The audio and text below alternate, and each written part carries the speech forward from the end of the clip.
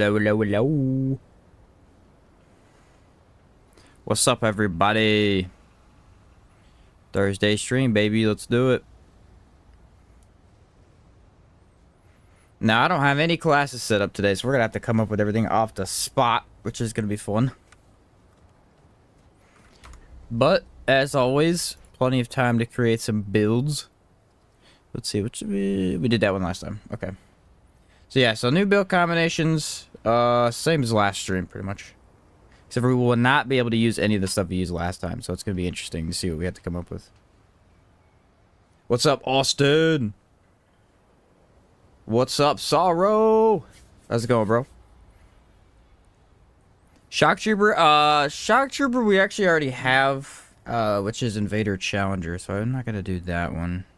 Yeah, I already did Invader Challenger. I am thinking of doing a Invoker build, primarily. I was going to try Invoker with the Engineer, actually. For the infinite Flamethrower build.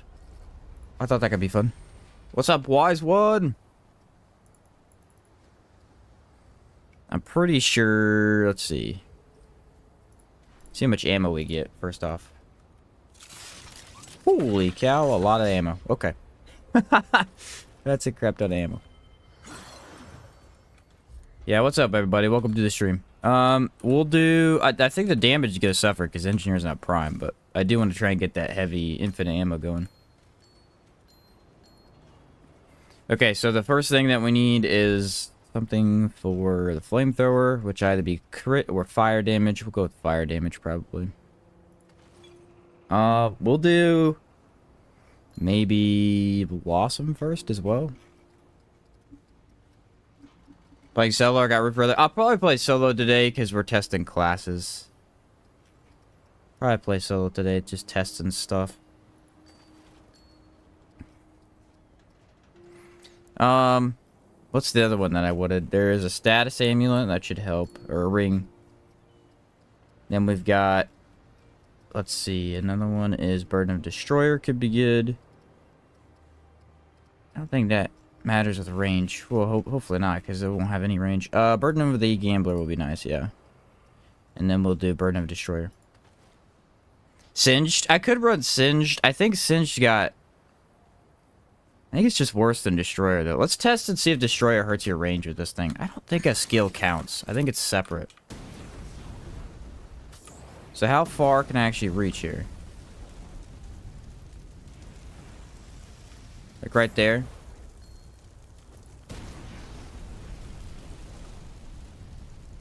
Yeah, it doesn't look like Bird of Destroyer has any effect on it. That's kind of nice. So we'll throw that on there. And then, oh no, instead of this ring, actually, we want the infinite ammo ring. That was the whole purpose of the build, so. Where is it at? Ring of Ordnance. There we go. Okay, so how much ammo do we actually get now? Does it even use it? 44. I mean, it uses it, but it's so low. Like, we're going to be able to spam this for the longest time. I can't overclock it, though. That sucks. Alright, this should be fine, though. It's kind of a funny idea. I need something for support. What do I need? Arbalest could be good, I guess. No. We'll do Corrupted Arbalest just to shoot 8 bullets. I don't even need the mod. I just need it there to shoot stuff if I get in trouble. We're going to go Space Engineer.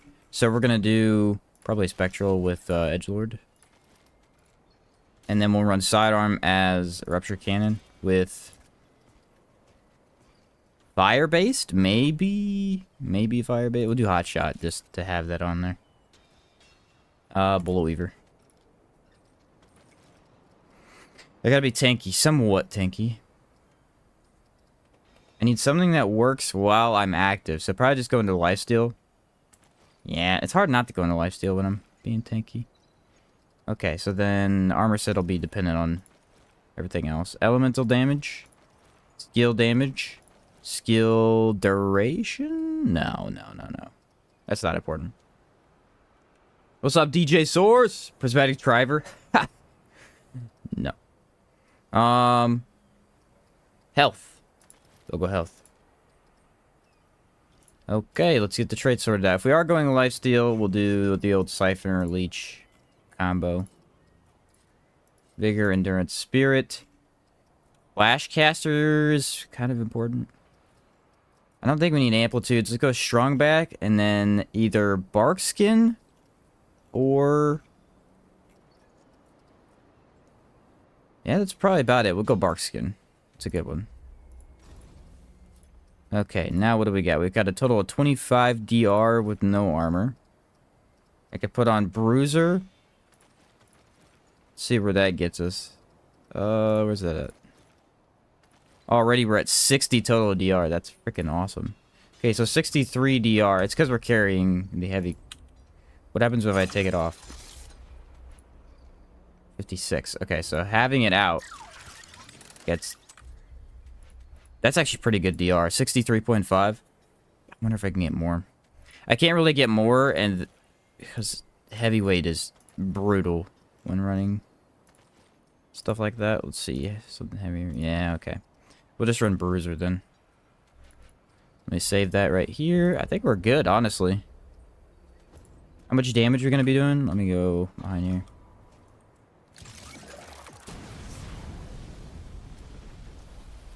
So 115, it looks like we can get up to. Now I can also do this. That'll help. 122 is what we'll get up to. With a lot of lifesteal. Need stagger resist though. That doesn't seem too bad. I can get behind that. What's up, 6? You're finding the flamethrower the whole time. Is skill damage or status effect damage better? Good question. If we're running... Shadow of Misery is 20%. We were doing one... Wait, let's double check.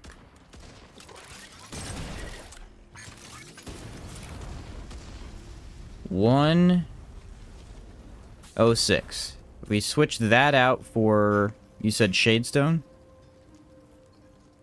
Shadestone was 15% damage for skills.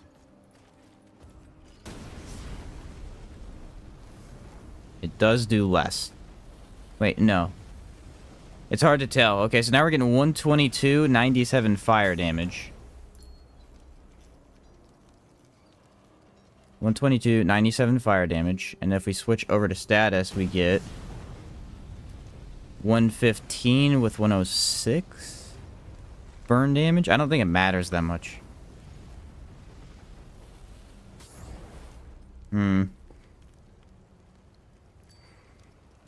Yeah, I don't know. Well, we could just run... Well, I don't know. I think we'll try Shadestone. I think you might be right with that. That might be a little bit better. Because the actual fire is what I'm wanting to be solid here. Alright, let's try this on, crap, because if I get... We'll just do Yeisha. Because if I get the, Lawsome bosses that are fire-based, that won't be able to do anything. The Bruiser armor, the classic sheen. I know, I can't get away from it, man. It's my MO at this point. Alright. Hopefully we don't get Kaula. We'll see. What are we running today? What's up, Draco? We can run whatever you guys want, honestly. First up, we're going to be running Invoker Engineer, but after that, we can run whatever you guys want to see. The shovel build. I've never seen anything like this before. I could try the shovel build, actually. Alright, pop this. The only thing I'm worried about is range. Because, I mean, I got shoot forever.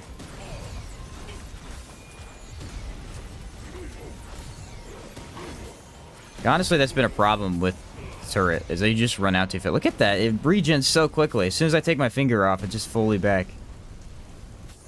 That's hilarious.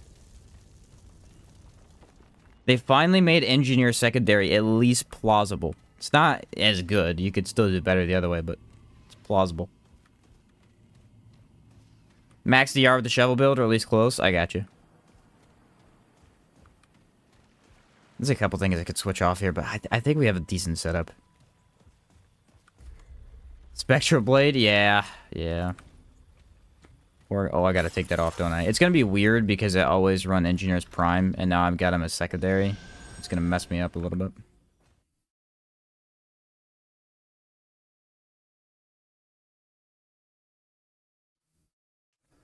Mess me up a wee bit. Watch this build, Flamethrower? Yeah. The only thing I'm concerned about is if I can't get close enough to enemies in time. That's why I was thinking maybe I should run, like, a cog for extra movement speed, but we'll see.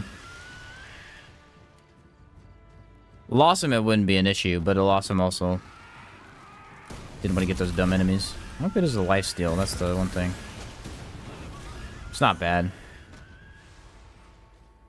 I mean, you have literally infinite Flamethrower. It's kind of funny.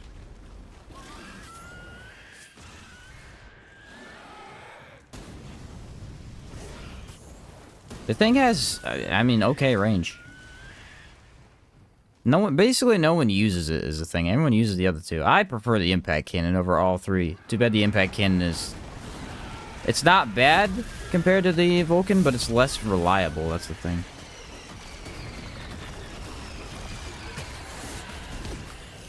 Look at that. Oh, yeah. Engineer is fantastic. I need to play it more. Class is awesome. What's up, Garrus? How's it going, bro? What's up, Mike? Just cleared Apocalypse for the first time with one of your tank builds. Well, congrats, bro. Glad you finally beat it. Good to hear, my man.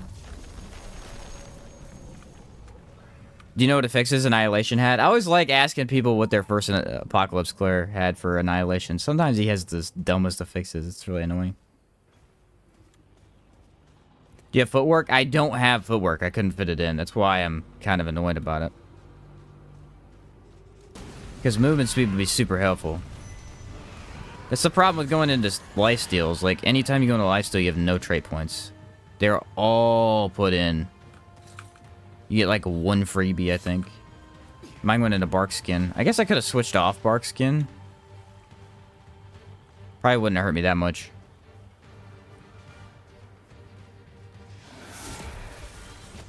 There's an archer somewhere, but I don't know where he's at. I mean, if you're going to use the Flamethrower pretty much 24/7, it's one way to do it. This will let you use a melee, too. Since you're already up close. Oh, this guy wants some.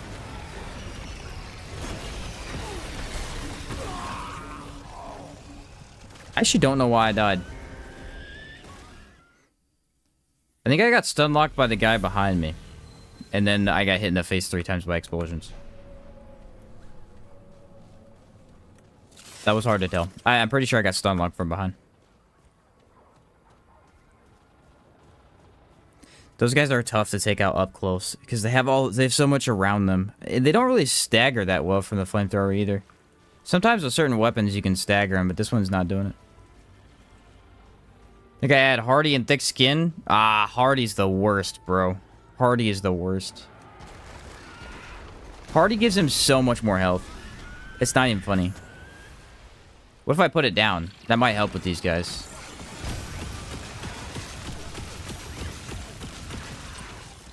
Yeah, there we go.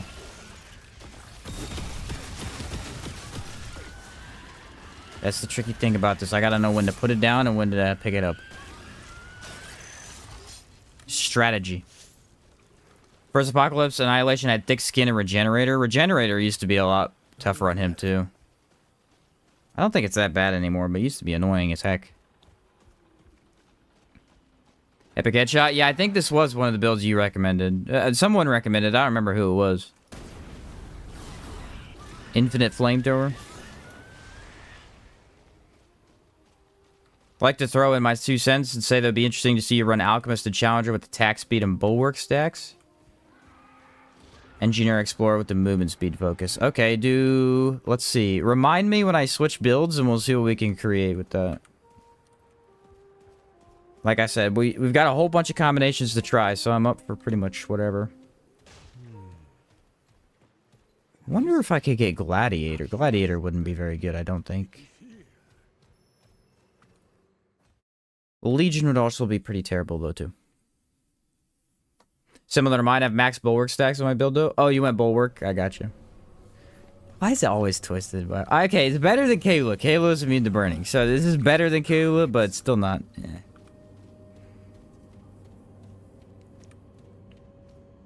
It is fun having the infinite ammo, though. That is very nice. How well does this work on the Vulcan, though? Because when I tried it with the Vulcan, it still seemed to use a decent amount of ammo, because Vulcan eats through it faster, I think. But I don't know. I don't remember if I tried Invoker Primary, though. It's been a bit since I tried that strategy. Here we go. Roast this guy.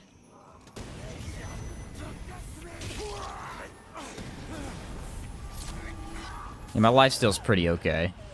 It's not amazing or anything, but it's enough.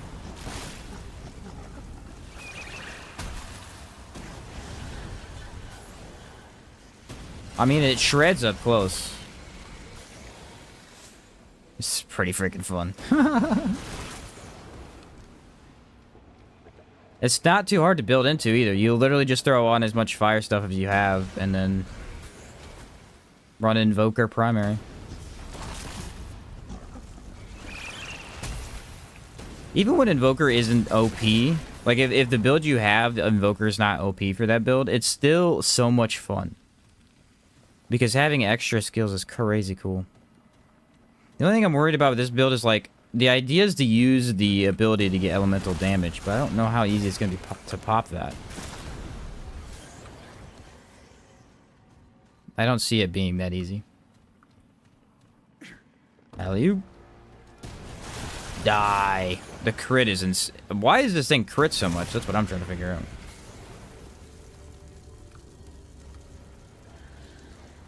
It's not even that high a crit. It's just doing it pretty consistently. Huh.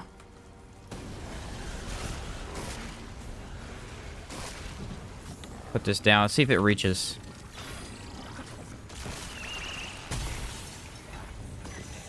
Yes, it does. Ah!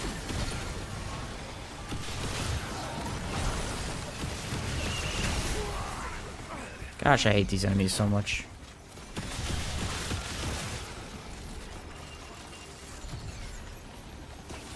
Okay, the lifesteal on that, I thought it was going to be a little bit better. It's not quite what I wanted, but...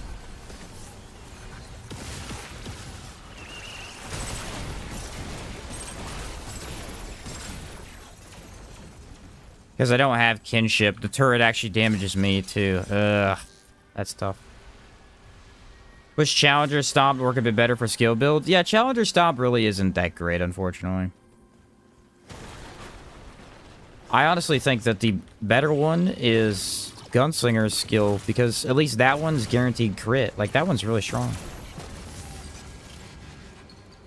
That one's insane, actually. Excuse me. Yeah, Gunslinger's is actually nuts, because that guaranteed crit can get crazy. Especially in Mothermind, like, that was the best one, because you could either charge it up, do a one massive weak spot hit, and get, like, what, 6k, 7k? Or you could just keep shooting it quickly, and you get a whole bunch of red numbers. Yeah, that one's a lot of fun. Okay, let's hope that the pirate turret does something here.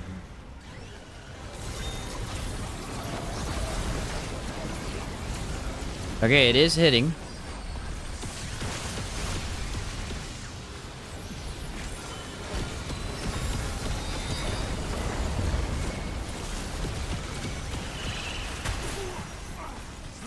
Is it hitting now, though? I don't think it is. No, but the burn damage is at least helping. So it'll only shoot when the thing's open. What if I pick it up now? It hits me with every bullet? That'd be awesome.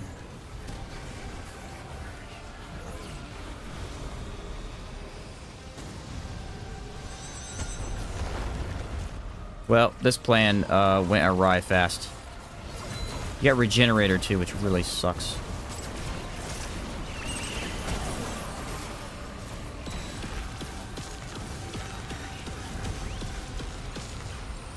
Yeah, I don't know why they do this with this boss. It doesn't really make any sense. It has to be something with the AI. They just, like, won't fight him unless he's open.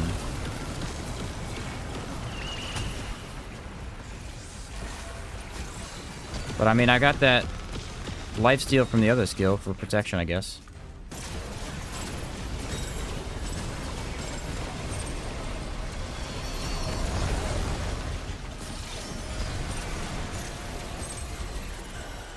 I literally have to aim at her, or he does nothing.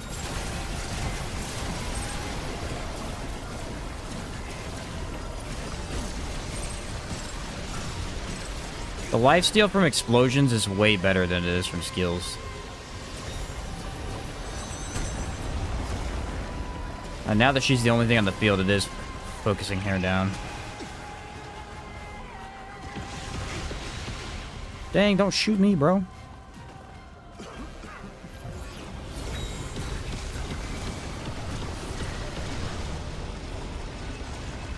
This boss will literally never be good for a build test. Never. It's so horrible.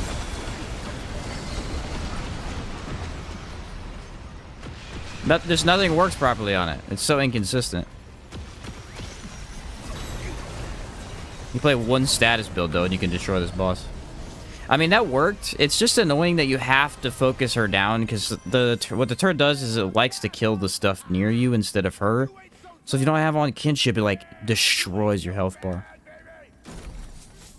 But, I mean, the damage was fine there. You get crit because the turret locks, ticks per second is decent. True, I guess that's a good point. It's just hitting fast enough. It's flying or mobile bosses like that. The flamethrower is only good in turret mode. It seems like it, yeah. That's the downside. That's the downside of all the turrets. It's like, when they're on the ground versus in your hands, they act very differently. Other than the Vulcan. The Vulcan's the only one that's the exact same every time. But, I mean, they have their uses. They're all pretty good.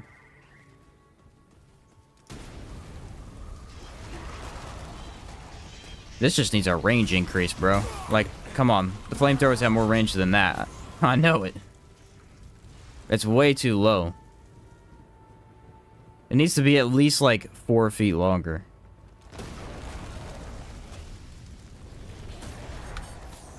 Also, it doesn't seem to work properly with the meatballs. They're literally getting hit by it, and they're not taking any damage.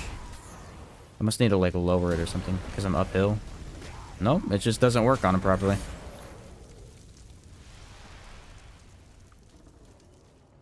To XP, your classes are giving 20%. Yeah, plus Gambler, so I got like 30% crit chance.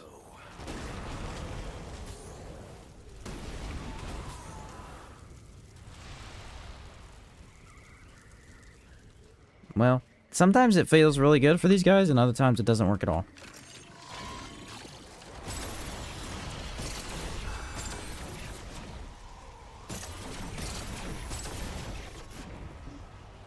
Alright, he cleared him. That is the first time I've ever done an engineer build and had the turret actually last the entire fight, though, so that's kind of cool. You love to see that. Agree with the flamethrower range being a bit too low. Yeah, it's like, why has it got to be this low? You can up it, man. You can up it easily. Video game flamethrowers are notorious for being way too low ranged for no reason at all.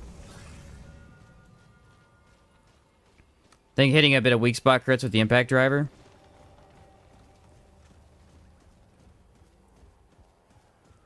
What do you get, like 7k with that thing? Something, I don't know. It hits for pretty big. Please deal damage. It's so weird. It must be the animation of them getting out. It just doesn't work properly. Here they come. I mean, it works when they're like that. Dude, shoot. What are you doing?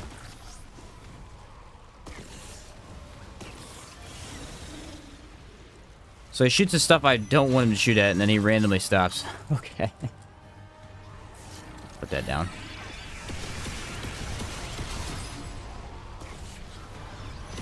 I feel like for the longest time, the Flamethrower was just terrible, and it actually is pretty good now. All the upgrades to status really help that.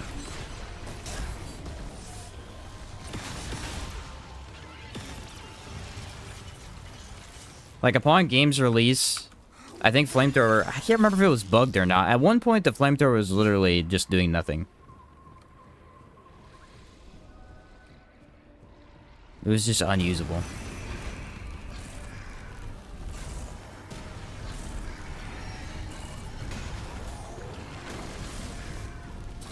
I mean, that's an up-close monster right there. You just hold the button down. What the heck?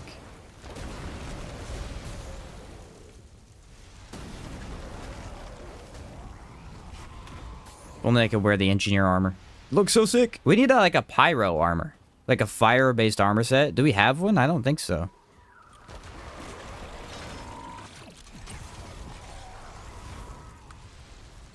This thing shoots pretty fast, too. Is this upgraded by summons attack speed? What if it is? This thing is pretty good for defense. Look at that.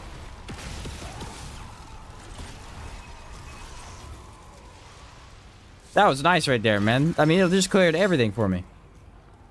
Red Prince. Yeah, but do we... I guess that is fire-based, isn't it? So that's like the only one? Red Prince? Doesn't really have an engineer flamethrower vibe to it, though, does it?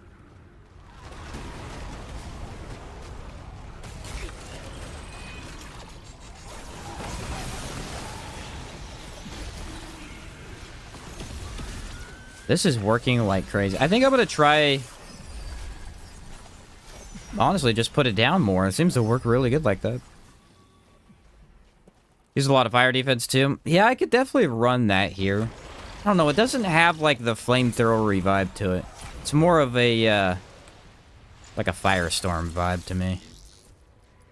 With that armor. You run firestorm with that armor set, and that's... Yeah, that looks good. Put this down. Aim at that thing. Okay, it's too far for the turret. Turret doesn't understand.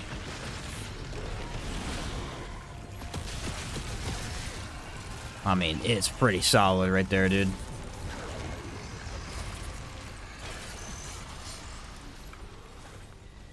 It's weird, though, because sometimes I feel like the turret should do more damage than it is. Even though it's doing high damage, it feels like it's a little bit weaker than it should be. I don't know if that's just the visual numbers or what, but... Because the Vulcan's numbers can get pretty crazy. I'm gonna put this down. I know they're gonna come from behind. Don't even have kinship on with Red Prince armor and you're immune? I guess it's that effective, isn't it? I mean, I could put on the crown, probably. Wish there was a second Naruto armor set. I mean, you have the engineer, like, worker set, but it's ugly and nobody uses it. Mainly because it's light armor. No one uses light armor. How good or bad is the regenerator affix? Oh, this is the wrong one. This is the main one. I gotta go find the secondary. Don't really notice it most of the time. It depends on the build. It really does. So for status builds, it basically doesn't exist. You can consider it completely null and void for status builds. Any build that you're doing insanely high burst damage, so a lot of like Hugs builds aren't going to notice that much either because they're doing so much chunk damage that any amount the boss actually gets back, it's like, okay, I can barely even tell.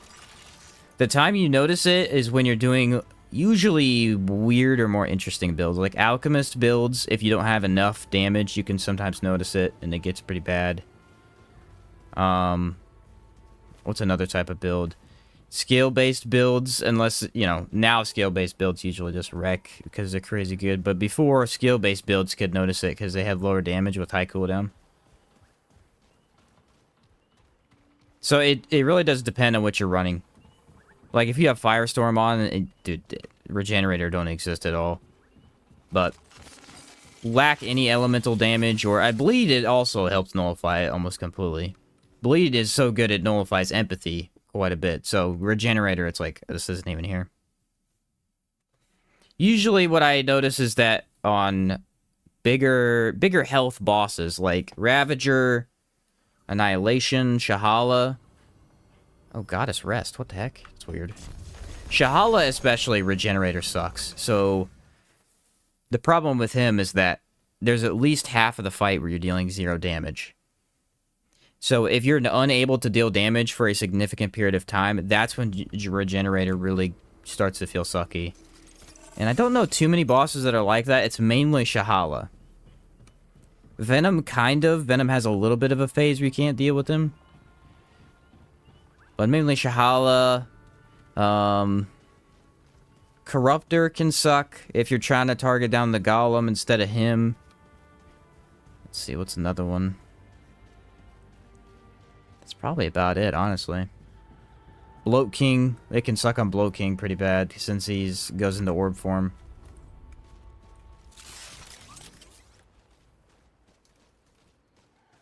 Red Prince with the Smolder, Sparkfire, Hellfire. There you go, there's a fire build right there. Yeah, Bloat King would be nasty, I would imagine. I'm trying to think of the other awesome ones. What's his name? Fei-Rin, Fei-Lin. Fei-Rin, Fei-Lin Regenerator sucks too. He's immune for... He honestly isn't immune that long, but when he is immune, he's immune for several parts of his fight. The fact that I missed all those shots, I feel like I definitely nailed that.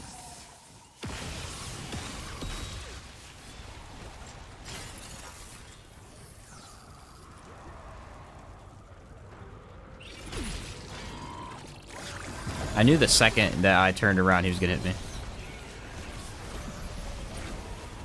Nice. Need his armor to go with the Dandy Topper? Heck yeah, we do.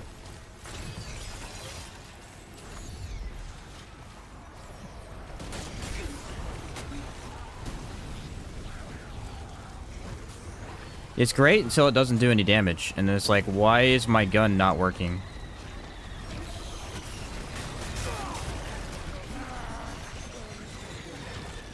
And I'm currently dead because of it. Nope. Yeah, it didn't work. I mean, I'm literally holding the flamethrower on their heads and they're taking 0 damage. They're just walking right up to me and hitting me. Like, hit detection? What's the issue here? Because it's been the whole time on the meatballs. They're just taking 0 damage. It's not a problem until it is, and then you die. That's like, okay. That's inconvenient. Keep getting unlucky with rerolls. I still never get the lighthouse. Oh, that's unfortunate, because Sparkfire is so much fun.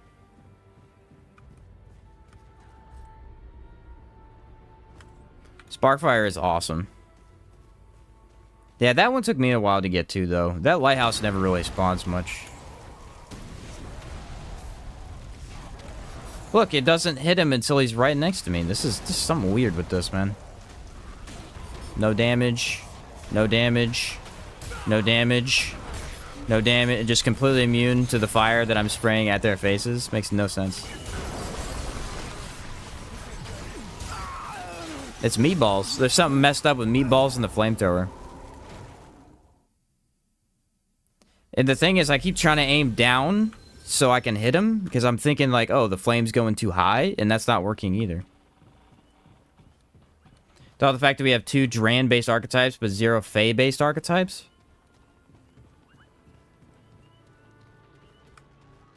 You know what? No, I've never thought of that. But that actually makes a lot of sense now you say that. Alchemist and Invoker. Or, Alchemist and Ritualist, sorry. It's a valid point. I have to place this down because I literally can't kill the enemy otherwise.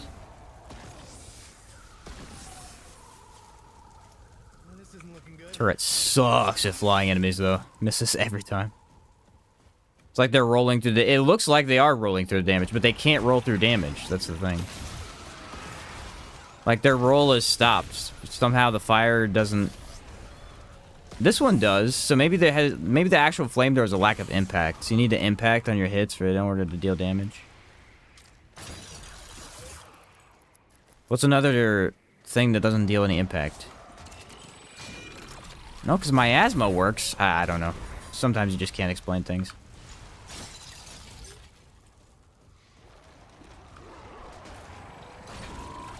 I'm gonna let that go. Maybe if there weren't like literally a million of them right here.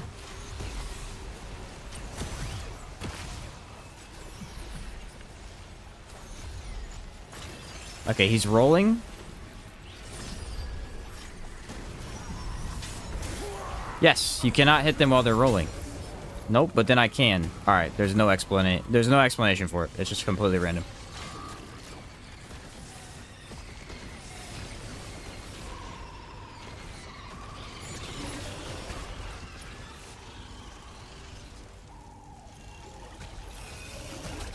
Good to know. Now, where did I die at? Because I have no idea where I'm going.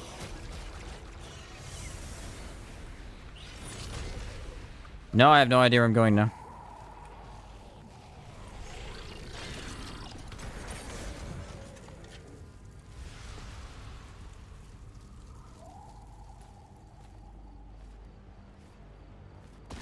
Straight and left, I think. It's hard to tell. There's no death marker where I was. What's up, Blue Oak?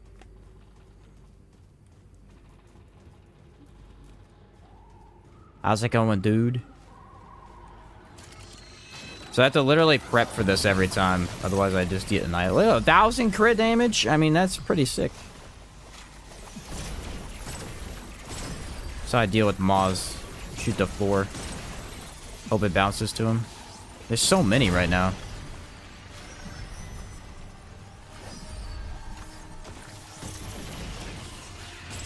Luckily, this gun works really, really well. I was watching Fumetto and Bolt they did a video together. Fumetto and Bolt Jameson, they ranked all the weapons. And they ranked regular Arbalist higher than corrupted version. I was confused by that. For me, the corrupted is just better overall.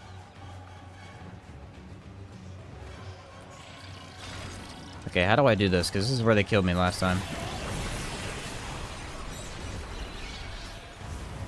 I guess you have to build into corrupted a little bit more to get it to work.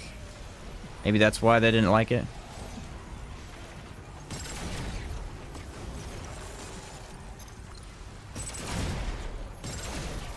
It doesn't really matter too much. They're both like... They're both pretty... just okay. I mean, they're not insane, but... I like this one quite a bit. There's one more meatball. I can hear him. He's just not coming down. Can't hit him either. There we go. Clearly, lean turkey meatballs don't have enough fat to burn properly. Okay, fair enough. What's up, Thomas? Love your content. Thank you for all the info. It's helped me a lot. Alright, sounds good, bro.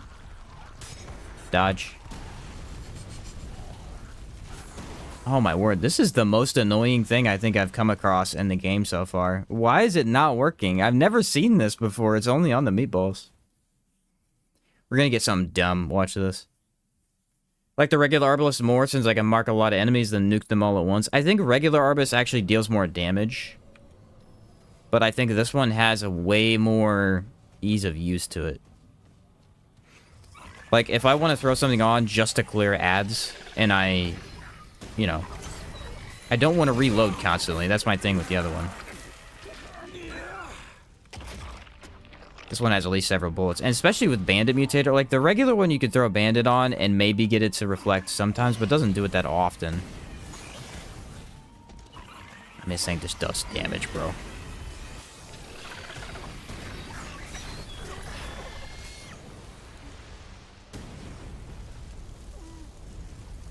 Lack of range. Apparently not hitting certain enemies in the game, though, is not great for me. But, I mean, you can always run a different engineer weapon. It's not like this is just Flamethrower. Just switching a crit or something like that. They're dead. This is a good spot to throw this down. Watch this. Oh, it doesn't one-shot him. Okay.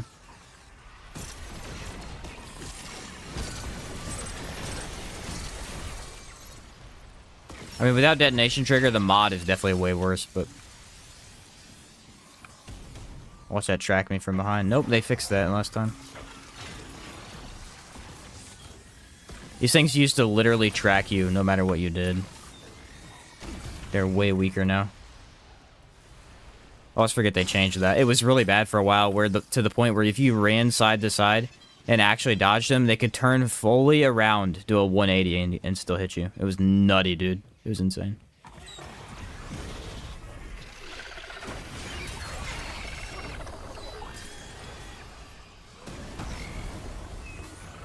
I'm liking that damage, though.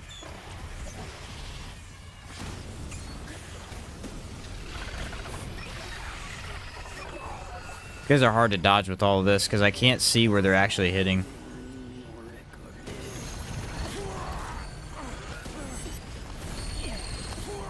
I mean, I literally can't see what's attacking me.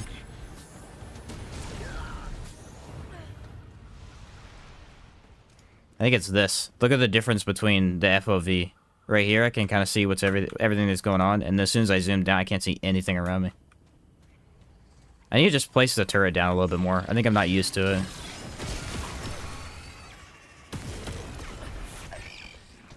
Dude, if you shoot me one more time, bro. Chill out. Okay, I can't pick it back up for some reason.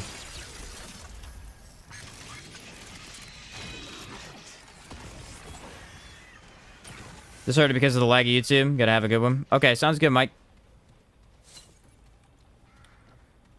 Died like 20 times on Nameless Nest. Nameless Nest, dude. That's funny.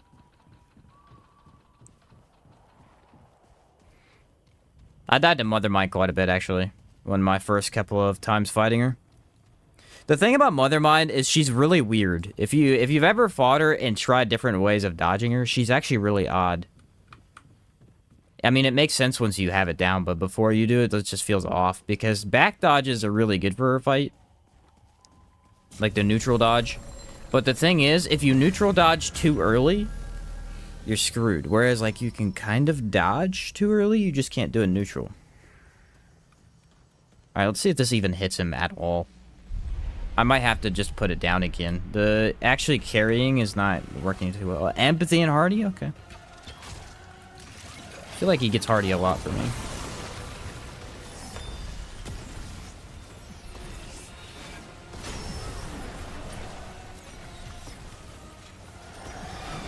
I mean, he's soloing her right now, so...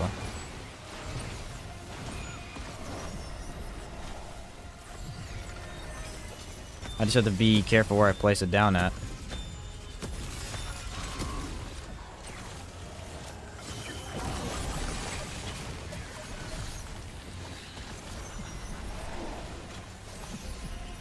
Alright, you ready? Let's see if it actually attacks these. I don't know if it does or not. Seems like it does, but does it break them? Yeah, pretty slowly, though. And not very well.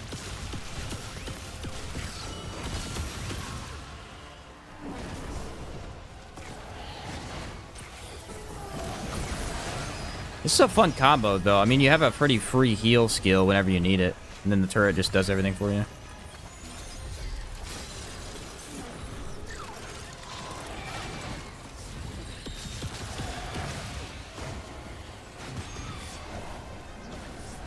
Oh, that's a good spot. Thank goodness.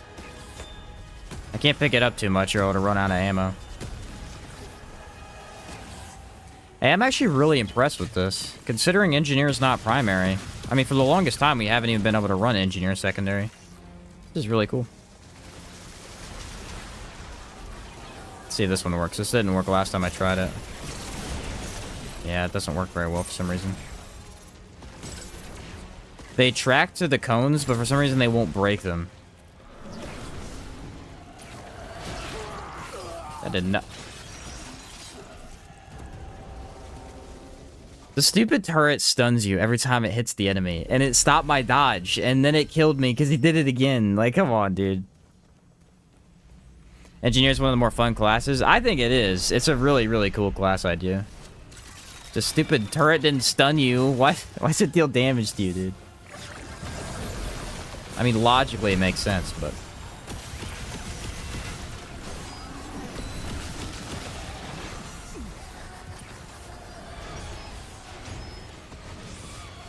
Stop shooting me!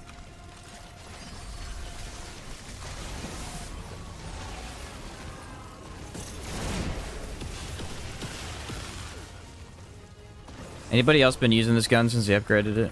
Man, I'm having a hard time not using it. It's so good.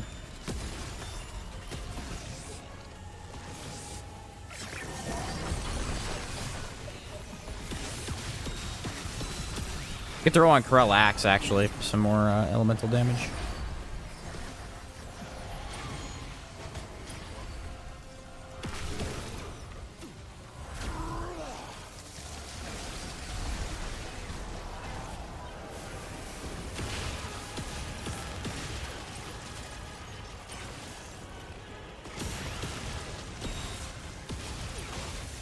Oh, that one's still alive? Okay.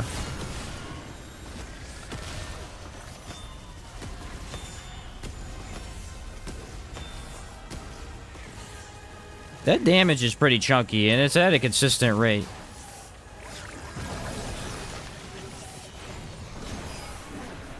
Okay, if we just sprint, I think we can avoid it. Yep. Yes, that's more damage, too. Alright, that works. So just run away. I wonder if Bandit Fanatic would be better on this, too. So we're doing burst burn damage?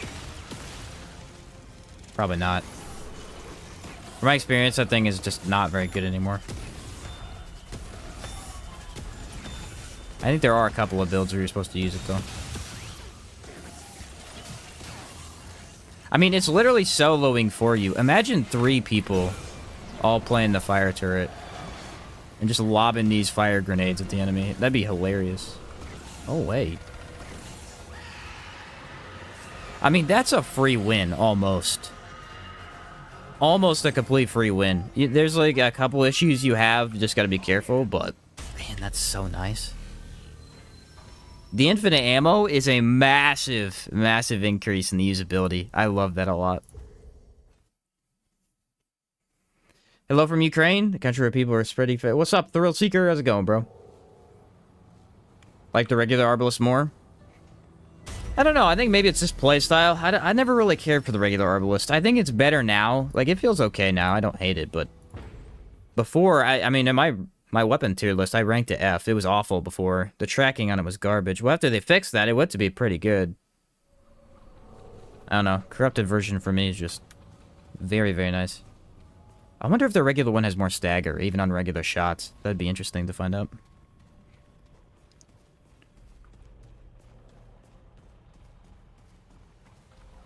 Yeah, I guess that's a good point. I could run Hellfire pretty easily if I was up close. Nope, can't walk through that, apparently. Thing I'm worried about, though, is this next fight. Can I run the Flamethrower? See, the Flamethrower doesn't have enough range for this next fight. I guarantee you I die at least 2 times to my own turret in this fight. I guarantee you. Because the hands are going to go near me, and then the turret's going to be like, I'm going to save you, and then save me into oblivion. How very kind of it. How very kind of it. I'm actually running out of gold serum. That's how much I've been using it. At one point, I don't know why, but I ended up buying like 2,000 confidence boosters, and I never used them. Versus gold serum, which I use all the time.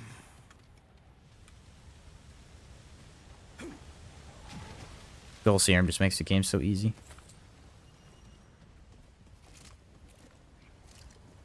I remember that being in the first game. 50% less stamina consumption? Like, that's kind of crazy.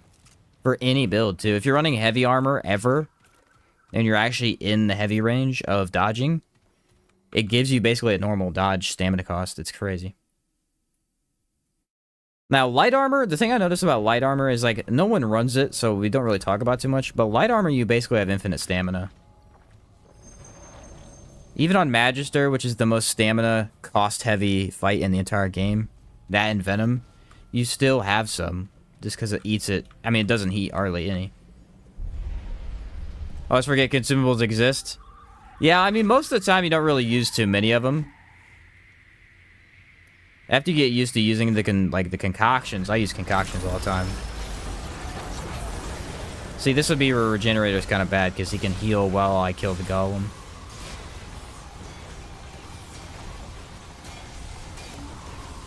Dang, so we're not going to stop that. Okay. Does have a range issue.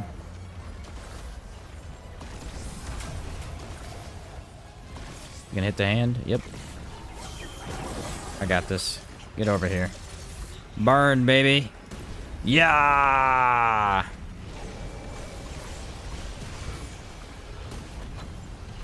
What a stupid move. Why would you attack me like that? You're dumb.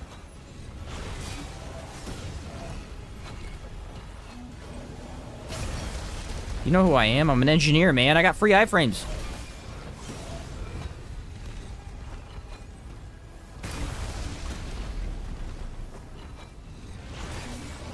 He should be using his... I was gonna say, he should be transforming already, but he's not.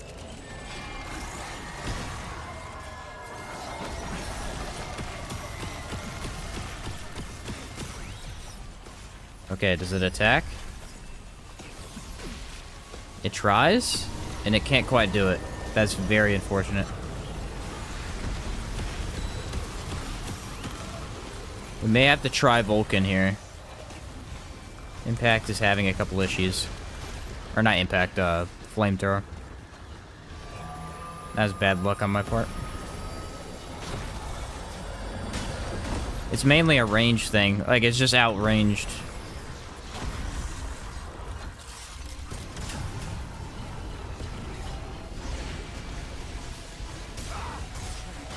Okay. Skullcracker isn't actually that great on this guy either. Bad luck.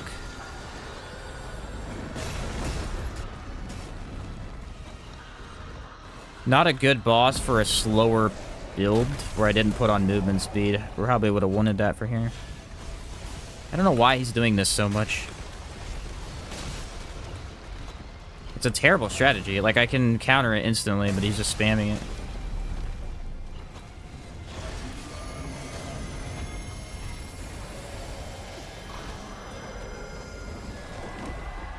Okay. Let's hope this works.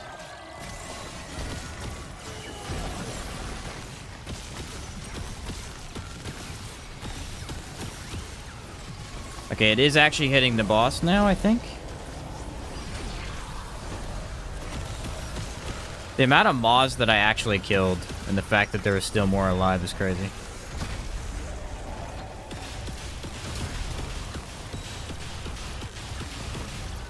I mean, it's so good at killing the hands, though. This is a huge problem in this fight, is dealing with the hands.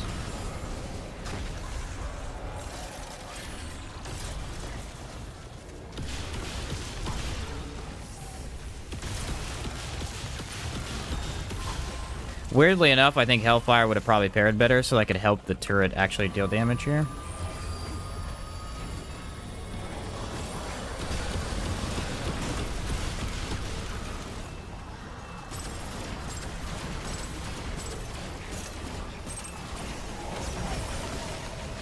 And I'm not sure what to do about this, because it literally cannot hit the boss, so I'm wondering if I should switch to Vulcan. I'm going to do it.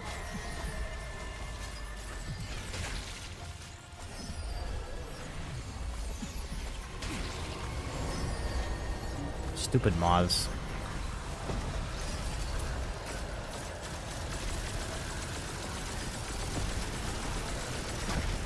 Now it'd be better to not have Gambler on, unfortunately.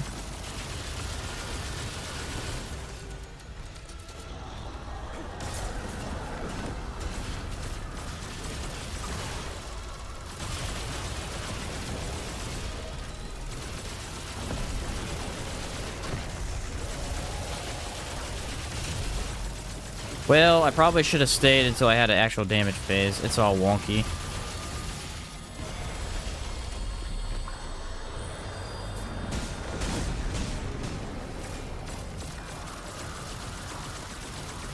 This build itself ended up being pretty terrible for this boss.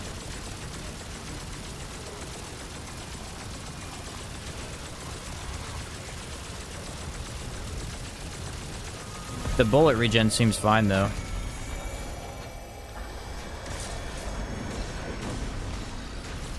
Every time we try and fight this boss, we always run into this issue of a very long fight, because every build that I try to use on him is, like, unique, and this is not a boss that you can use a unique build on.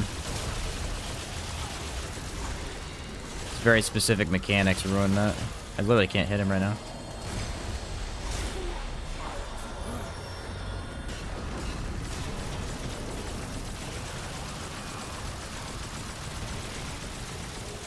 I'm hoping this is enough weak spot damage that whenever he... I see Regenerator is actually giving him so much health.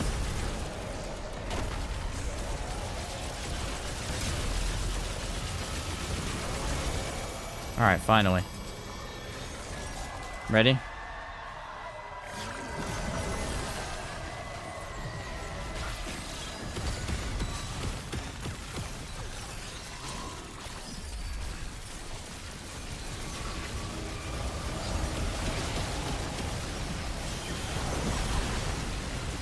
Okay, maybe. I mean, no, it's just does so low damage, dude. The Flamethrower... Why is the Flamethrower unable to hit this thing? It makes no sense. I mean, it's literally right there. I wonder if I'd switch to Flamethrower and then put him, like, right here.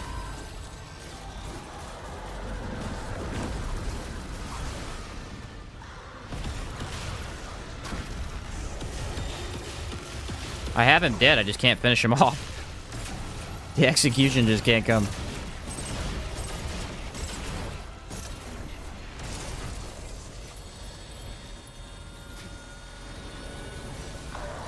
Now it's dealing damage because I got the enemy away from it. See, I'm wondering if I could have done the same thing with the flame turret, if I just put it over there. Because the range is so weird on it. Like, if I just placed it right here... Because I'll be honest, I never really tried that. And that might have worked. I didn't think of it at the time, though. Oh, well. I like Flame Turret, but I prefer it with the Ritualist Primary. More status damage. I mean, you can't go wrong with that. Can't go wrong with that. Firestorm really helps in that fight, too. Well, all things considered, not bad. Not bad at all. I actually really liked it. I think the problem is with the specific build we did, we built into fire damage, and fire damage from the Flamethrower is very inconsistent with, like, how it actually hits. But you could easily do that with, like, a ranged build, and then have infinite Invoker ammo. I liked it. I liked it quite a bit. Alright, what was that? It was Invoker Engineer.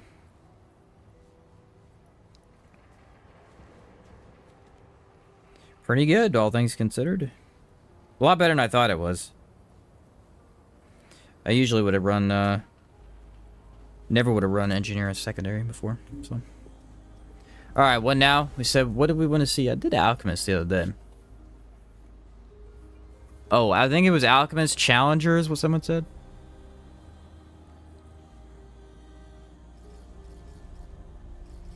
Already did Invader. We need to do a Handler primary build, but that one's super, like... it's not too important. Have we done a Ritualist Invoker build yet? Is it Alchemist Challenger? Okay. Frenzy, melee damage. What melee doesn't suck now? It's a valid question. I really don't like flails. I would use Barrage, but I just don't like flails. Honestly thinking about just going Hero Sword. Let's do it. The problem with flails is they're never ranged. Like, I need range on my side. Ritualist Invoker's the Sam spam build. Oh yeah, we did do one, didn't we? Good point, Sorrow.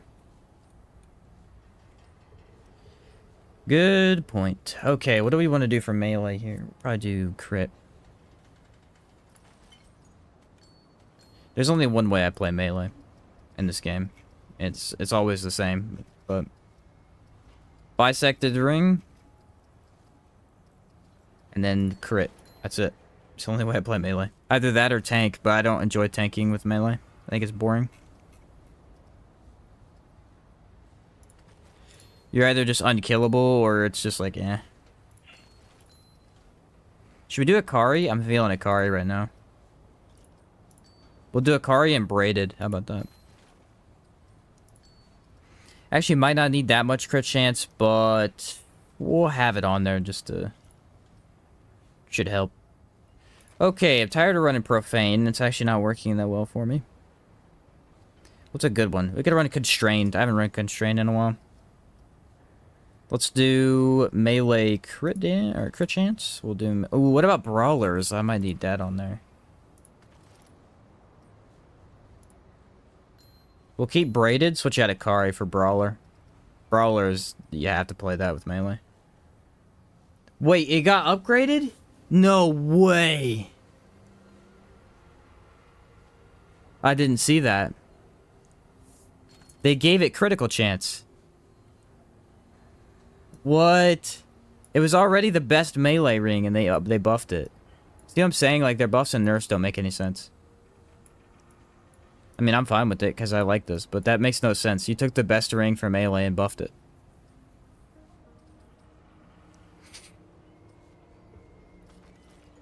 I'm gonna take it because that sounds fantastic. Alright, what do we need? We need expertise, spirit, no endurance, vigor. A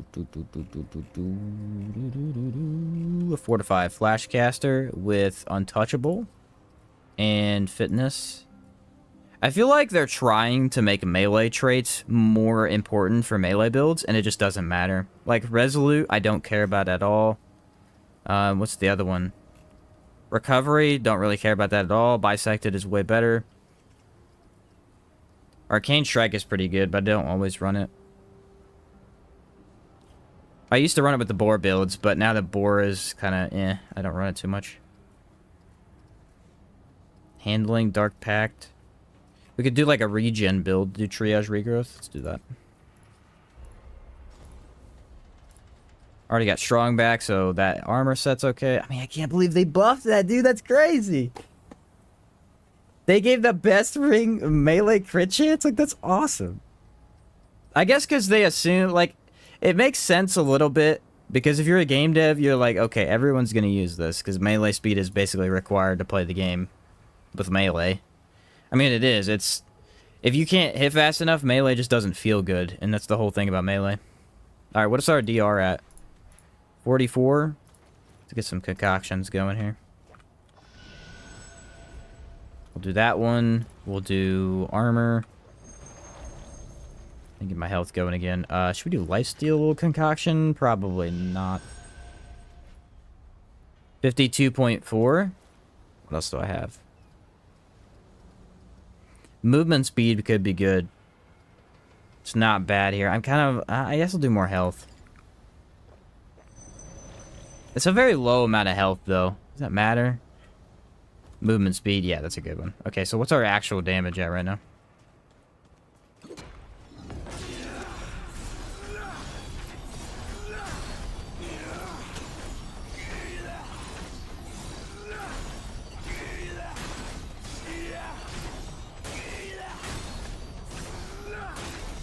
Pretty good. Now that's with Frenzy and Challenger, so without it, it's going to feel a little weird.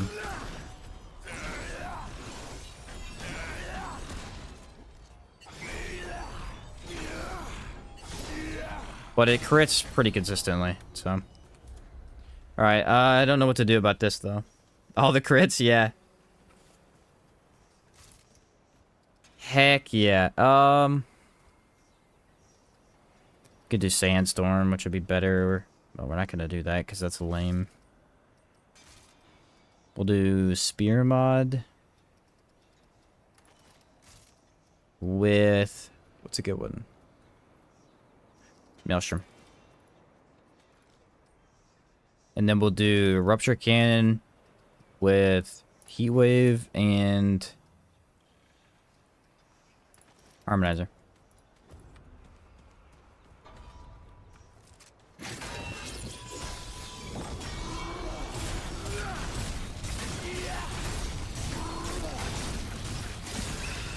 Now I'm dealing damage while I have my melee active.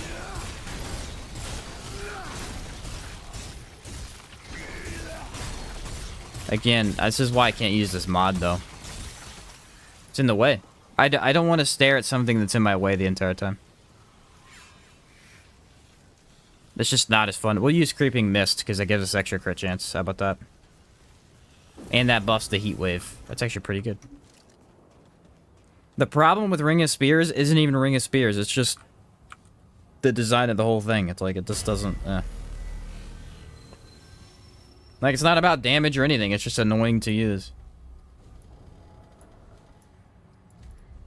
It's loud and in the way.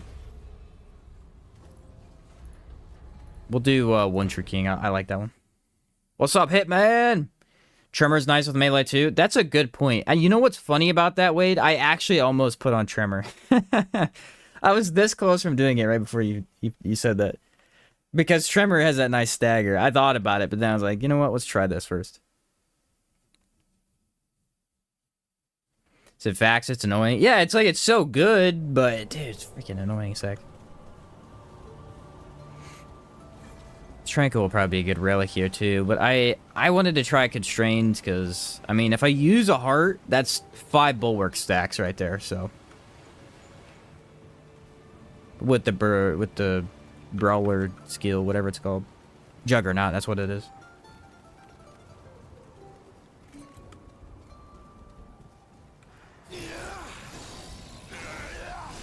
Hero Sword's just better than World Edge now because it attacks faster.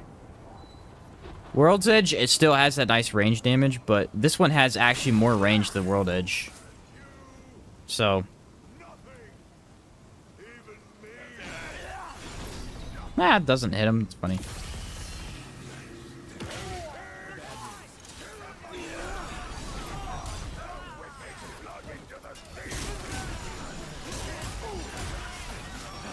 The stagger. Okay, here we go. Got Vortex.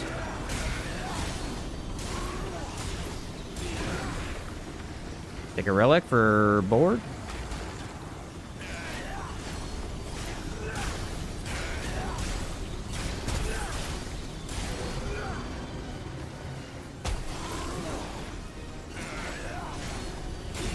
Ah.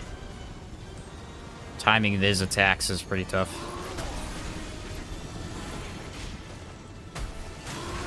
Mod regen is definitely low. Probably should have gone in Arcane Strike. It's not too big a deal, though.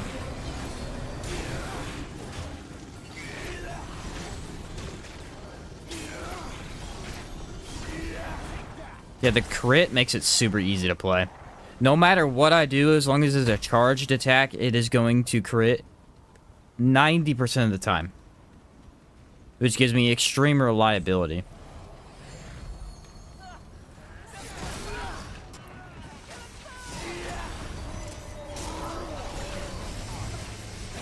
Bisected with melee is just too good too, because look at this. I can just sprint across the whole map.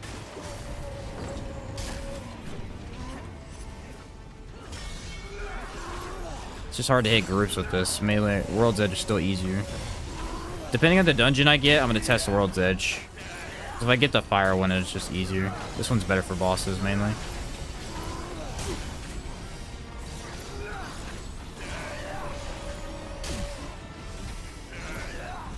Bro, got some turn speed.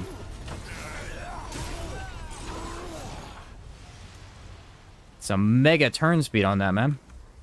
Yeah, we'll do World Edge for... World Edge is still going to be better for areas, because it's just like it goes through walls, and you don't have to aim that hard. Overdrive. But for bossing, yeah, the other one. Can't go wrong with that. That's the only thing. The wave is just a little too small for ease of use. Not bad at all, though. Let's see what we get. We got Bloat King at least twice the other day. Him showing up a lot. Sunken Witch, I don't think we've even fought once in the last 2 streams. Yeah, like, look, I can't give that up.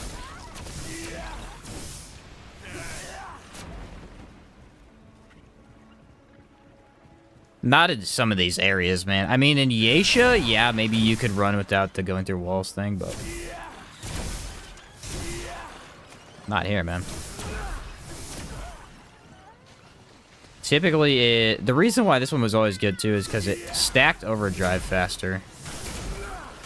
Because if you're hitting multiple targets, that's way faster stacking of overdrive's mutator. I guess that works with every mutator, now that I think about it.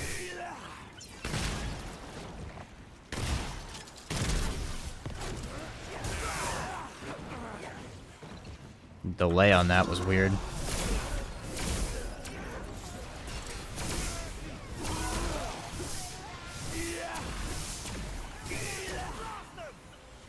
I don't know, melee's weird for me in this game.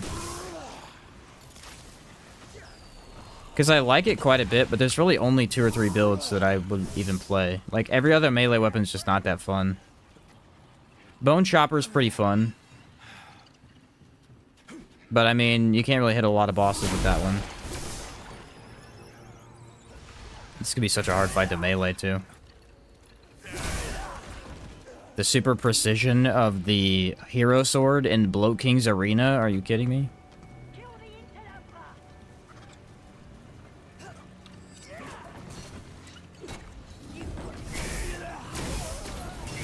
This used to be a one-hit kill.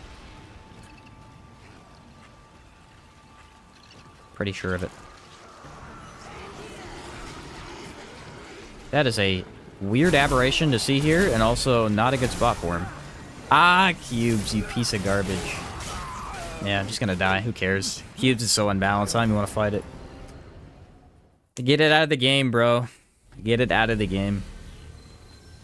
Not fun in any way. I feel like that's the real problem with Cubes, is like, yeah, okay, if you're on Yesha, you're in a massive open jungle, maybe Cubes feels at least like something you can... is unplayable. You're in tight corridors the entire time. It's just unplayable. It's not possible. Without a tank build. Cubes are too big. End of story. They're way too big.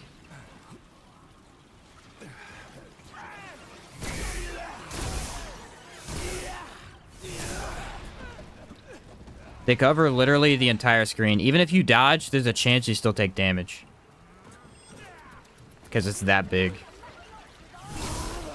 Man, this melee speed of this is killing me. I can feel the difference. I play with this so much. It's very obvious. This dungeon's super wonky for melee.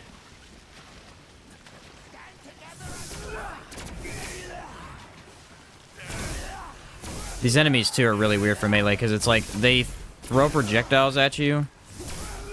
So I have to watch for the projectile before I swing, because that's how slow it is.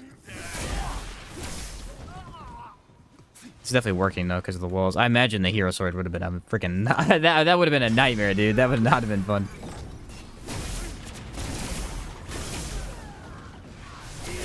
Alright, that's a one-hit kill with Challenger's Juggernaut active.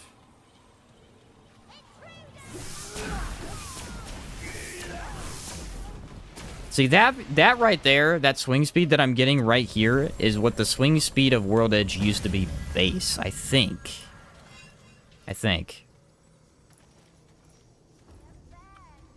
Alright, here we go. Let's try some Bloat King. This is going to be a really rough fight. But...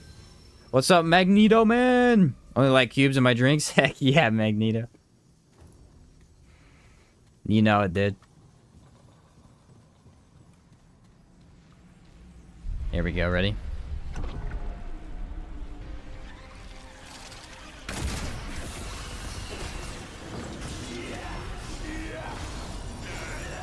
Oh, this is a horrible fight already. I can tell you that.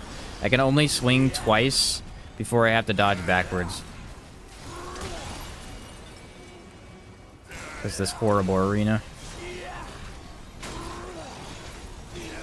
There ain't no way I'm hitting that cube ever in a million years. Not that far away. Oof.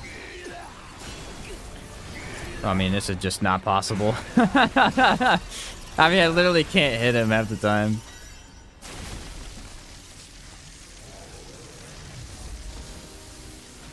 Man, this is gonna suck. I have on fitness, I have on... Yeah, not the boss for this build, unfortunately. My damage phases, I'm not able to deal any damage. That's the main problem. I can't avoid any of the chip damage. Might just want to stay down here, I'm not sure. Nah, I've got an idea.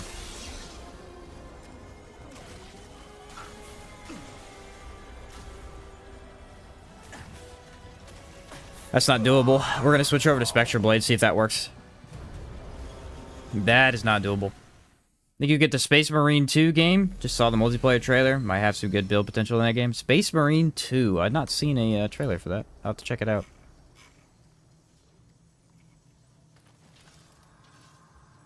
I will have to check it out. Try Spectre Blade. That other weapon's not going to work. I don't know if I have enough range on this is the only thing.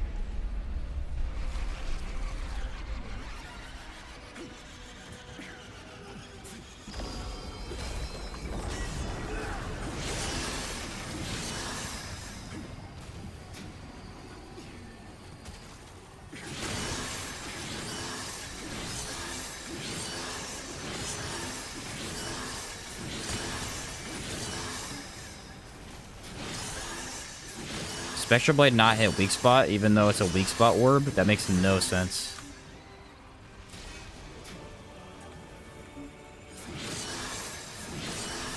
Spectre Blade can't weak spot? What? No, yeah, it can. It can hit bore.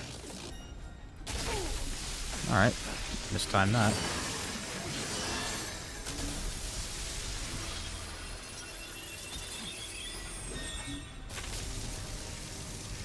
I don't know how to deal damage to the boss.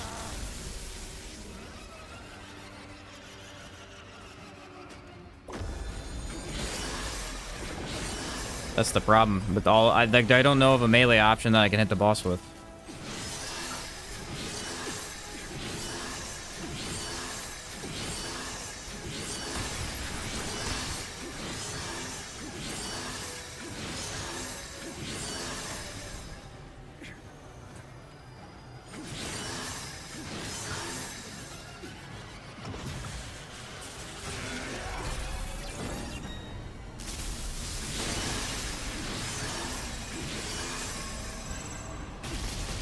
No audio cue. What they've done to melee in this game is atrocious.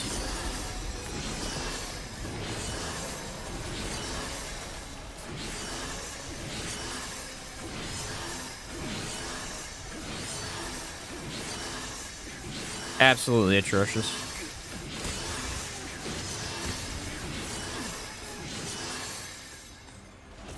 Instead of balancing it, they just nerfed it across the board. Again, it's not about damage. Melee damage has always been good. It's about usability. Melee's so unusable now.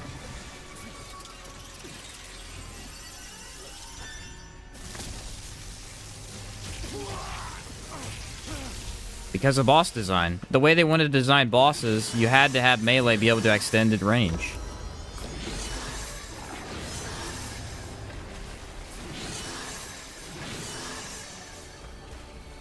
It's annoying. It's annoying to see the game in the state that it is right now with melee, but with what it was before. First Space Marine game is a classic and very fun. Second game will have single player co-op and multiplayer with 3-person PvE missions. Dude, that sounds awesome. Let me write that down. What is it called? Space Marine? That sounds sick.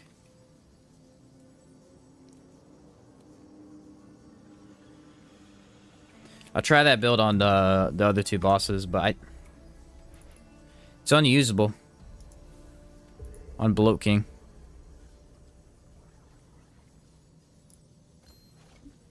Unusable. Only viable melee option is for tanking. Yeah, and that's not fun, dude. That's fun. That's not fun. Tanking melee it's easy and it's boring. You literally just stand there and hold the weapon down. It's not good. It's not good.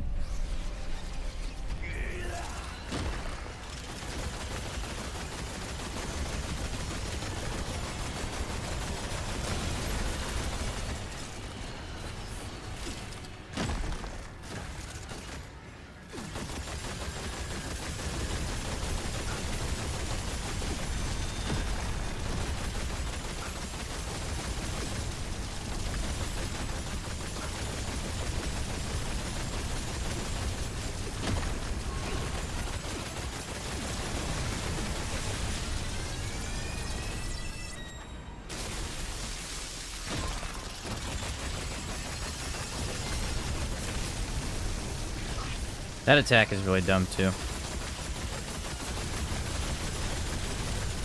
Doesn't really make sense. Like, it just kind of covers a large portion of the area you're standing on.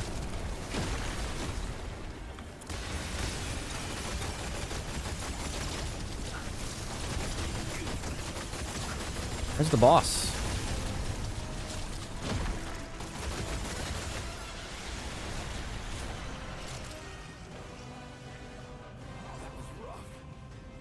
Yeah, and melee builds are totally balanced after seeing that. Totally good. Really good state. I think they just should have nerfed the damage to Resonance Spectral Blade and World Edge Tainted Blade instead of doing what they did.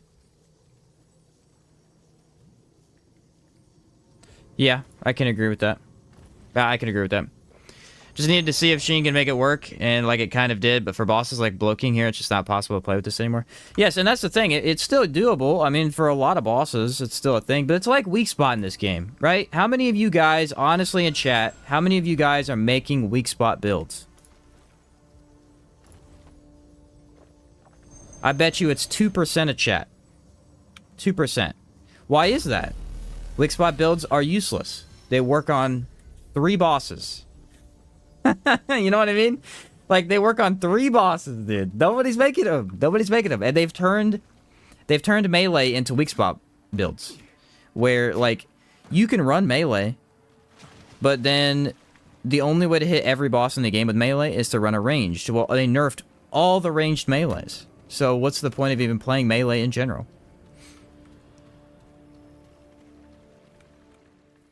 It's frustrating, man. It's frustrating.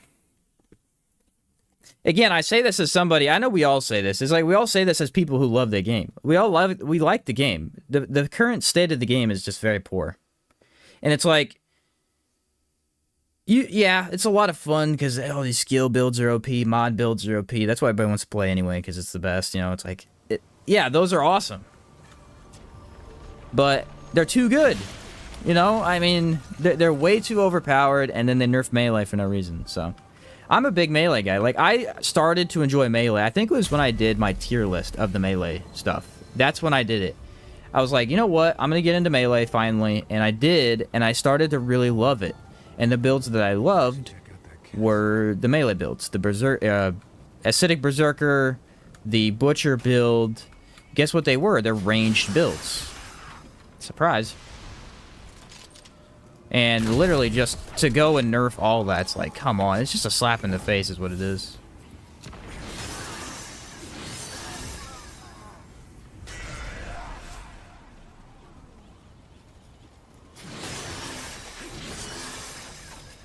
Just a slap in the face. These guys don't die to weird things. Have you ever noticed that? They take like almost full damage and then don't die. It's really weird.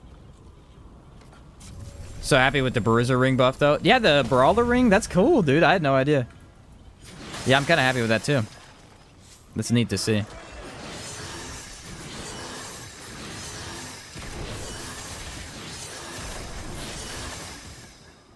Heck, I mean, Hero Sword's better damage-wise, but this is still ease of use for areas.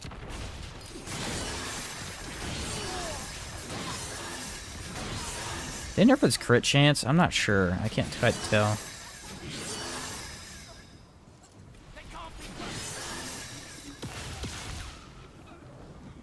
I don't know. Let's see.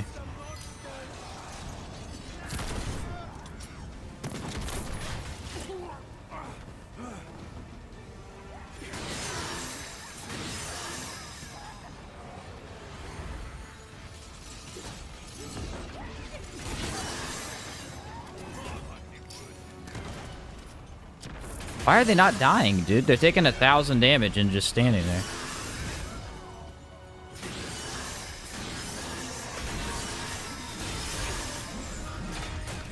It's weird because, I mean, I do agree. I think melee builds in their state, the way they were kind of overpowered. Because as long as you used Boar, you could break the game.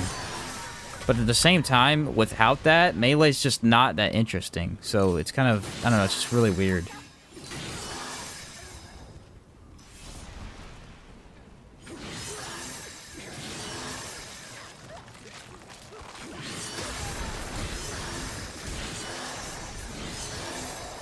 Especially, what is it? Energized Net Coil? Like, can anyone honestly be like, hey, Energized Net Coil is super balanced and not at all broken?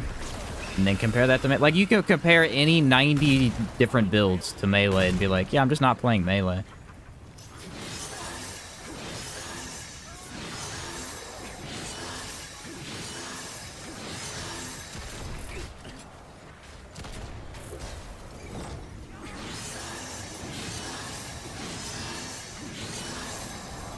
This is better with Invader.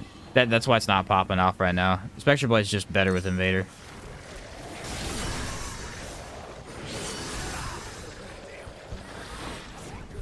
I can't do anything in that area. Yeah, I'll switch back to Hero Sword. It's not as good with Alchemist. You need Invader's extra damage. I don't even know what to use. We could try Hero Sword again. I want to use Hero Sword on a boss, but I need a good boss. Be interested in melee builds if there were parries? Yes, we need parries, dude. That'd be a good idea. Here's the thing about parries. I mean, I'm notorious for sucking at parries. Like, when I did my Souls series run, I tried to parry a couple times in different games, especially with, like, Bloodborne. It was really funny that I just was so bad at parrying. Parrying does improve melee combat, though. Whether you're good at it or bad at it, it improves it. It adds a nice skill level to the... I can't do it, bro. I can't do it. I don't have the interest to play like this. It's so freaking painful.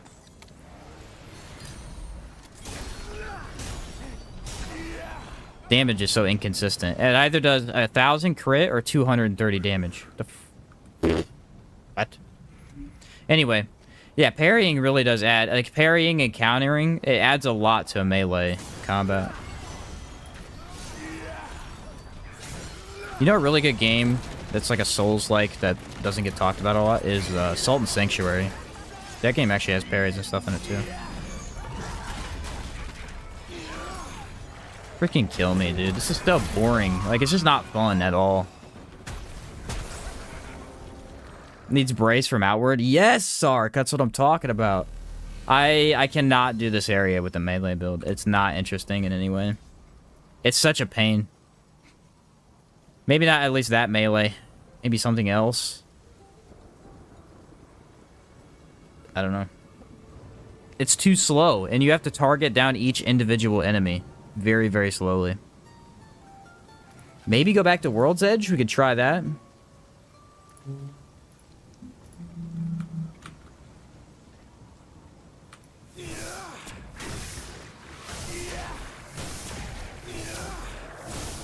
Okay, that's a little better.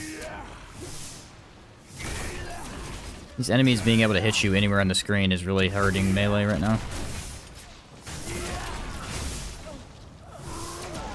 Getting shot through walls ain't great either. Okay, let's see if I can pull this off. Real like Neo 1 and 2.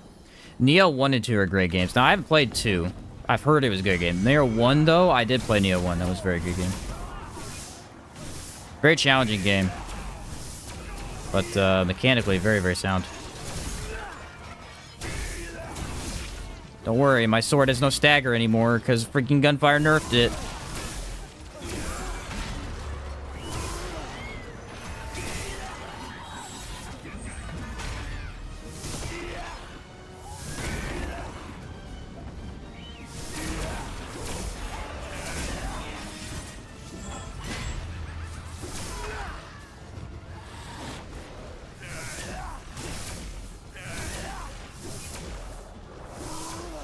Intriguing.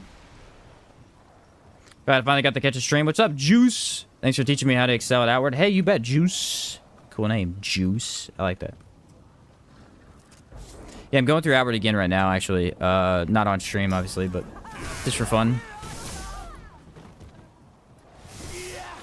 Great game. I don't know what it is with nerfing stuff the last couple months. It's been really weird. I got into Helldivers too, big time, and they just started nerfing everything, and they got back into Remnant too, and they just nerfed everything. It's like, what the heck is happening right now?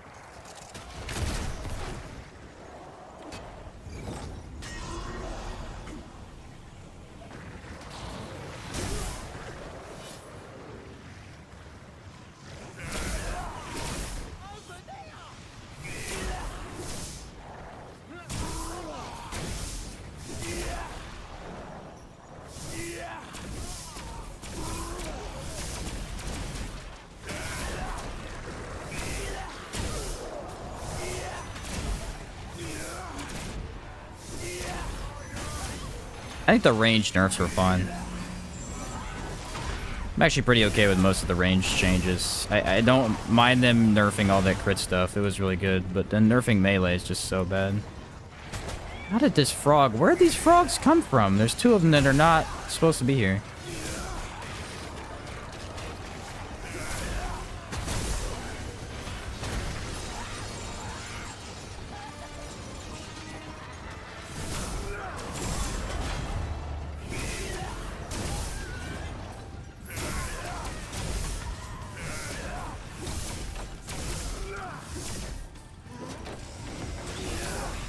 Woo! The swing speed! For some reason, World Edge does not hit its weak spot. It's like hitting it directly almost, but it's not giving me the red. I don't know why. Nerf fiasco? Yeah, exactly. It's almost a curse anymore that studios update the game so constantly. Best way to farm relic dust? Farming relic dust, I think, was, I don't remember if there was a way to farm it. You just have to... You might have been able to farm it from the corruptor area. I don't know if those drop... No, I don't think they drop relic fragments. I'm not sure. And yeah, I would agree with that statement. It's like, updates are great. Updates are really good for a game's health. Like, because most players get bored of a game if there's not any new content to play, you know? Especially if a game that's like a story-based doesn't have new content constantly. But the problem is, if you update a game so often, you end up changing it so much that there's just not really... Sometimes there's just too many changes. That's really what it is. I don't know what's going on here. I'm like not dealing any damage again.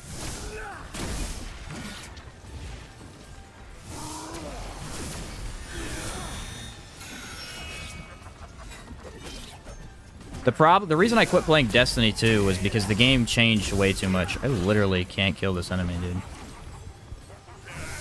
In order to even play the game, it was a job, which didn't feel good. So I quit playing that game. I stopped playing Helldivers 2 because their war bonds that cost money were worthless and not worth any money at all. They were just worse than the base stuff. And then they were adding harder enemies and nerfing the good weapons, so it was like, that's not fun.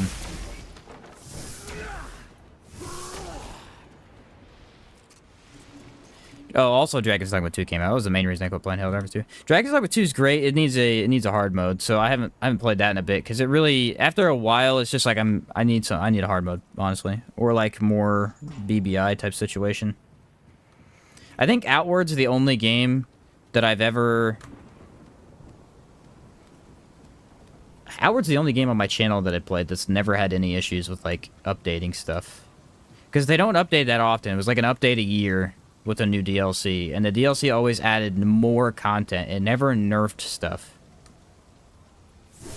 RPGs are a little bit easier to not nerf stuff, though.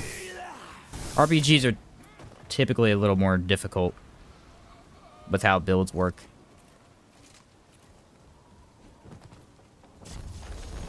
Space Marine trailer drop looks so fun. Yeah, someone else mentioned it earlier. I wrote it down. I was going to check it out. Issue 2 and Remnant 2 don't have a patch soon. Put it down for a while. Kingdom Hearts 3 is releasing on Steam. Oh, is it really? Nice. How's Dragon's Dogma 2 compared to 1? It is better in almost every way other than content.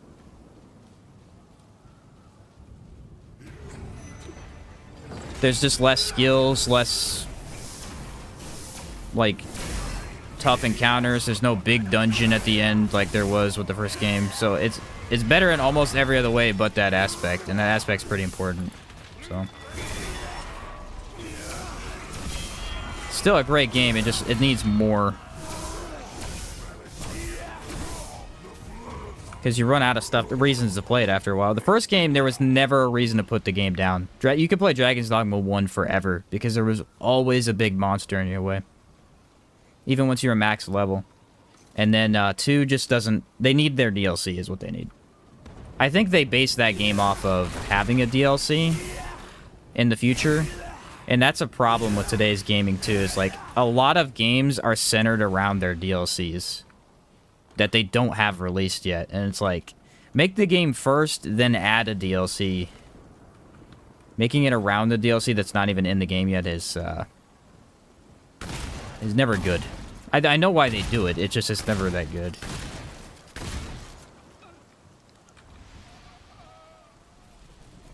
Like Remnant 2 having the worst story of all time because it's based on its DLC that we don't have yet. Good update content for sure. Just feel like they got lost in the sauce trying to make weapons perfect and stuff. Yeah. Yeah.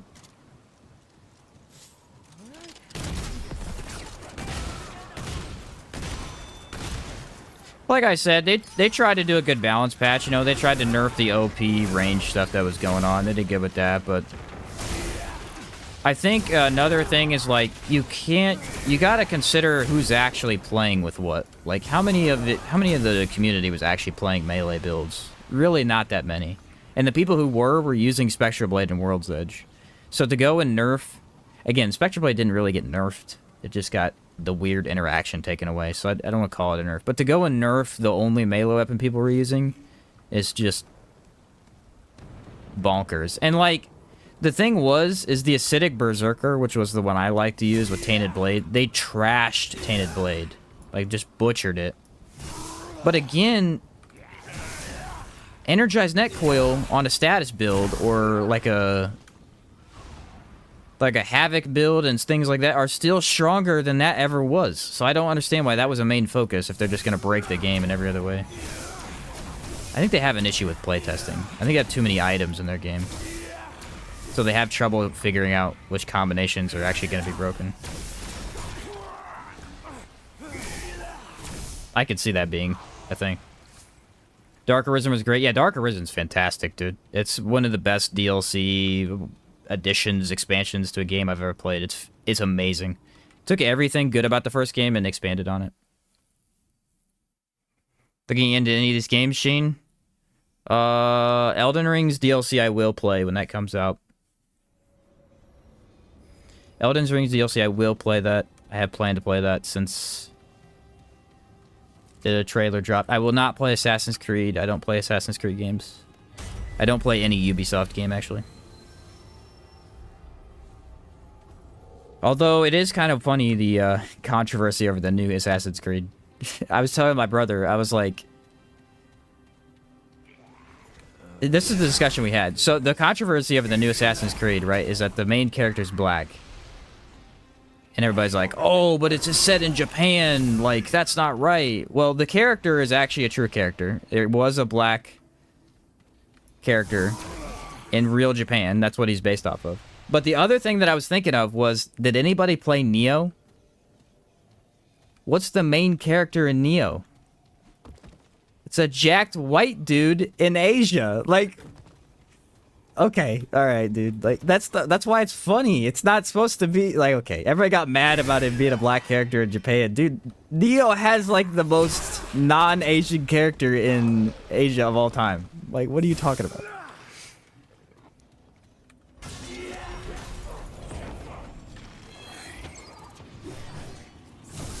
They're trying to act like it was woke. I mean, it probably is woke. They're trying to angle it, you know, diversity and all that stuff. But it's like, at the same time, come on, Neo did the same thing. And no one really cared because it was funny. That's not a reason to boycott an Assassin's Creed game. There are other reasons, but that is not a reason to. Yeah, I've never played Assassin's Creed. I remember people saying that Odyssey and Valhalla fell off big time. Well, actually, people liked Valhalla quite a bit.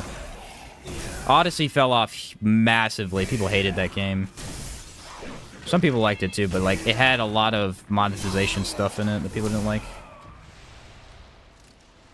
Everybody loves the originals. I know that much. Is Valhalla also made the post-game stories irrelevant? Hmm.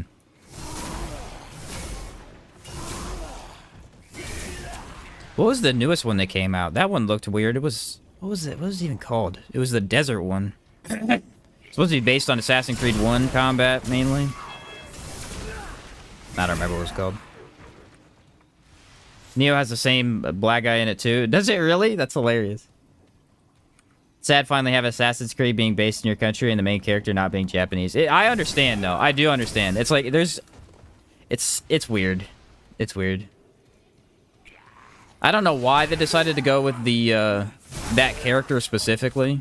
I mean, we probably do know why, but I just thought it was really odd because it's like Neo is one of the most blatant. This guy's not from Asia at all.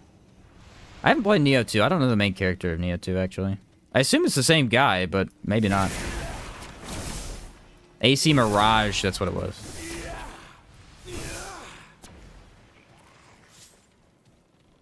Assassin's Creed 1 to Black Flag are the only good one. I know people love Black Flag. I hear a lot of good things about Black Flag. Who doesn't like a good pirate setting, though?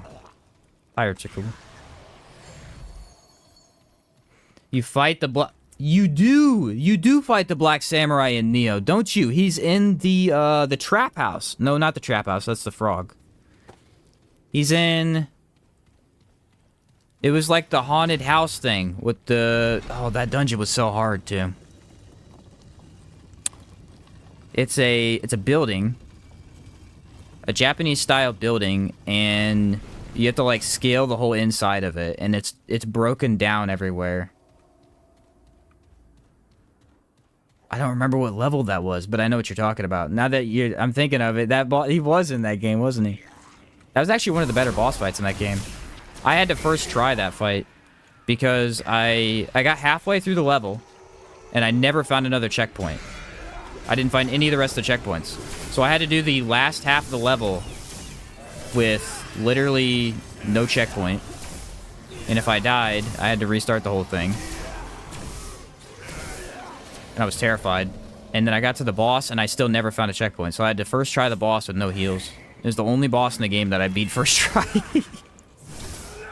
Oh, it's funny. Okay, which melee weapon did we want to use? Did we want to try... I want to try the hero sword. I can see Spectre Blade being usable here, but we'll see what happens. Just finished Valhalla, so I'm on an AC overload. Needed a break, but I have Origins to play, and people said that one is good too. I know the combat in Origins is supposed to be better.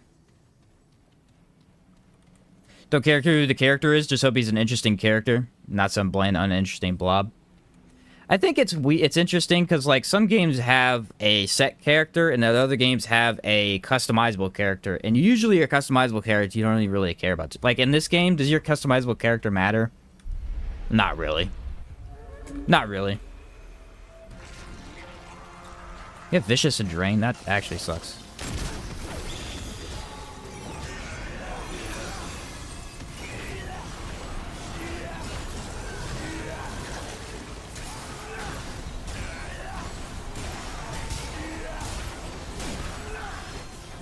Worse, the ads are the problems I have issues, or the thing I have issues with.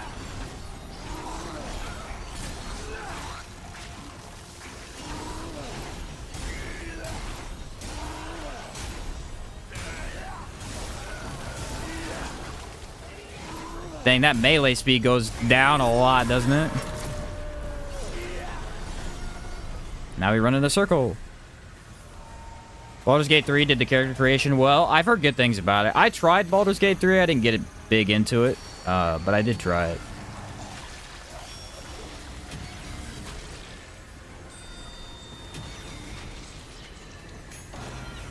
I think it's easier to make like a standard RPG where the character doesn't have... Like a game like Baldur's Gate, I feel like it's easier to make the characters really good, just because how that game's built. That was one advantage they had, I think. Okay, I got the skills back.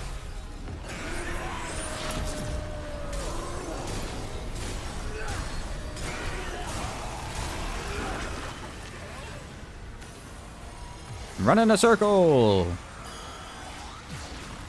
Played the original Assassin's Creed, and that's it. Yeah, see, I never got big into those ones, so I haven't tried any of them. I tried watching the story...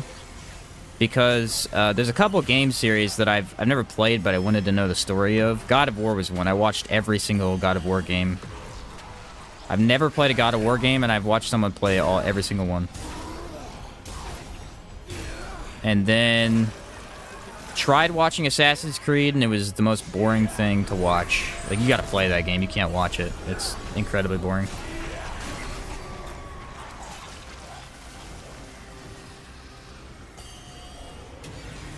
Mainly because it didn't make any sense to me. I was confused the entire time.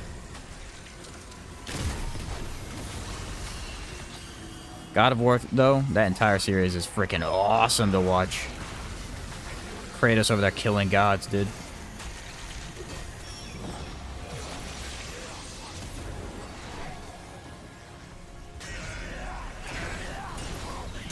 This sword makes no sense. It either instantly kills the enemy or does 0 damage.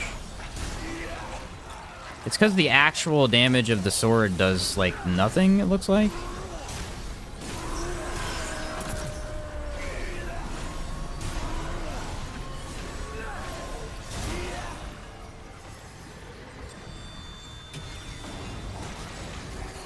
Don't worry, there's never any time to do anything in this fight, because it's so well designed. It's awesome!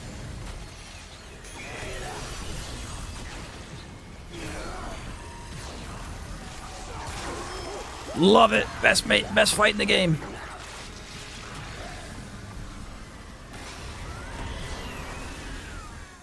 She once again playing Alchemist and not using consumables. Classic me. Oh man, I hate this boss more than anything in the game. I feel like I should go with a bigger sword. Let's try Stonebreaker, maybe.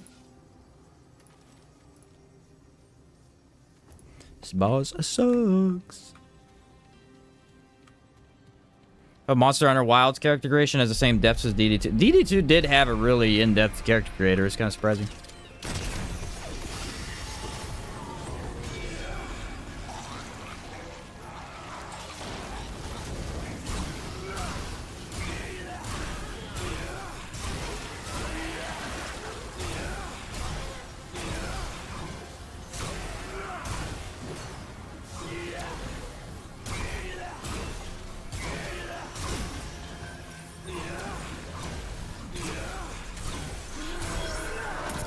This one's always been the best melee because you can attack twice in one hit. So it does double damage. Stacks up overdrive faster, all that stuff.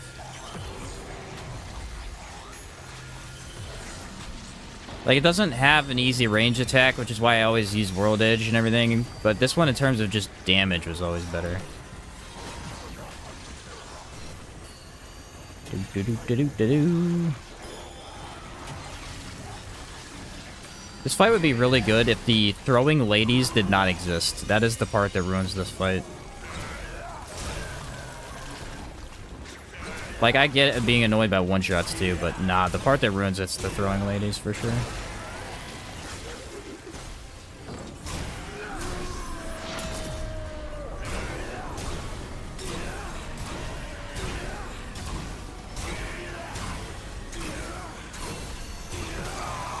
Yeah, see? As soon as the ladies activate, you get one shot by them. They're a really dumb mechanic. I have no idea why they designed the ladies in this fight.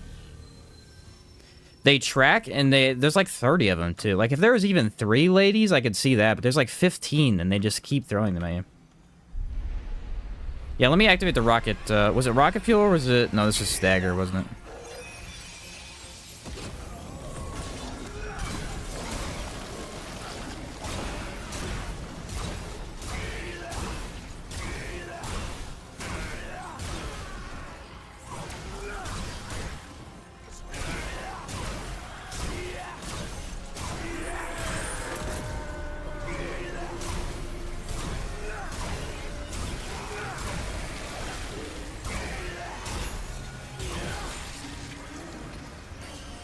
As soon as them ladies activate, you gotta get out of there.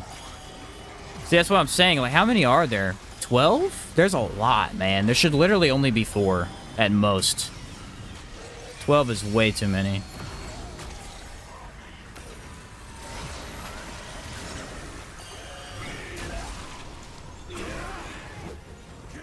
Dang, that's crazy. I didn't get hit by that. Probably should have.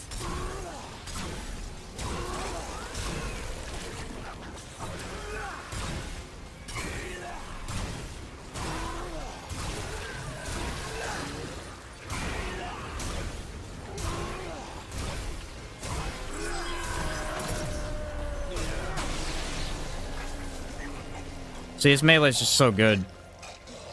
If you have a ground boss, I mean, hitting twice is unbelievable. Gotta nerf World Edge, though. World Edge was too good. Gotta nerf it. It was too OP.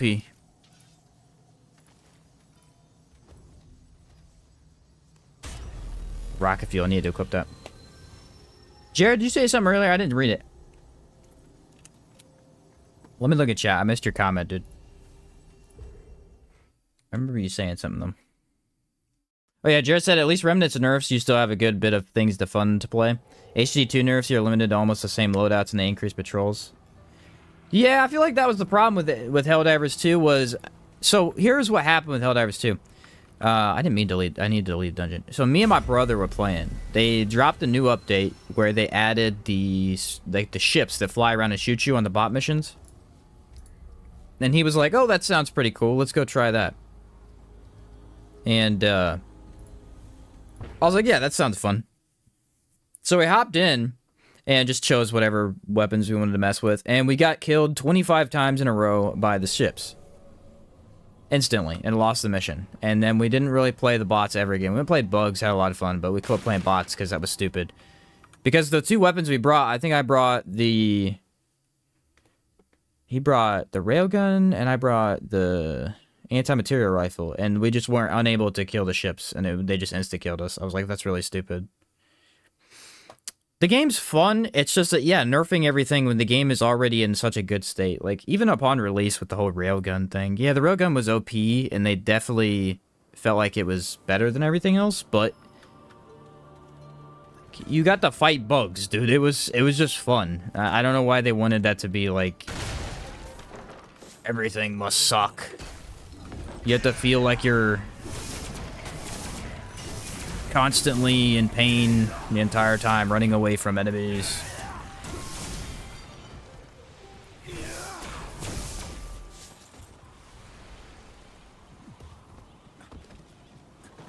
Because it really was just fun. And then the more bouncing they did, it just was less and less fun. Especially with like the arc thrower. No one again, it's like both games, like they took stuff no one really used because it took more skill to use it, and then they nerfed it. It's like, if it takes more skill to use, you shouldn't be messing with that. It's in a good state. Did you like Remnant 2 DLC 1 or 2 more? I liked 1. I think 1 was the best part of the entire game. I hate DLC 2 with a passion. I don't really hate it. I just don't like it near as much as the first one. First off, they need to update the game and fix the boss. The final boss is a joke right now. She has no fixes, so you insta-kill her. So that's an issue. So no one's even really fought the final boss. We have no idea how hard she really is. I think the Gladiator boss, how much I hate him for range builds, is actually a decent design. Like, it's fun with other builds. And then, the Giant Pot... The Giant Pot's just kind of meh. Like, it's a little too bullet hell for me, but there are builds that trivialize it, so... It's not too bad. And then the area is just not that fun. The funny thing is they dodged every single one of my World Edge swings that entire time. Hate DPS check bosses. I think that's the worst part of it, and I don't know why they did that. What's up, Colin? What's up, bro? Developers first actually said they were nerfing the things people were using that were necessary for success on harder difficulties. Yes, so the original nerfs in HD2 were because people were kicking other players if you didn't use the railgun, right? Or the shield generator pack. And that's somewhat justifiable. I mean, it is justifiable as, like, nerfing stuff. Because, to be fair, if you're getting kicked because you're not running one thing, that's stupid. That's more of a community problem, in my opinion, than anything else. But, hey, that's gonna happen. So that's why they originally nerfed stuff. They didn't want that being OP. But then they just started nerfing everything. They're like... Arc thrower, nerf it. But then again, they just buff stuff. Like, they took the flamethrower and buffed it out the wazoo. Then they took the slugger shotgun and they nerfed that for no reason. It doesn't make any sense. Their nerfing policies were all over the place.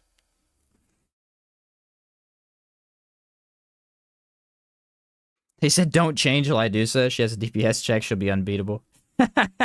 It's just weird that she doesn't have a fixes. I don't understand. How am I doing? I'm doing good, Colin. I'm doing good. About to go on vacation next week. My brother's got graduation. He's graduating high school early. He's graduating high school early because he's a genius. Freaking jerk. And so we're going down to... I don't remember where we're going, actually. Vacation for a couple of days for his graduation. That's how live service games are. That's how they like to keep the games fresh. Yeah, it's true. It's true, unfortunately. I know, sorry, you said you hadn't played HG2 in a while either, had you? I mean, I honestly loved it. I thought it was a great game, but then the more they nerfed, it's just like the less I was interested in playing the game. Just like the next time I get on, they're just gonna have nerfed something that I was using. Ah, darn.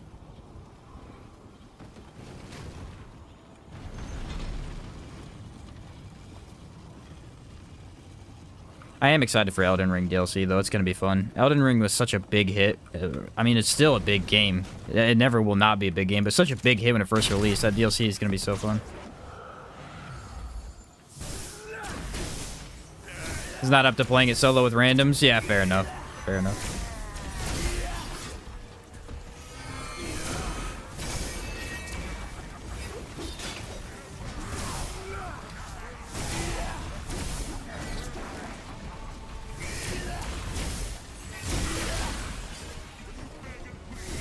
No stagger. Weapon doesn't have any stagger anymore.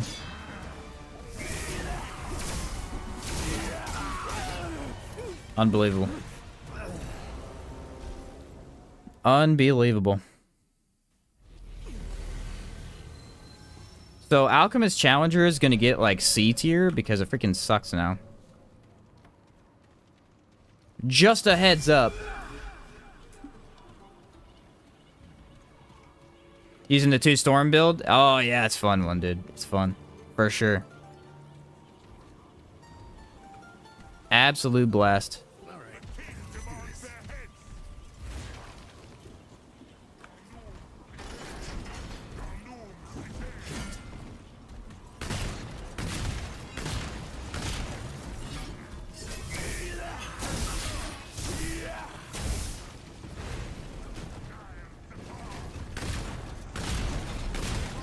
Out of here, man. They nerfed the damage of this too. I just don't understand, dude. It's like, I gotta stop playing this because the more I play with World Edge, the more I don't understand the change. What did they nerf? They nerfed, number 1, swing speed. They nerfed number 2, damage. They nerfed number 3, stagger. God, it just doesn't make any sense. How are you gonna nerf every single aspect of a weapon and then be like, now enjoy it? It doesn't make any sense. Still finding a mod swapper build that's not Firestorm Nebula.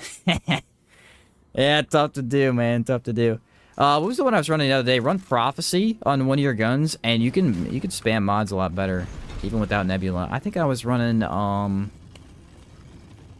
any of the explosives work, like Corrupted Meridian with Helix, of course, is always a classic. That one always works. Sandstorm Firestorm. That was the one we tried the other day. That one's busted. Alright, so what's the play? Are we going to run Hero Sword on this? That was the one I wanted to try. I hadn't been able to use it on a boss yet, so...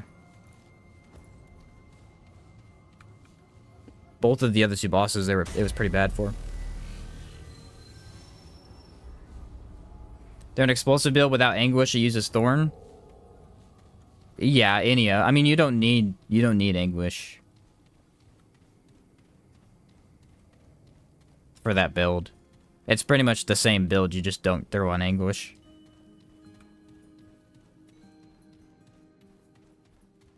Detonation trigger and then go for some crit stuff.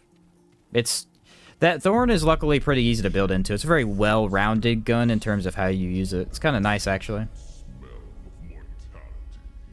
Anguish is going to be what people run it with because it does pair very well with Anguish. But you can run it with Starshot. You can run it with literally Hellfire, Corrupted Meridian, like any explosive it's going to work well with. Yeah. Game developers, players like this weapon? Good, let's nerf it. What's up, Jose? Indeed, my friend, indeed.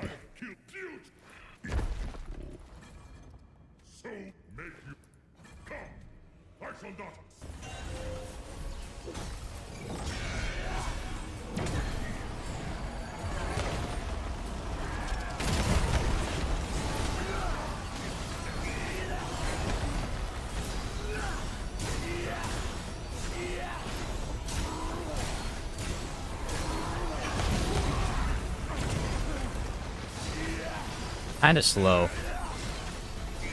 Not necessarily in terms of, like, how it feels, but in terms of damage. The damage is really not all that high.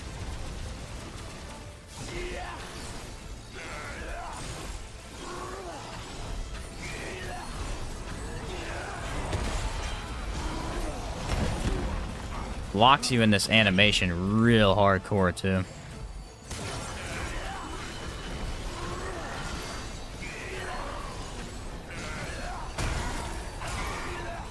Like, you can hit weak spots, but how?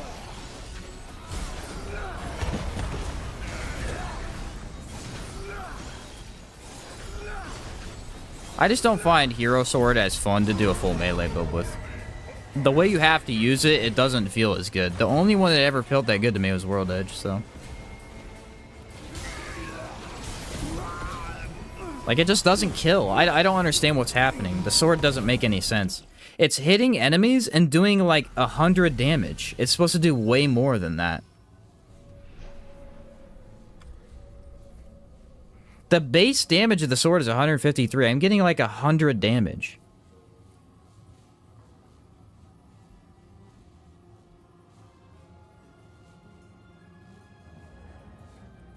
It's too weak, man. It doesn't do enough damage. Try Spectral again. I gotta be up close for this one, but I think this one worked better. What's up, Steve? Haven't found Meridian. Gave up on that one. That one's a really tough one to find. It's actually kind of annoying. The injectable is pretty rare, unfortunately. I know what I really miss in Remnant 2? 2 arena bosses, like in Remnant from the Ashes, Riptide, etc. Ah, I know what you mean, yeah. Yeah, Hero Sword's projectile is just a little slow. I think that's what I was feeling, Wade, was that, like, it flying through the air is kind of slow.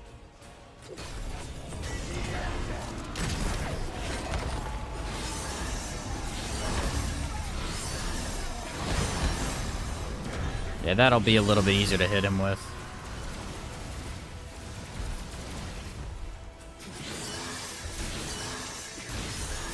Just because at least it breaks both.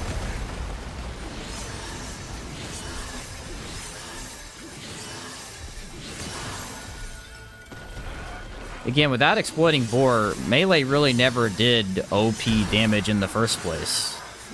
Other than the acid build, and that was status and not actually the melee damage, so...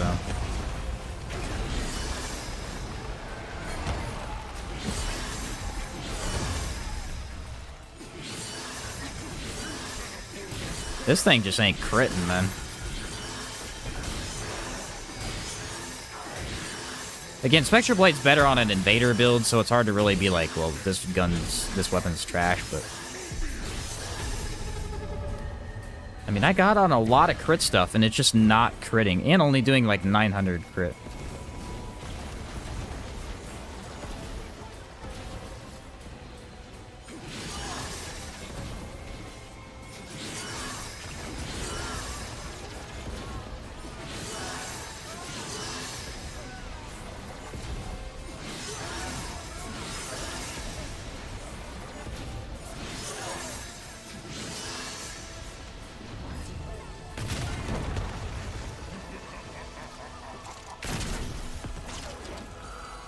Here we go, see if I survive this.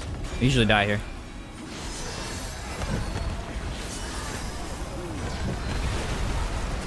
Okay, I didn't die. Haha!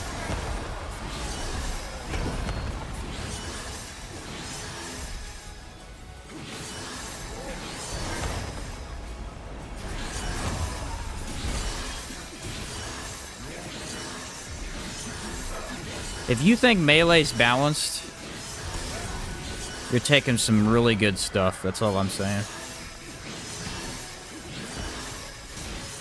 I don't know what it is, but we need some of it.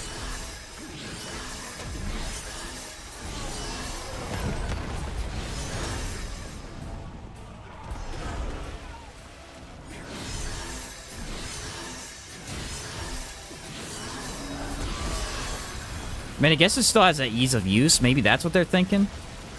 Maybe it's just too easy to use that they're like, well, if it's any better for damage, it's going to be too good. Again, you could use Boar on it too. I'm not using that on purpose, but...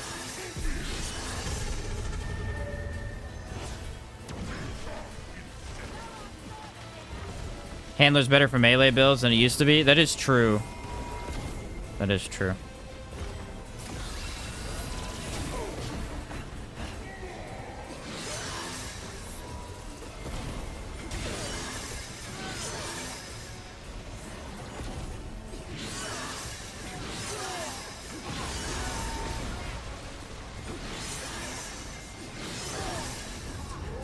You never really get targeted down that much unless I play melee, and then that thing hits and nails me.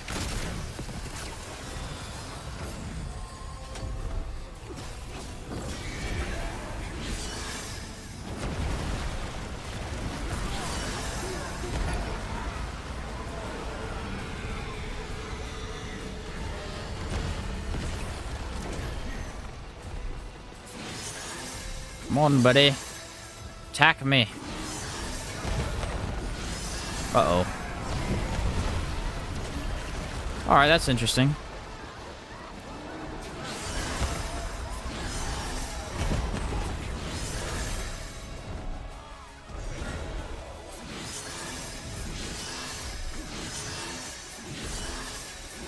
Die. Please. Sometime today, bro. Didn't even get hardy.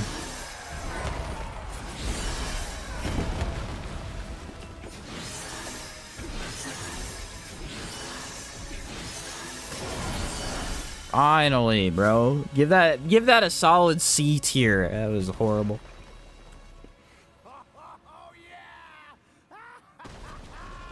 was lucky to get Tranquil Heart on my first run. Dang, that is lucky, because that's a good relic to have, man. That is a good one. You ever played Chronos Before the Ashes? Yes, I played Chronos Before the Ashes. When was it? It was last year. I played it before I streamed Remnant from the Ashes, I believe. Chronos is a very good game. It is not a long game by any means. It's pretty short. Not got a lot to it. But it's like a puzzly Resident Evil type of puzzle game. And the combat's really, really fun. It's got some really annoying moments with certain enemies. But overall, it's just pretty fun combat.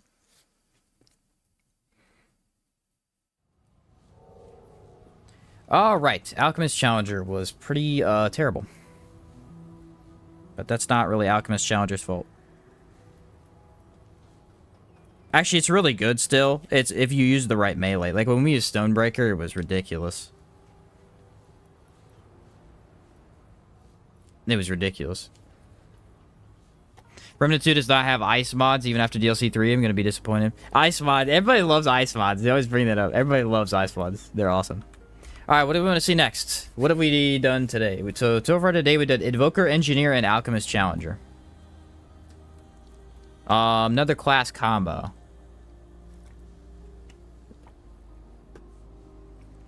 We could do something with the Ritualist. We could do something with Gunslinger. We could do actually a Challenger Gunslinger. I don't think we've done that. Gunslinger primary is F tier all the time. Gunslinger should never be used as primary. It's terrible. So we're not even going to try that one. It's just not usable. There's no reason to do it. Ritualist Invader, Archon Hunter. Isn't there a Ritualist Invader, like, status explosion build you can do right now? Does anyone know how to build it? Because I have not actually seen. I can definitely try Archon Hunter after this one, though. That Archon Hunter is pretty good.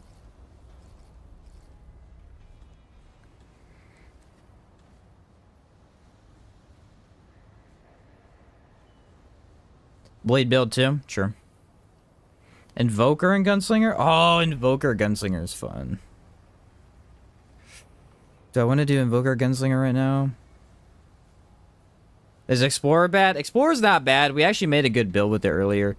The thing about Explorer is that it's all damage, is what it is. It has a 30% damage buff, and that's it. That's all it offers to the team. So, For the most part, it's something you're never going to use, but it does have a very good damage perk. Engineer builds? We did do an engineer build earlier. Let's see. Remind me of the gunslinger invoker build later. I'm definitely going to do that one after this next one. That one's really fun. But okay, he said, what was the first one though? Ritualist Invader. Okay, I think it's Invader Primary, or is it Ritualist Primary? Ritualist Invader? Does that? Interesting. Yeah, the quick draw build. We'll do that one after this.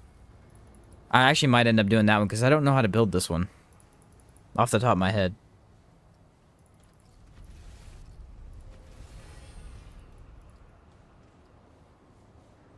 Invader's so weird, man. Anytime you want to use Invader, it's really hard not to use something else. I think Wormhole has an interesting interaction with a couple of things here. I'm going to try and get that to work. Because it counts as perfect dodge. So I think, from what I heard, it activates feedback loop?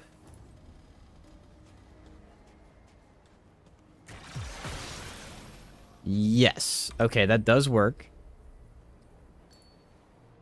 So do you make a shock build out of that, or how's that work? We could run that. How much shock damage does it do? Because it probably isn't a lot. Let's go cooldown. How about that? Can we do cooldown with this? Probably. Challenger, Invoker, Flail, Shocker build with Mirage. I do need to do a Challenger Invoker sometime, so I'll keep that in mind for sure. I do need to do one sometime today. Birthright. Then go skill cooldown, I guess?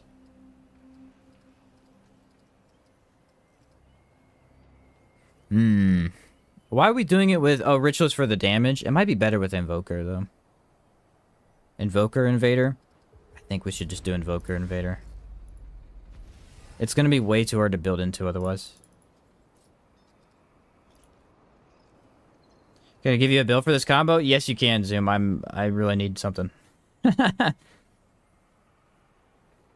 think Invader Ritualist is Wormhole, Assassin's Blade, Vampire Blade stuff. Oh, is it the Bleed melee build? Mark of Destroyer ring? Is that what it was? Mark of Destroyer. I vaguely remember that ring. Mark of Destroyer.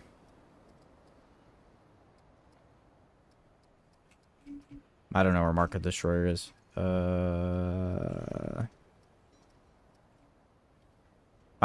Perfect dodge triggers a 3-meter AoE blast. That's what it is. So the blood jewel Cetra. Oh, okay. All right, I got you. Blood jewel build. Let's see if this one works first, and then maybe I'll go into that. How much cooldown do I have currently? 45. It's not that high. Now with Invoker, there's no way that's that good on bosses, though. That's the thing.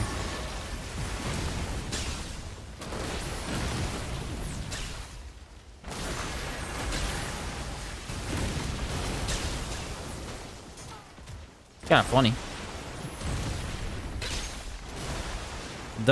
It does apply exposed, so it's a tough combination to work in, though. Detonation trigger, burden of the rebel, feedback, mark of destroyer. Okay, so he's got a plan here. Let's see. What classes did you run with that, Zoom? Burden of the rebel. I have that on. Feedback. Mark of Destroyer, and then Black Ponce. Okay, I was close to what you had then. I'm assuming Invoker. I need to find... Ritualist is primary? Okay, you did Ritualist primary. Does it matter what skill? Probably Eruption? No.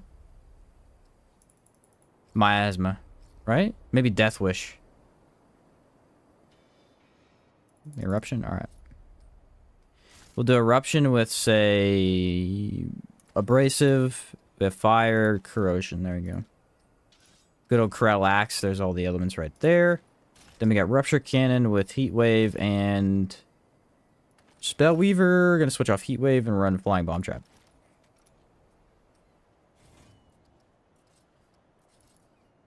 Okay, how's that? Do I have everything I need? I think so. Armor's too high. Let's switch over to red print stuff. Yeah. There we go. Nice. How's that looking? Amplitude is needed. Ah, good point.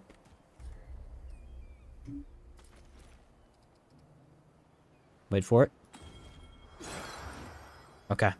See what happened there? There's no like freeze frame. The game like has been working so well sometimes lately.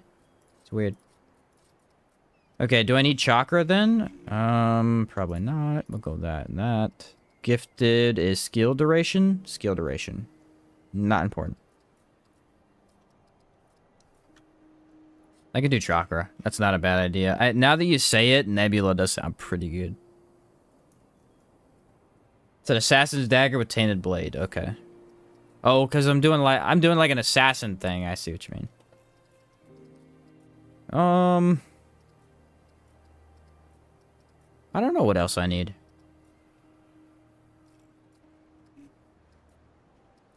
Footwork, glutton, handling. What's up? I'm extra, my dude. $5 donation. Sick. I played 200 hours and my character got deleted earlier this week. My whole motivation is gone. GG, everyone. It's been fun. What? You played 200 hours? That's lost your character? That sucks. Why is that still a thing? I remember that being an issue on launch. I thought they fixed that, though. We'll do fitness, actually. That sucks, man. Sorry to hear that. Okay, so you said... Yeah, that's unfortunate, man. Heart with elemental health and skill cooldown. So does it matter what I use here? I don't think it does. Let's use something unique. Does anyone have a unique heart? Not really, because there isn't one. Void. Elemental damage. Health. And skill cooldown. Oh yes, I forgot there's a skill cooldown on here, isn't there?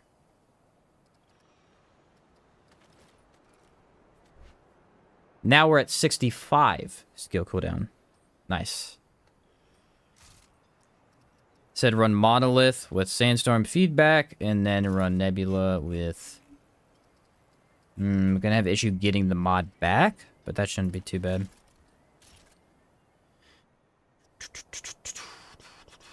Nebula with Spellweaver. Okay. This is the build. Let's run it. See how she does.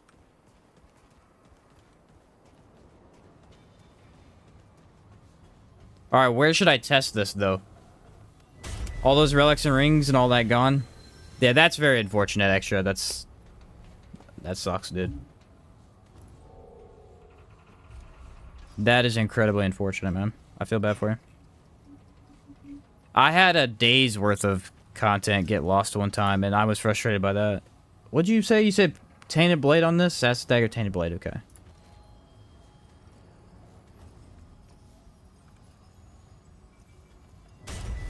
I'm thinking... The Rude could be pretty hard to test. Blossom could be pretty good. Maybe we do Fei Lin.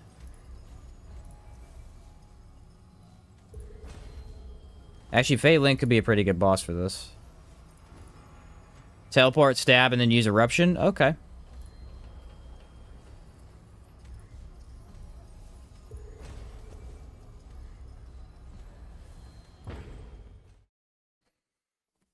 Sounds like a plan to me, man. Let's do it.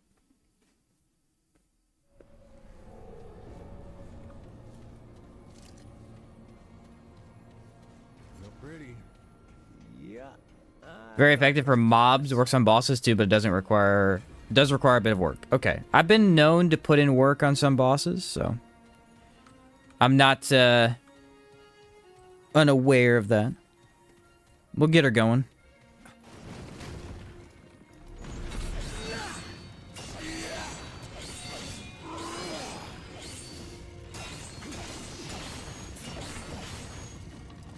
Three, two, one.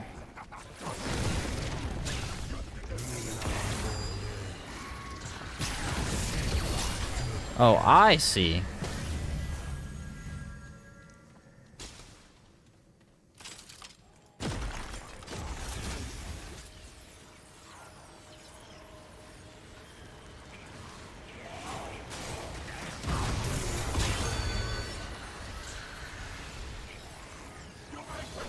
Well, that's pretty fun. The dying thing wasn't fun, but...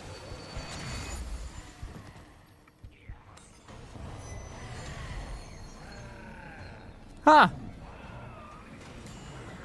Somehow I aggroed that guy. Never done that before.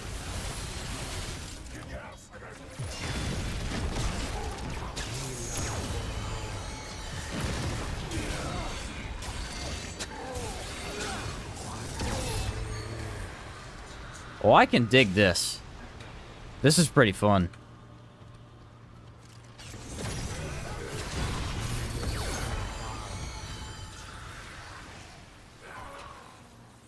Oh, this is cool. Archon Challenger from Mod Swapper. That could be an interesting up-close Mod Swapper.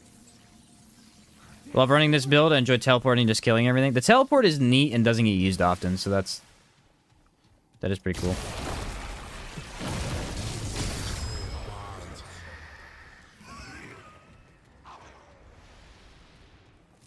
This will be interesting for Phelan. Now, the other bosses, I don't know. If we get Sunken Witch, we'll actually be able to do pretty good there. But other than that,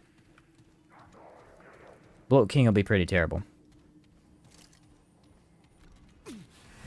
Just need stamina to run around, man. There's someone chasing me, and they're so slow that I'm not even going to stop. Okay, so the enemy down here should be dead? Yeah.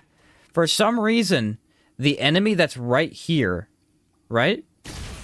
There's a mini-boss right... Not a mini-boss. An elite right here. He was up there for some reason. Like, there's no way I could have hit him. I've never seen that before. All these enemies might be gone, too. Nope, these ones are here. Where am I? Oh. That's a good change by them. See, again, the devs do stuff like nerf World Edge and annoy the crap out of us, and then they do stuff like this and add a really, really good change to Wormhole. Wormhole activating our perfect dodge is fantastic as an idea. I love that. That's genius, actually.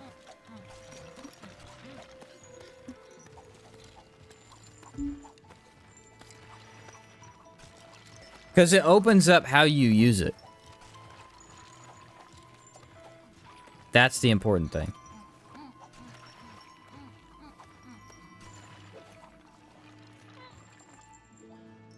Bro, you just took forever.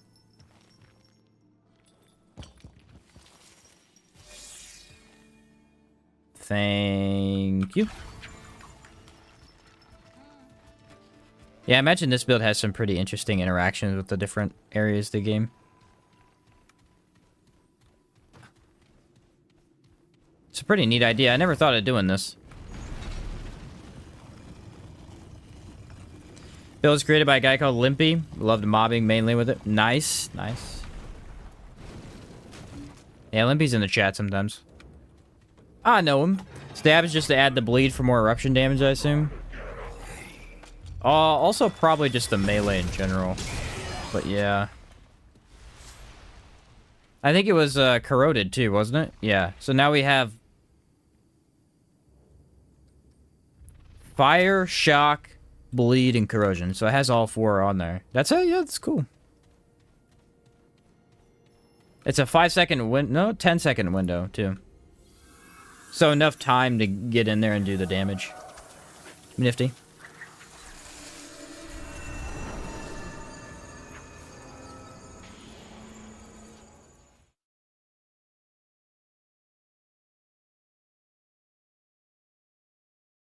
Yeah, we're gonna try this on... Maybe we get the Huntress? I haven't gotten the Huntress in a while. She's a pretty good boss to test stuff on. I don't like the looks of this.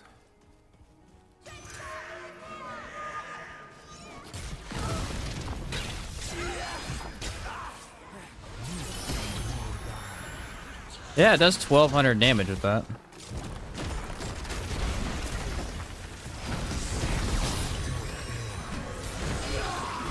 Unfortunately, melee's a bit slow on that, and for some reason it teleported me in front of her instead of behind her.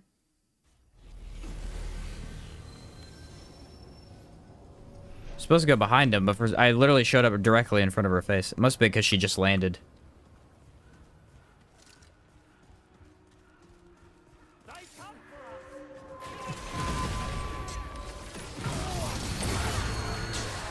Oh, that's pretty nifty.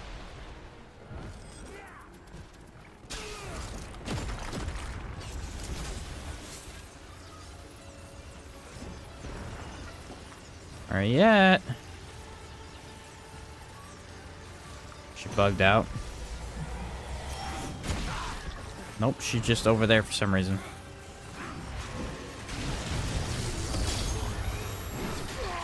That's very hard to do. Because Rupture and your melee have a huge delay between them. Are you guys seeing that? There's a massive... Watch this. That's the soonest I can melee. Whoa, that's bad. Okay, so I need to do it the other way around. I keep screwing it up. I keep doing the eruption first, and it has such a massive delay, dude.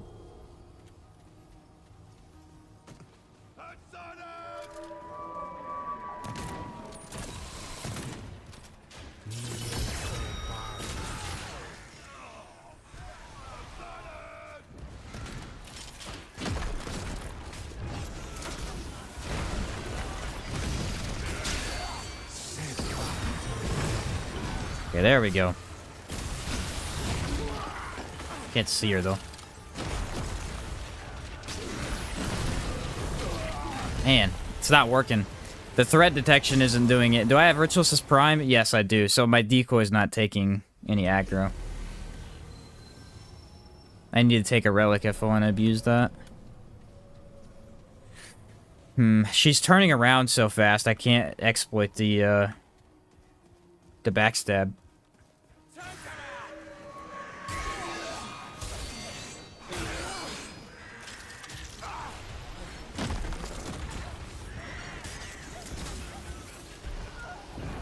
Alright, here we go.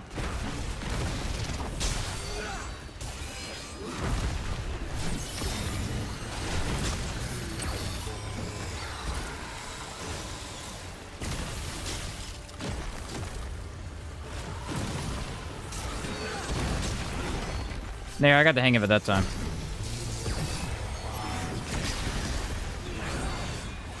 Yeah, okay. It's all about the fact that whenever you teleport, it's going to move you around a little bit, so you have to very quickly reposition, like, think of where you're at and figure it out, and then move in. If I try to move in too fast, I get killed.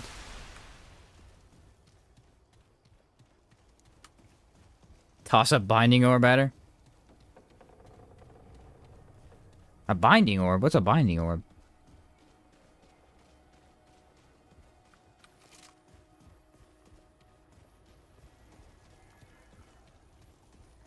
Am I missing something? That called something that I'm not thinking of? Where are the freaking enemies at?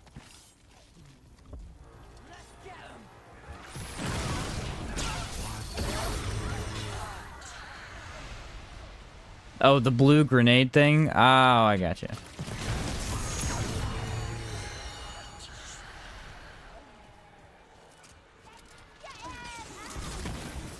Gotcha. Okay, I don't know if I have that consumable. I can check, though.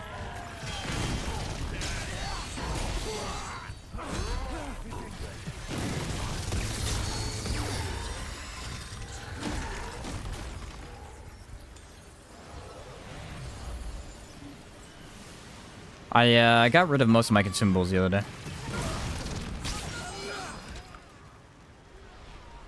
I don't know where I'm at. The teleport, I'm so lost. The teleport's moving me around. I can't figure it out.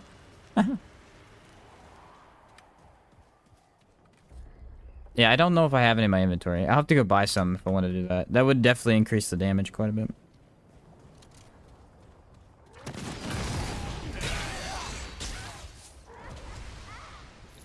Yeah, Ritualist's primary was a great idea, though. You know what's funny? A skill-based build not centered around damage in any way is still better than a World Edge.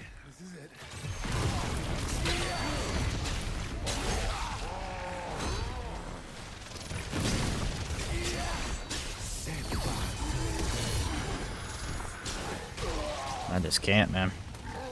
I'm no stamina with this build for some reason. I'm running out instantly. As soon as I do anything, I'm just out of stamina and I get hit. Does this use stamina when you use it? No, it doesn't use. I don't know why I'm out of stamina so much. That whole time I was sitting there just like, oh, I can't dodge, I can't dodge. And I died.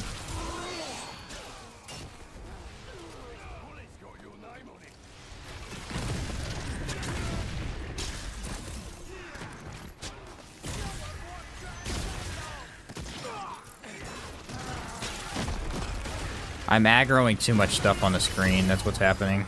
I'm getting hit by literally everything because the status is spreading so much. The blue is a Brightstone? Okay.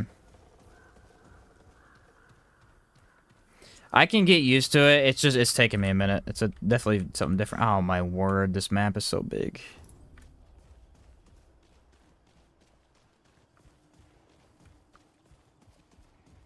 I think we're supposed to take a left, though. I think I went the wrong way last time. No, I didn't. It's Huntress. That's what it is. It's Huntress. She increases map size by, like, 2 times for some reason.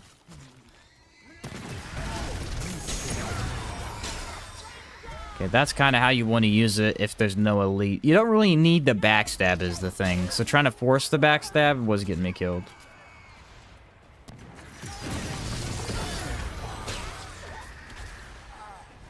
There we go. Now we're in the groove. It's because I'm running so much. I'm just constantly out of stamina. Now I'm lost. What is happening right now? Go left, I think. That teleport really does mess with you.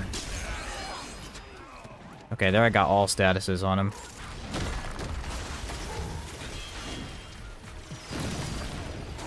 I'm terrified of this enemy now because he literally just trashed me.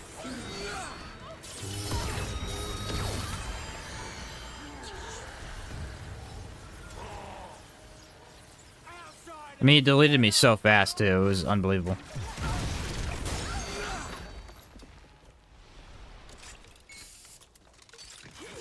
For trash mobs, you don't need to stab, just wormhole and eruption. Yeah, that was the thing. I was trying to stab them all for some reason. I really shouldn't have been.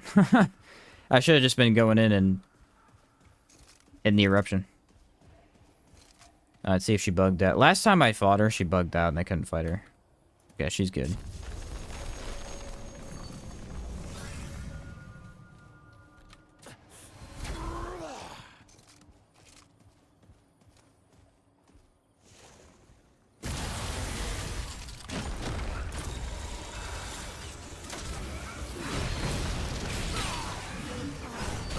Man, that's so hard to do.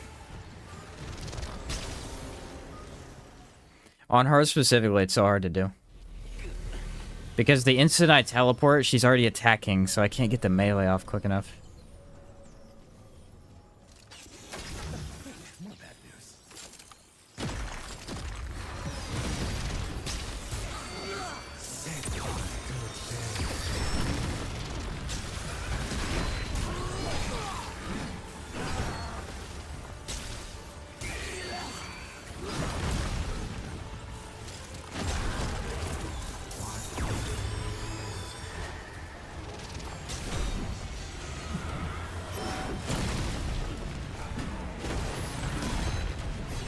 See, it's the relics. I would need to build into relic use speed in order to do it properly.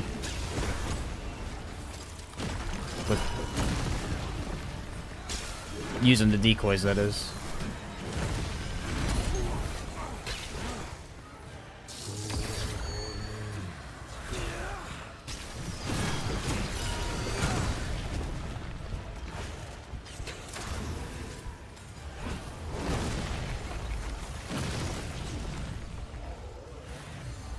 give me some stamina, dude.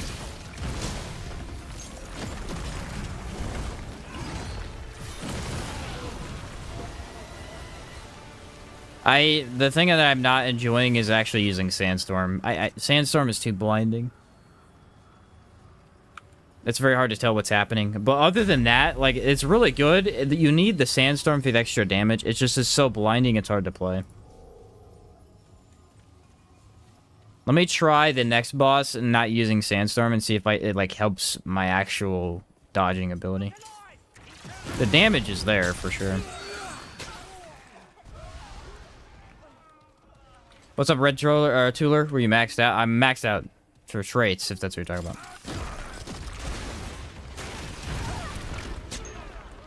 Yeah, teleport thing is cool. Here's what I wish about teleport.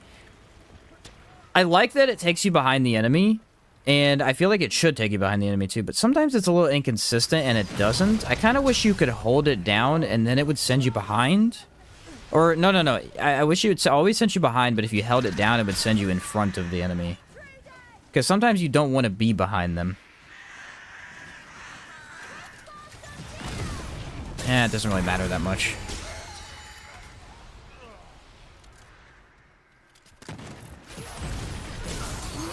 Insta-kill. One shot. See, that is a weird thing where I teleported and her gun instantly tracked me. Like, she moved alongside the teleport instantly. She wasn't even aimed over there. Just as soon as I teleported, her gun was already facing that direction. That's insane. The AI of the, like, gun-based enemies are just actually pretty crazy.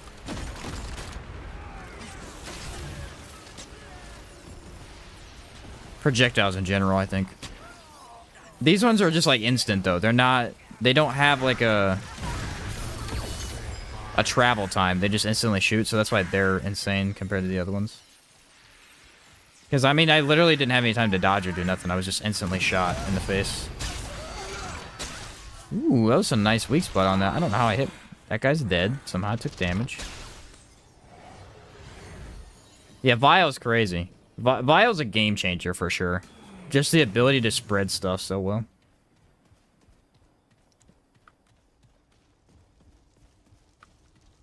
Alley-oop?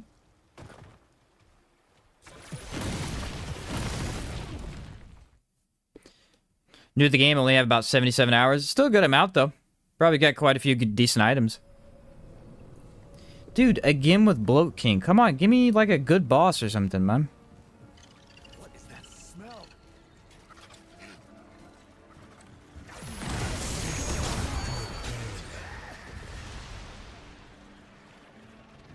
This is literally the 4th time in the last 2 days that I've streamed this game that I've gotten Bloat King.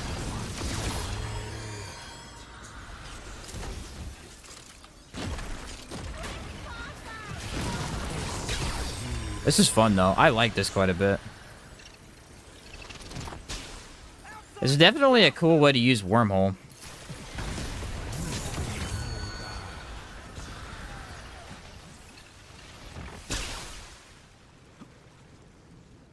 Bloat King wants a rematch? Yeah, after the melee fiasco, Bloat King's like, let's do this, bro.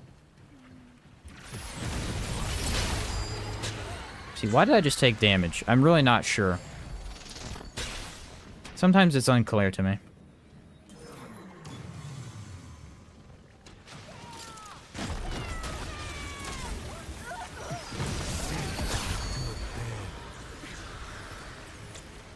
I think the worst part is that it's a bit disorienting, but once you get used to it, it's not quite as bad.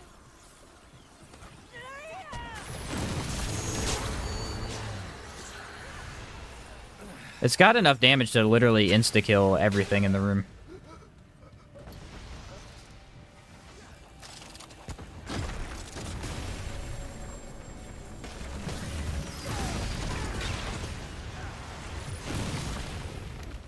It's pretty neat. The Bloat King... yeah, I think the bloaty thing probably did follow me. You're probably right about that. Fell on your head right before they got damaged. Ah. I must have not been paying attention, because I did not see that. Alright, ready? Here we go. Let's see if this works at all.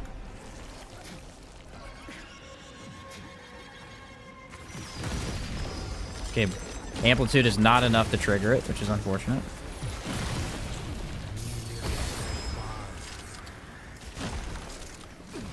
Holy cow. It looks cool, though.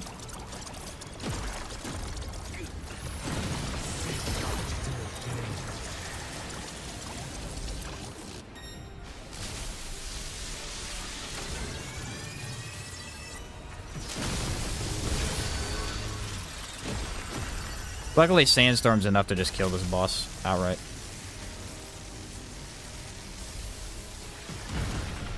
Oh, I fell down.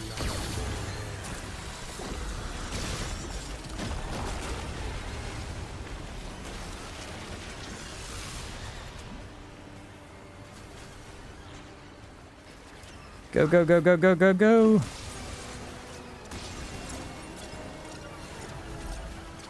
Alright, what's the play here? See if I can hit him like this.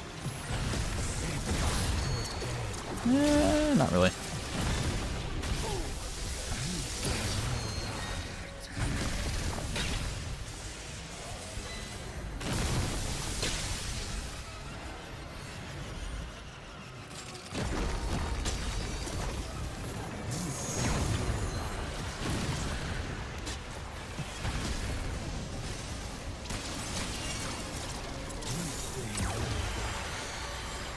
Okay, it's a little bit weird in this fight because Bloat King for some reason doesn't get hit by the explosions. I guess amplitude still isn't enough, but it did work. I wonder if we switched into magnifying glass, it would have worked better.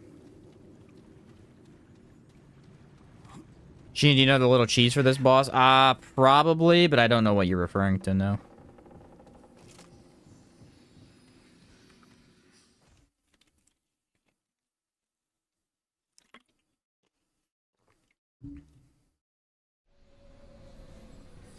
Okay, let's get Red Prince. This would be a good Red Prince fight.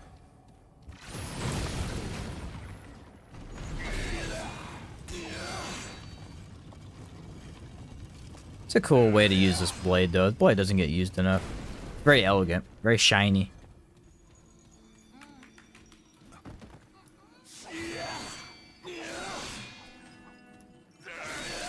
Just so slow. Without building into melee weapons are just unbelievably slow.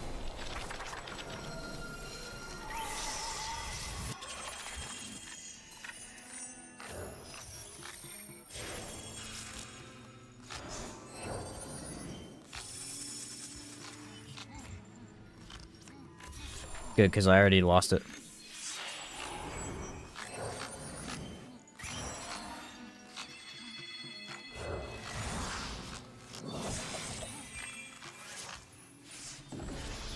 Pretty much guessing right now, but I assume this is it. When he swallows the balls, just drop into the water and get back up. Yeah, he doesn't do the laser phase. Okay, that's what I thought you might be referring to. Yeah, for some reason, if you go down into the alleyway, he never shoots lasers. I have no idea why. Maybe you should check out that mural again. Yeah, I was aware of that. I've used that before, actually, on... It depends on the build, because with range builds, you don't want to use that. Because with range builds, going down into the sewers is like a death sentence. There's just way too many enemies down there. But with status builds, they all die anyway, or like AoE builds, so it's actually good to be down there. Yeah, I agree. It does save a lot of headache. Okay, side boss or Phelan first? Let's do Phelan first. I'm eager to see how this plays against him. It'll be tough. I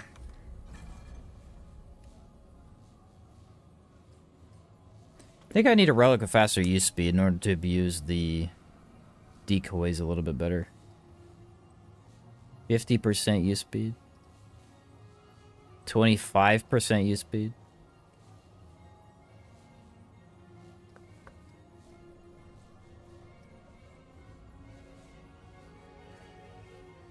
How on earth they think the lifeless heart is balanced, I will never know. Okay, we got a couple of options. I think ultimately we're gonna go with probably tormented, weirdly enough.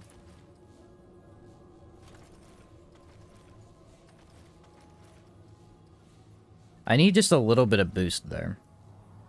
Okay, what is the other one I had? Health? Yeah, that'll help me use the decoy a little bit faster. Yeah, that's better. Also, Eruption kills the side balls too, and Annihilation's balls as well. Yes, Annihilation... Sandstorm 2 does a pretty good job of getting that out of there. Pretty much everything this build has is going to deal with all of the extra mechanics. Like the Nebula Swarm, you've got Sandstorm, you've got Eruption. You're pretty much set. AoE with Amplitude.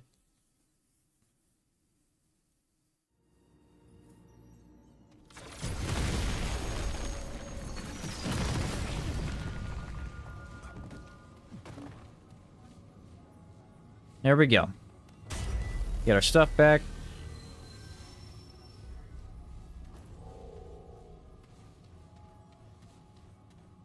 See, here's the thing about Invader. I think Invader should be all damage. Invader's main perk only buffs melee and reload. Or not melee, melee and ranged, not reload. I think it should just be all damage.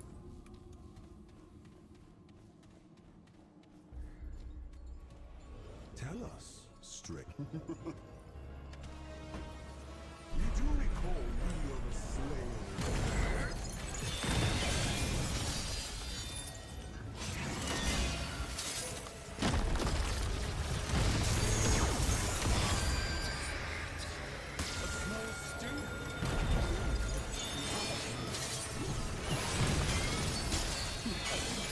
Decoys make this fight so easy.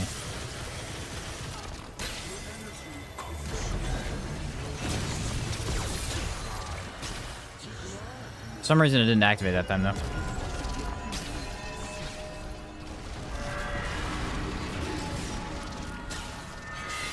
If Invader did all damage, it would be the best class in the game, I think.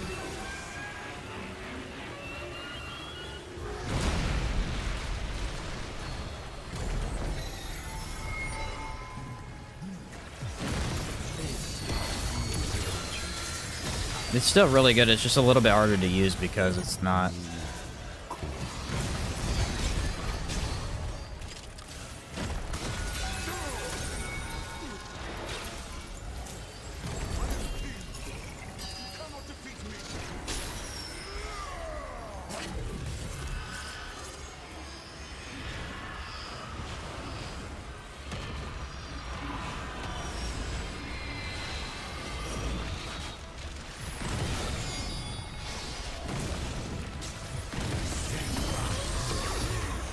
Now we get to the hard part. 'Cause he is not going to let me do a lot of damage to him.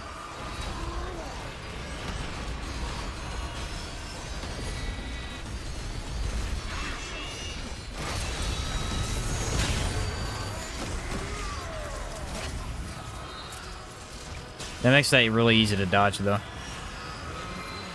Super easy.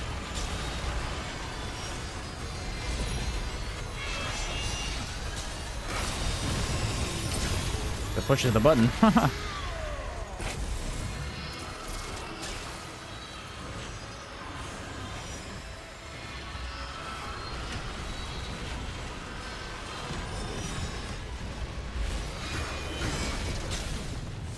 That's funny. Yeah, this is the best boss to test that on because the way his mechanics work, this actually was a pretty decent setup.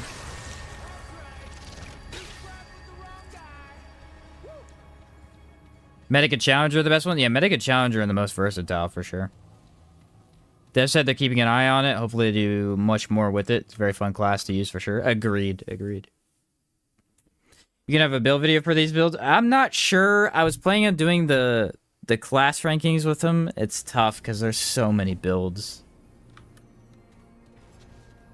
So many builds. I don't know if I will or not.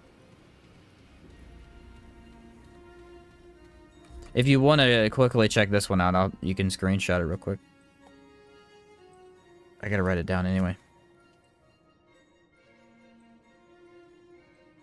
The mutators are the same as they always are. Feedback on Monolith and then Spellweaver on Nebula. Alright, Ritualist. There's just so many builds to try. We already have like, what? 13 some builds we tested the other day.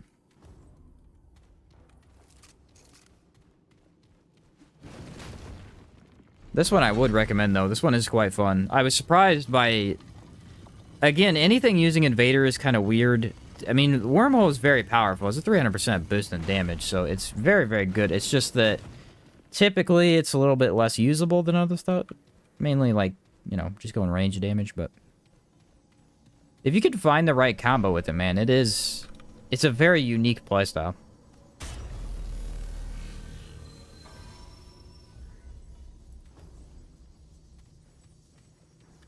Do Invader and anything else, doesn't matter, just make a Steel Katana build.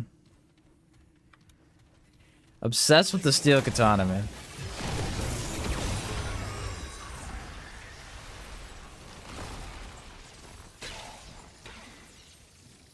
Can't let it go. They have an Archon Hunter with Nightfall and Nebula too. Nebula's infinitely used, and Nightfall's almost... Yeah, that's a very nice setup. I've done a similar thing myself. Nightfall being infinite is just so good. Unbelievable, really. What's up, Chica? This man is in the house. How you doing, Chica? One of the few Invader builds I've seen that could work in co-op. Yeah, actually. Good point.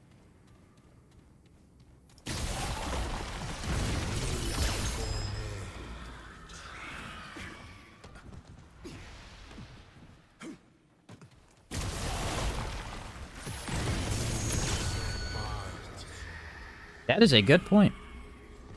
All right, everybody. We've got two options. We've got Bruin, Red Prince. Those are the ones we want. If we get Magister again... I'm deleting the game. I'm refunding. I'm refunding after 900 hours. You think they'll accept that? I feel like it's fair. No! This game hates me, dude. This game actually hates me. Like, seriously? This is not even funny at this point. This is not even funny. Dude, come on, bro. I actually hate this boss. I love both the others so much, and they gotta troll me like this. Why, man? It's because I thought about it for like a half a second. I should have just blindly went through the door. That's just really bad luck right there, man. Bruin or Red Prince would have been such good fights. Magister's gonna be lame like usual. This fight just doesn't change. It's always the same. Delane loves you. He does. He does. About to buy this on sale. Any of the DLC must-have. The first DLC is a must-have. Honestly, if you're gonna really get into the game, both DLCs are...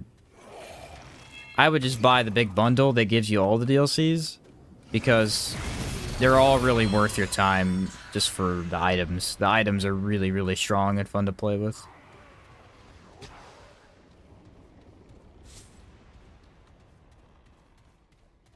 But yeah, if you're gonna get the game, I would always recommend just getting the bundle with all the DLCs. That's gonna be the best deal you're gonna get for the game. If you're actually gonna get into it, you're gonna save money that way. Busy with life stuff? Fair enough, Chica. Fair enough, dude. Good to see you again, though, man. Did everything die? Everything died, dude. I killed it all from 30 feet away. I gotta admit, man. It is fun. It's not fun when that guy does whatever that is, but... Is it really free on Game Pass right now? That's crazy. Game Pass is nutty. They got a lot of free stuff on there.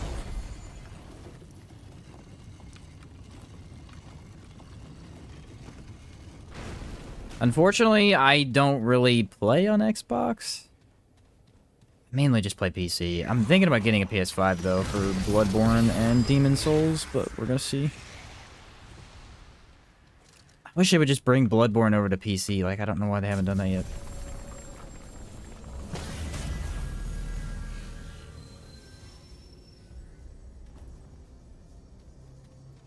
Alright, ready? The weird and wacky build against Magister. This should be interesting. I'm losing corrosion, so that's not ideal.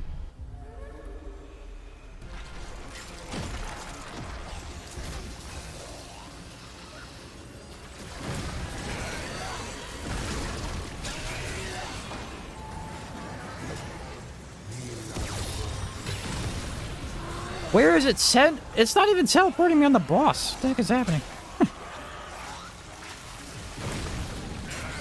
The Magister doesn't work properly, unfortunately.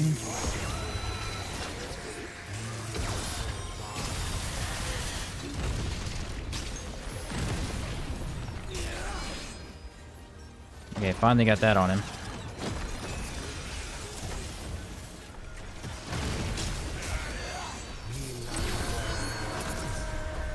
He got hardy too.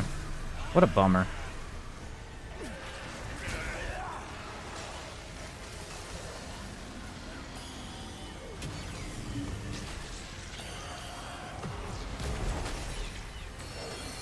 Yeah, shoot my decoy. Freaking dummy.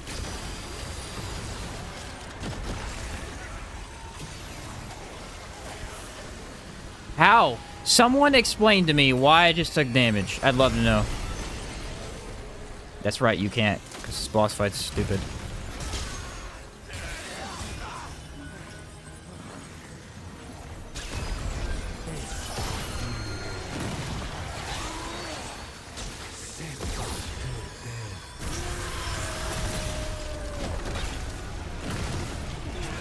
It doesn't work. Magister must have too big of a, like, area or something. It won't teleport me right next to him.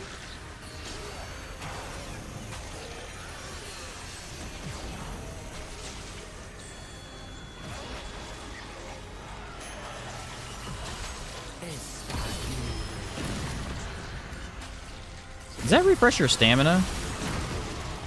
It'd be nice if it did.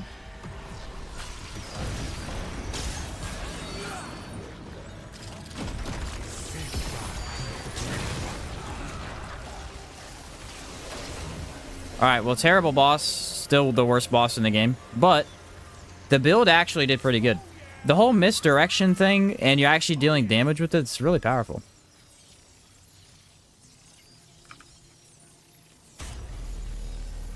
God of War and Spider-Man looks so good. I do actually have the first Spider-Man on PS4.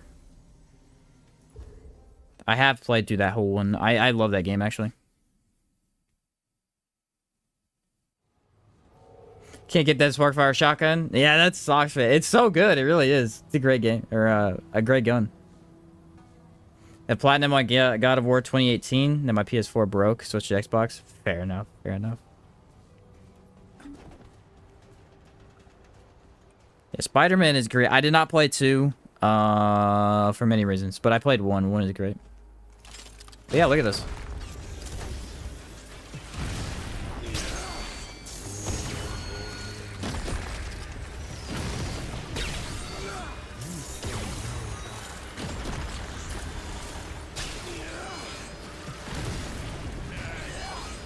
It's a fun build.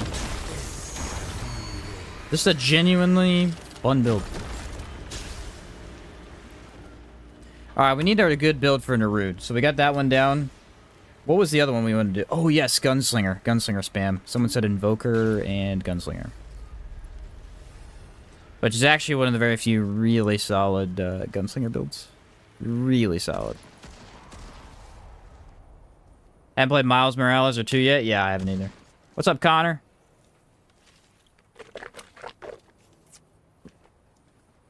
Puts a Spectral Blade on with Shocker. That could work. That could work. Gunslinger. There you are. See if I remember how I set this up.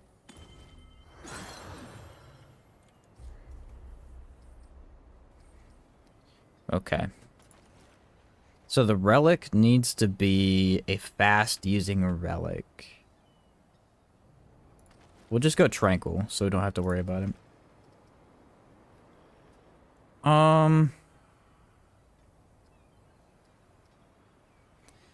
Skill cooldown and skill damage is what we'll do.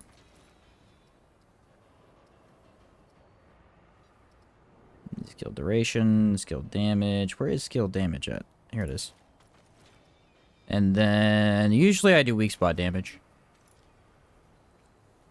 Do a random class run. The classes will be decided by a random picker. Ooh, yeah. I've seen someone's done that. It's actually a pretty cool idea. Okay, do I want... The trouble is trying to get the max amount of cooldown for it. I don't think it matters too much, so what I may do is try and use, let's see. Mod for haste. No, I like the silver ribbon better. Alright, then the rings, we're gonna go Burden of the Rebel. Burden of the Stargazer. Do I have a way to get health back? No, not really. Let's try the other one first. Where's it at? Black Pawn Stamp. Aha! What am I at right now? Negative 51 skill cooldown. If I add in the traits, we're at negative 65. So, what I'll do instead of doing the health one is I'll do Sapphire Dreamstone. No, I don't want to use Legacy Protocol because Legacy Protocol is really good, but it loses damage. I like Silver Ribbon a little bit better. I don't get any damage increase from it, and also the skill duration doesn't really help me that much. I'll do it with some other skill builds, but this one I wanted to use something else. Let's do like Shadestone maybe? Shadestone could be good.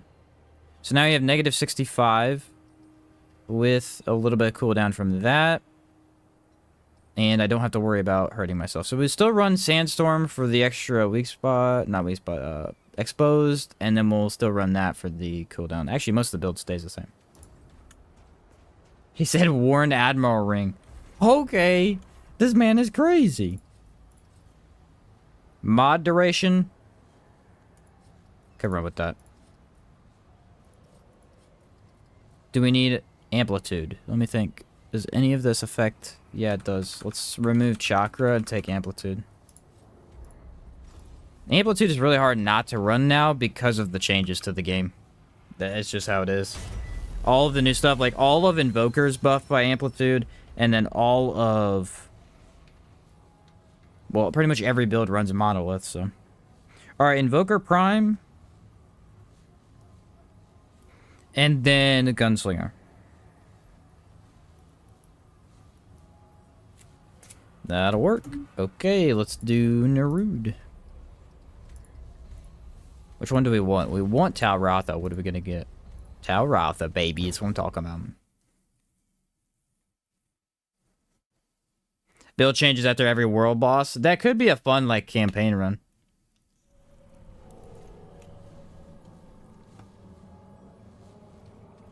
Might be good for an outward run. That could be. Every time you do, like, an encounter, you got to switch something up. That could work. Oh, shoot. Sorrow said to buy those things, and I forgot. My bad, Sorrow. Mine's all over the place, dude.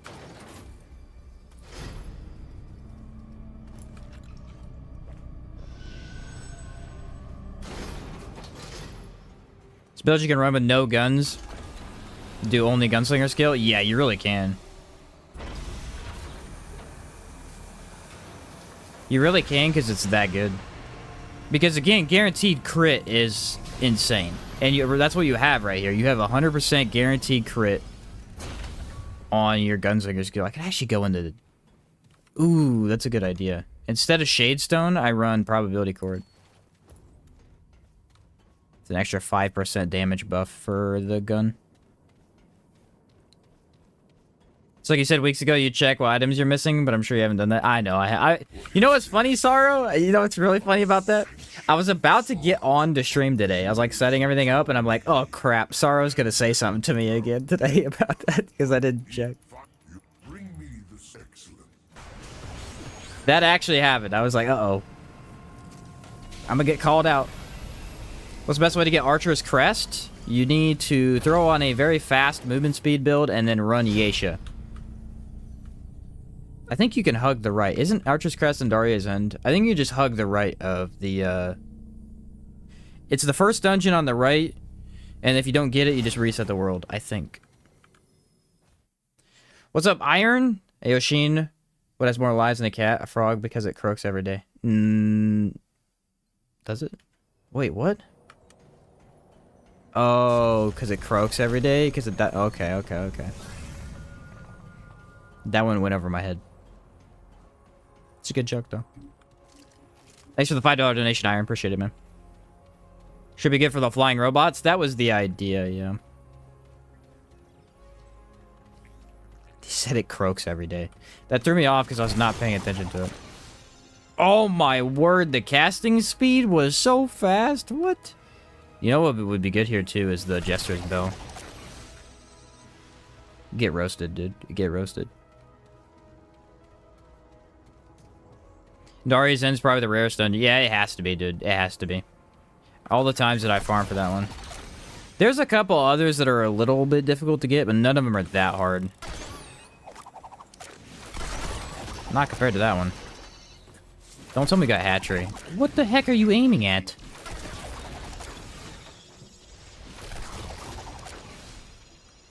One shot is enough to finish him off. So we did get hatchery, which is unfortunate. I can make this work, though, I think.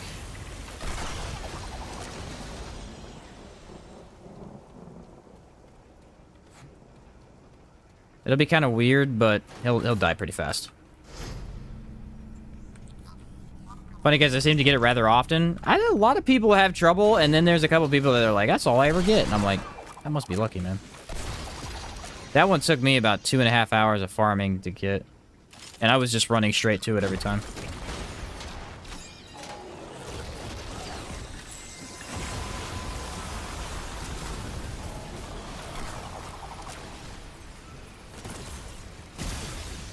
If I remember correctly, that's how long it took.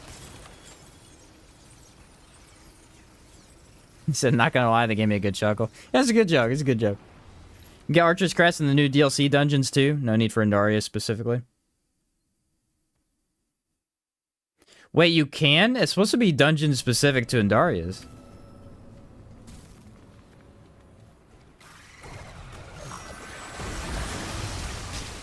Really? That's kind of odd. Alright, right or left? Let's go right. I feel like I always choose the wrong way, but whatever.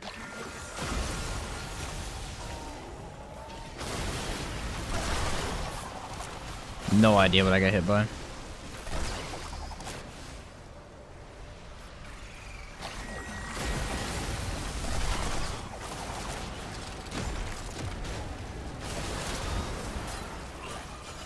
Oh, is that? It's a projectile. Okay. So glad I could watch your stream. Usually at work and you stream. Love the content, man. What's up, Devin? Appreciate it, dude. You can. I got the injectable with it lately. That's crazy, dude. I had no idea. I thought it was only in Darius still. It's kind of nice. Good deal, man. Do wish I kind of split the loot pool for one shot. Allow for getting the new rings and amulets easier. Some of them, yeah. There's a couple that I like that are very specific. Because they're rewards for, like, certain enemies or just finding that dungeon in general. But especially Burden of the Follower felt like it was way too difficult to get for no reason. I mean, it's good, too. It's just like, wow.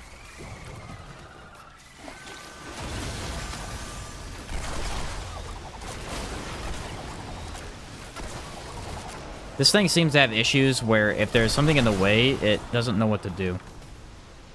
Look how strong it is, though.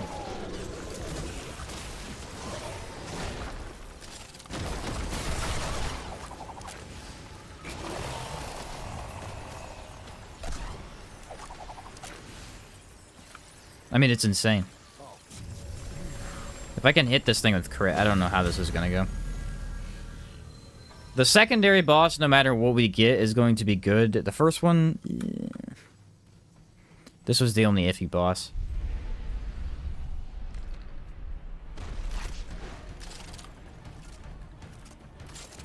I shot the mod and it didn't shoot, so...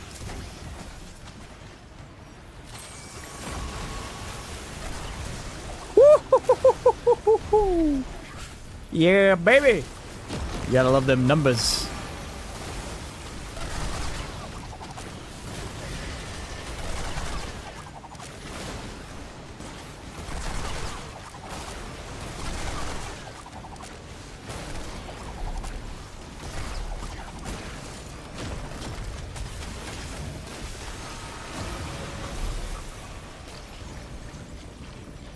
All I'm trying to say is, whoever's idea it was to add Sandstorm into the game clearly has completely lost their mind. That's all I'm saying.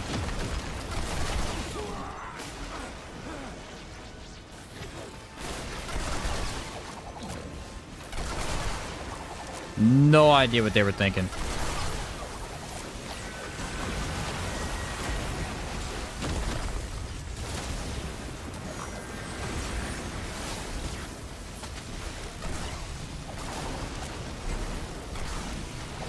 One-shotting the boss's little tank things. That's awesome.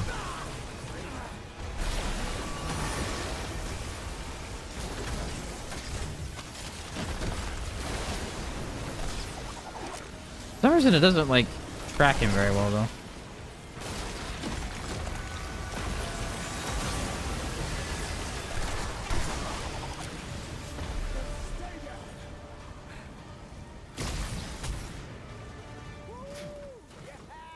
It's a fun build. It's a fun one. It is a very fun build. What are your thoughts on the Expose debuff? Kind of on the fence. Expose is a great idea in theory, and in practicality, it breaks the game. It's very fun for the players. It's very bad for balance. He said, thank goodness they nerfed World's Edge, though. Yeah, dude. Yeah, totally. Thank goodness they nerfed that, dude. I agree. Follower, Bullet Weaver, and Archer's Crest are all in the new DLC dungeons, too. That's cool. I didn't know that. That's the thing. Yep. We got a nerf World Edge. Got to. 2 OP.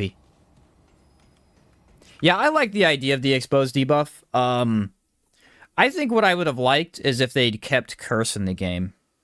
Then I think Exposed would make a little bit more sense. The way it is now, Exposed is just too good.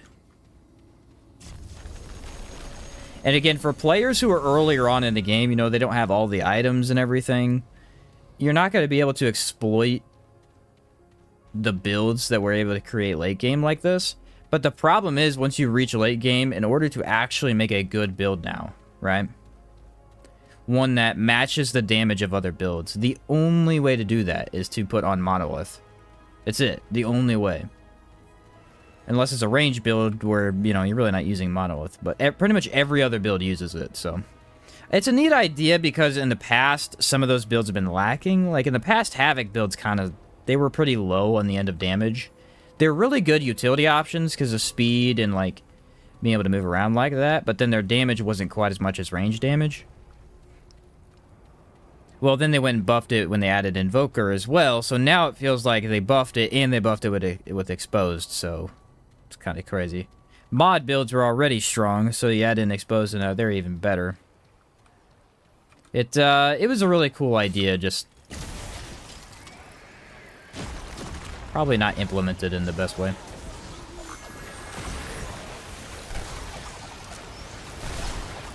But that's gonna happen, you know. In a lot of games, that's how it is. Whatever allows you to do higher DPS is usually what's used. People like doing high damage, you know.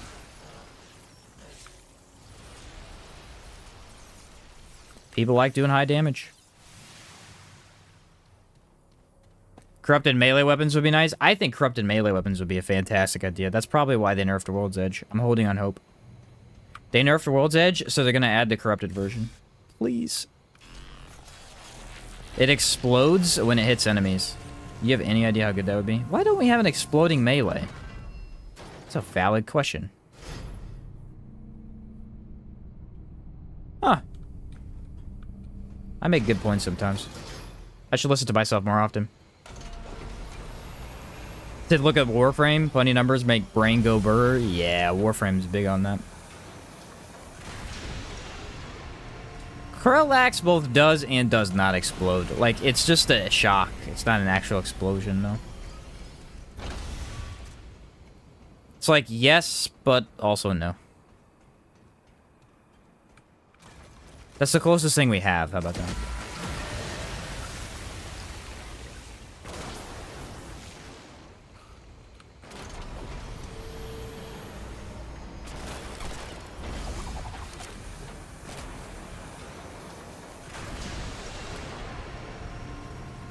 Thing about Warframe is that I feel like a lot of the reason why Warframe's so played is because it's a pretty grindy game. It reminds me of how Destiny 1 used to be. I don't mind grind. I think as long as grind has enough reward, then it's fun. The thing about Destiny 1 was that exotics were, like, really, really, really good. They had exotics weapons and exotic armors. You could wear one at a time each. And the whole thing was that it was almost entirely random. There were a couple that were specific to missions, but for the most part, at least when Destiny 1 was first released, all exotics were random. They were just random loot pools. And so the harder objectives you played, the more chance you... I think that's some of the most fun I've ever had, is Destiny 1 on launch. Not necessarily on launch, like a couple months after it came out, when I started playing co-op with my brother. And we started playing like a heavy, hard Nightfalls, trying to get Icebreaker and all that stuff. The Galahorn. The problem with Destiny 2, and why exotics weren't special anymore, is they decided to go with the direction of, hey, every exotic is tied to a quest. So as long as you're able to do the quest, you're guaranteed to get the weapon. And that's great and all for guaranteeing that everyone gets to try stuff. But there's something about that RNG element of like, man, I've played this dungeon a million times and I've never gotten the item. And that's still in Destiny 2 with raid stuff, but like all the basic stuff, they usually put in... They went with a more season pass in D2 and it just wasn't as interesting. I really liked how D1 was originally with all that stuff. It was so annoying to play when you didn't get your stuff, and then all of a sudden you got Icebreaker for the first time, and you were like flipping your lid. You're like, this is awesome! I finally got Icebreaker. What's up, Q Effect? Icebreaker was a sick gun too. I don't know why they didn't bring that back in D2. What all actually causes explosion damage? Because I see newish rings buff it, so I'm kind of confused. Explosion damage is like half the items in the game. Astropath? Okay. A lot of stuff causes explosions. So Anguish's mod, Corrupted Meridian's mod, Sorrow's mod, Meridian's mod, Hellfire's mod, Starshot, Aphelion, Corrupted Aphelion, Corrupted Arbalist, Arbalist's mod, Alpha Omega's mod, Helix as a mod. It's a lot of mod stuff. It's not a lot of like actual guns per se, but a lot of the mods do explosion damage.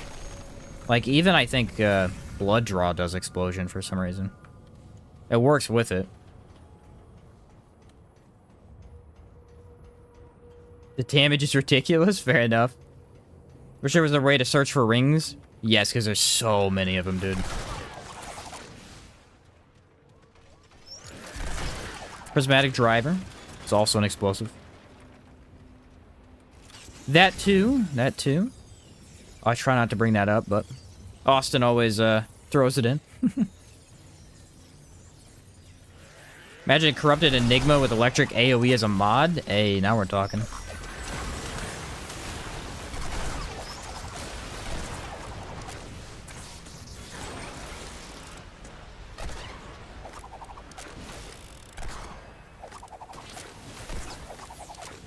This bro will not die.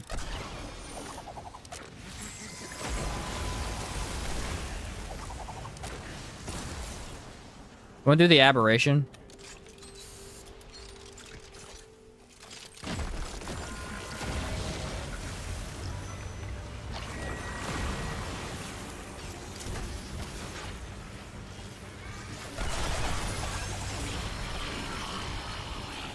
Wow, he's so hard.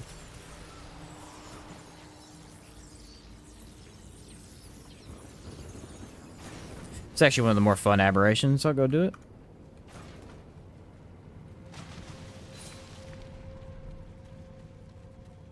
There's a couple other explosions too. I can't remember. A couple rings cause explosions, mainly like the one we were testing earlier too.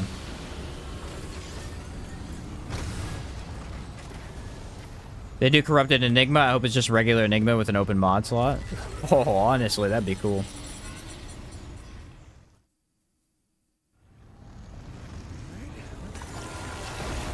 Ooh, Displacer. That is a tough one.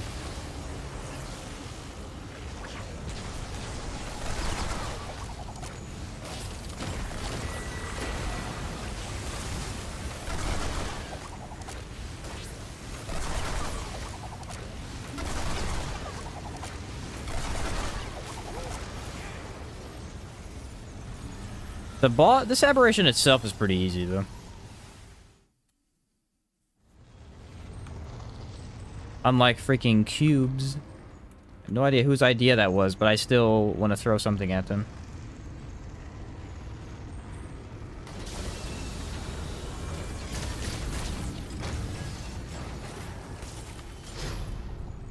I think I saw a ring that causes explosions on perfect dodge. Yes, that was the, I believe that was a new one.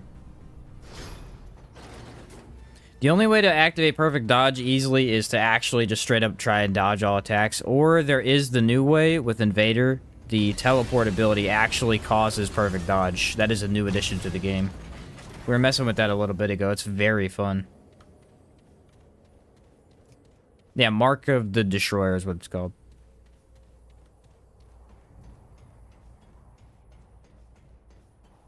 Mark of the Destroyer.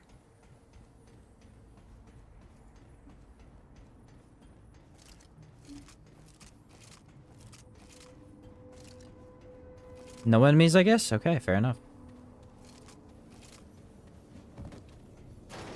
I don't know how they still haven't fixed that, though. That's on Plasma Cutter, too. It's like a weird particle effect issue. We haven't had an update in a while. I bet you we're due for one. Probably get one pretty soon. Not like a content update, but like a patch, probably.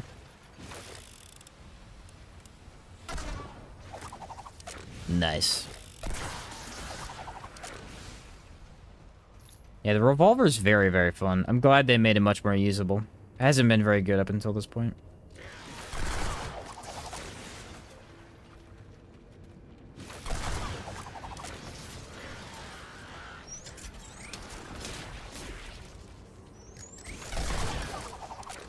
Got some nice stagger to it, too.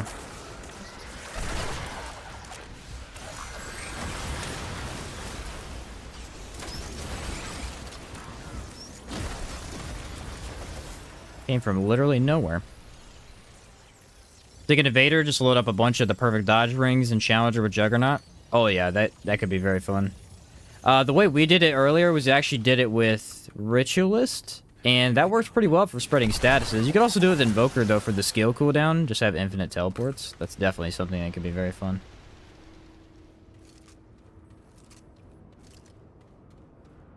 That I could see being very, very fun.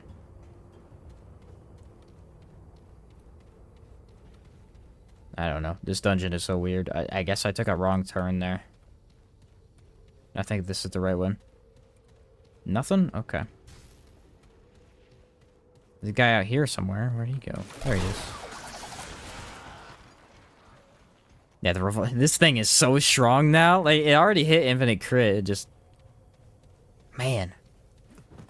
The best way to test this right here is actually to go to Mothermind. It's the best thing you'll ever see, dude. It's great.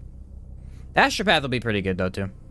Astropath is a very easy weak spot. And for some reason, this gun tracks weak spots depending on the enemy. So not every enemy, but some of them it almost always hits. It's kind of crazy.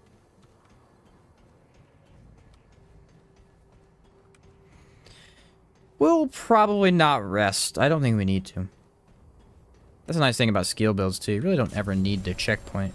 You just grab it and don't even sit down. Alright, here we go. Tried to make a melee build yesterday with Invader and Challenger with Atom Splitter. Yeah, Atom Splitter is still pretty good. It's just... You know, we already talked about melee. It's definitely one of the better ones, though. What kind of subclass would you like to see from the next DLC? Something based around shield. There's only one class in the game that has any ability to do shield, and that is medic. I would love another way to make use of shield. Also, I want the next DLC to be based around shield. I want way more shield items. I want to buff the shield stuff that already exists. I want all that stuff. Shield is incredibly cool in this game, but there's only like 2 or 3 ways to build around it.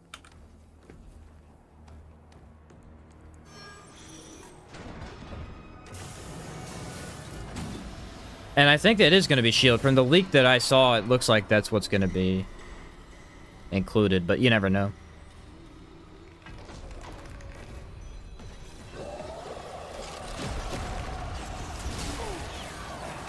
Could not dodge that with that speed. Woo!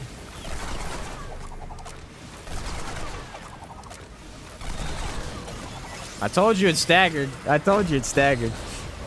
That's crazy.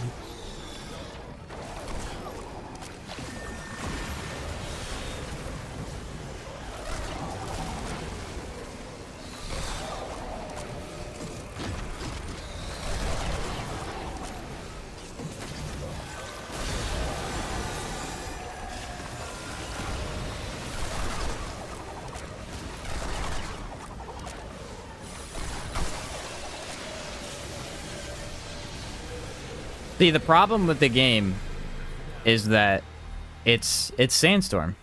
Exposed is too strong. Exposed is way too strong. Like, this is great, but without Exposed, you definitely would see a decrease. Like, it wouldn't be hitting thousands. I'm getting thousands of weak spot crit every single time. That's crazy. Could totally see a shield-based class next DLC, since it's due to be in Naruto, and that biome has a lot of gear based on shields. That's what I'm hoping. That is really what I'm hoping. It's... Assuming that's what we get, man. I'd be excited for some shield stuff, because I think it's the best mechanic that's been included in this game from the first. It was a huge addition that is just really, really fun, and there's really just not a lot of unique ways to utilize it other than just shielded relic, so... The other thing is that all the shield items in the game are too weak. They need buffs. Other than, like, 2 of them, I think. Any alchemist builds on the lineup? We've done 2 alchemist builds so far. We could do another one, easily. What do you have in mind? Alchemist with... We did Alchemist Challenger, and we did Alchemist... What was the other one we did, guys? Medic? No. I don't remember what the other one is. We could do Alchemist Hunter. That'd be a fun one. Oh yeah, Explorer. We did Alchemist Explorer.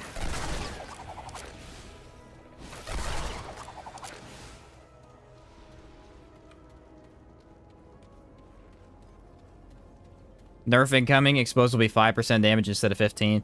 Yeah, see, the problem with doing that is then what's the point of Exposed? You know what I mean?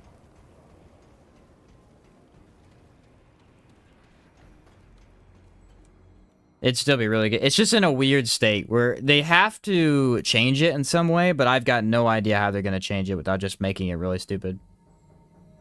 Make a build utilizing Bridge Warden's Crest. Second effect. I've never used that in my life.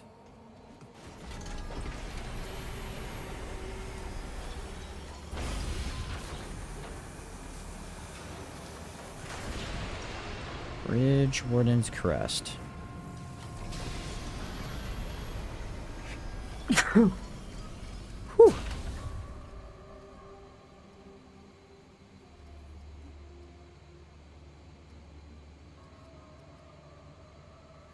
Why can't I find it?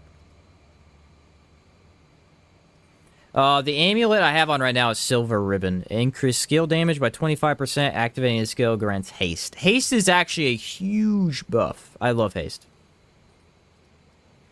What do you call it? He said it was... There's Bridge Warden's Crest. Is that not what it's called? Because I can't find it. It should be BR. Is it under these? BL. BU. Nah, it's gotta be called something different because I don't have it. Either that or I don't have it. We'll do second form. Because I can't really hit weak spots on this primary one that will. Actually, well, I might be able to stagger his first form. That's what I'm thinking. We'll do second one. Second one's cooler anyway. Perfect dodge increases melee damage by 20% for 10 seconds. Perfect evade flop also gains 10%.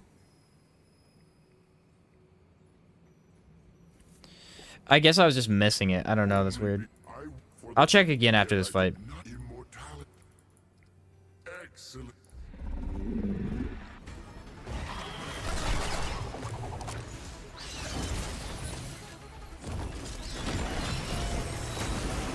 I should have that one. I remember doing it, so.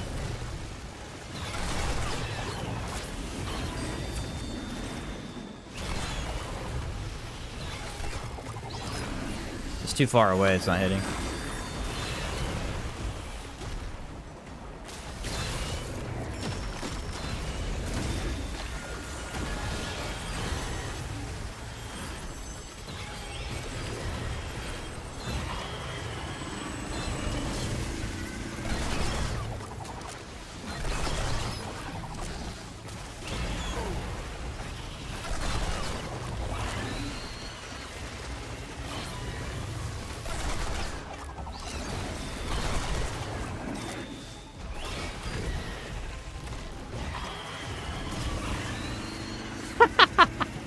Killed him mid-swing, dude. Bro don't even know. Bro don't even know. Alright, you guys said it was under Blood Jewel Ring, right?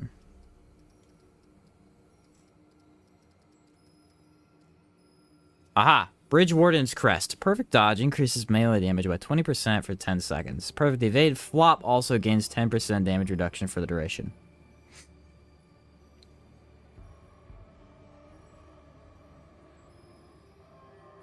What is the point of that ring?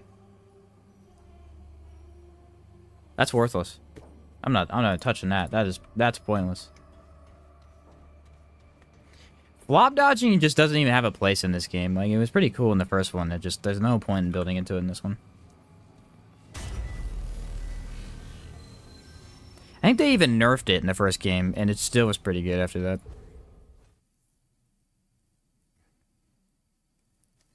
Invoker Lightning doing most of the work there? A little bit. Well, in the first game, what a flop build let you do was it let you flop dodge and be invincible. Because you could lifesteal so much damage that you just kept flop dodging and you could kill bosses by doing that. In this game, it just is not... I guess you could do that, but it's just not worth it. The first game is also a lot harder to stay alive, so it was kind of cool to find a build that did damage and still... like, took every hit and still survived.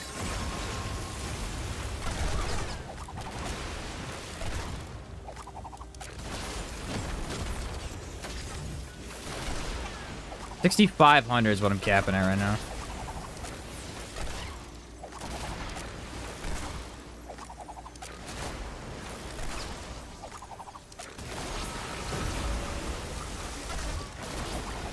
I think the Sapphire Dreamstone actually helps quite a bit here.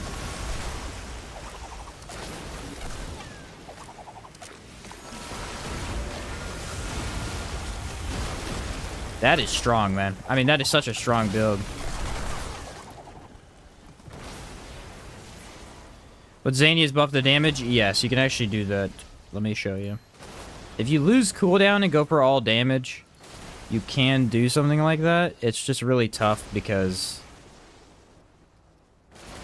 you know, then you're not using it as often. Let me see if I can find it.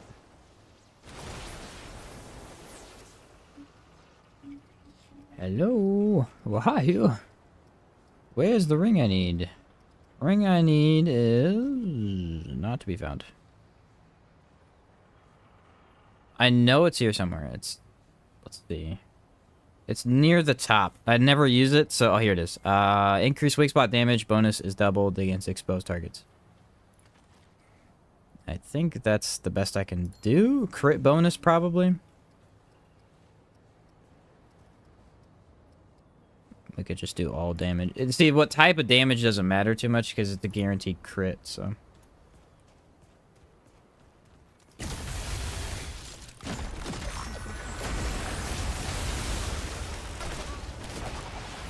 $8,000.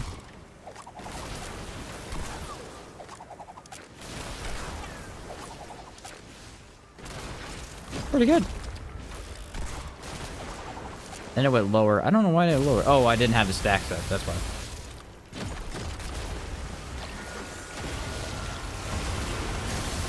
So if you want to use it in conjunction with a gun, you actually can. You get more damage, but I think just spamming it's better.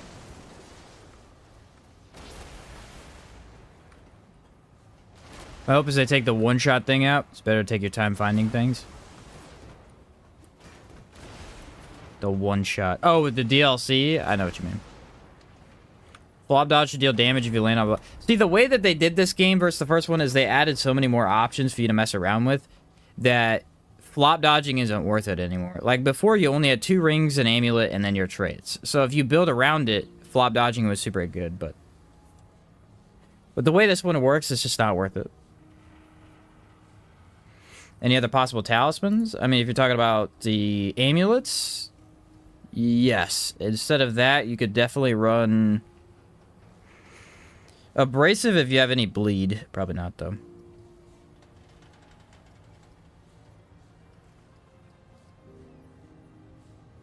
You could run Night Weavers. No, I wouldn't do that. Yes, Stone Shaper's Chisel is another possible one. This upgrade, as long as you don't fire your weapon, it grants 25% all damage. You could also use this one, which is a bit of a weird one. The Cost of Betrayal is a 25% damage buff, as long as you just don't use your relic. That one's pretty good there, too. I think those are the only ones, though. Yeah, probably. Or you could always run the standard Legacy Protocol and then just switch up a ring or two, you know? That's something else you could definitely do. Magnifying glass really doesn't help. Alright, what did we want to do next? Someone said Alchemist. Is it worth downloading the World Analyzer for grinding items? Oh, 100%. 100%. I've never done it myself, but yes, 100%. I play enough and record enough to where I usually end up getting items eventually regardless, but yeah, you're going to want to do that. We tried Explorer already, but we could do Alchemist Hunter. How about that?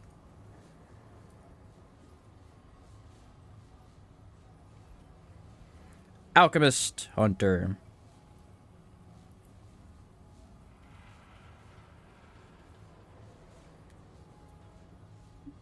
No way on PS5. I don't think you can on PS5, unfortunately.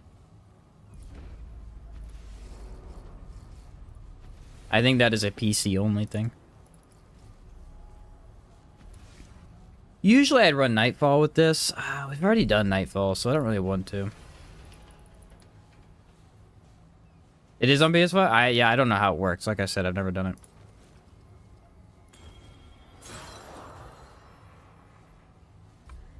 Alright, what do we want to do here?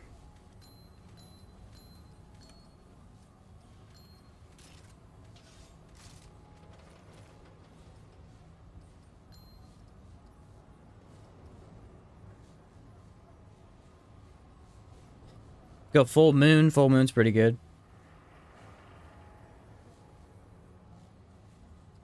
Fire rate, we go fire rate.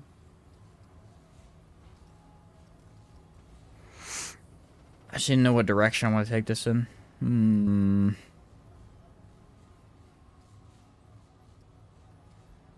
thinking of gun damage. I mean, we're running Hunter, so gun damage would be the way to go. We could do Savior. Potentially. I don't know if that's worth it, though. Probably not. Alchemist is like a is like to support your range build, so I don't really want to do that. Could run Ravager's Mark. Let's do a Misty Step build. Haven't done that one in a while. Monarch? Oh, we could use Monarch. That's a good point.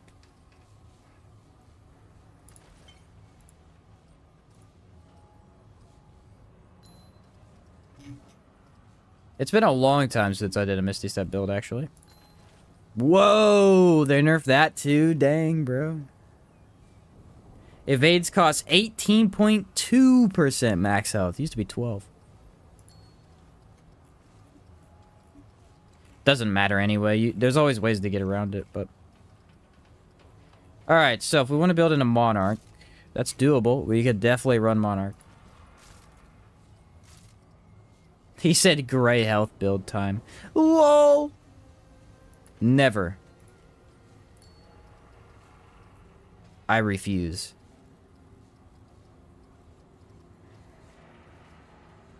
How about we do increase in fire rate? Is gray health viable? The word viable is misleading. Gray health is definitely viable in this game. Is it worth it? No.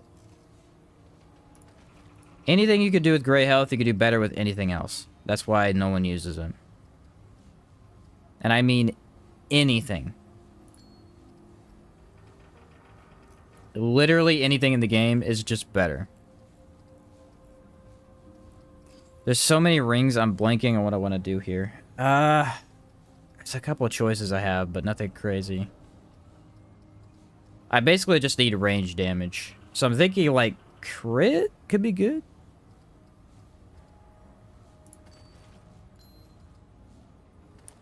Run maybe a Kari? Do that, and then, yeah, okay, we'll run Xanias. That's not too bad. Use the Gunslinger's ring? Okay, we'll throw that on. I like Gunslingers. Okay. Nah, it's only reload speed. I'll throw on Ring of Infinite Damage. It's not bad. So the idea here that we want to play into is actually life regen. But if we want a little bit of damage, we got to go with this too. So we'll go fire rate. We're actually going to have a lot of fire rate. If we chose Gunslinger, it'd be even better, but... You don't want to go full in on that. We'll run as our secondary, probably...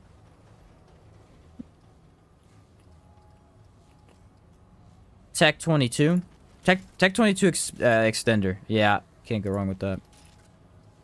Now, if we're doing a crit build with range damage, what would be a beneficial mod? I think I'm gonna do an Yesha. What would be good in Yesha? Doesn't really matter too much. We'll hold off on that. I don't know what I want to add yet.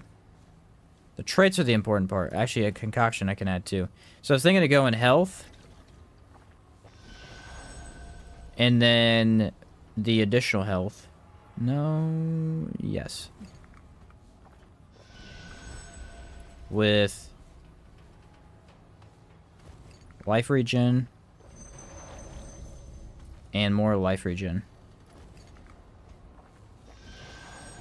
There we go.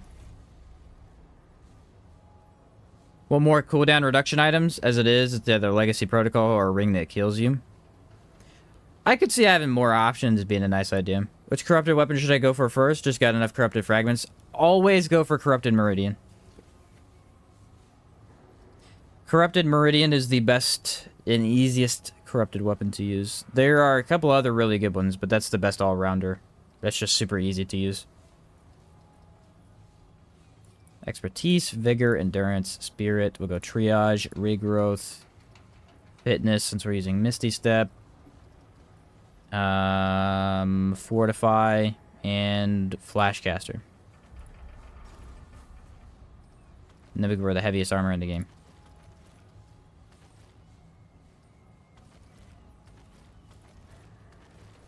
Now we've got a total of 57.6 DR. Lifesteal. Krylax. Let's do it.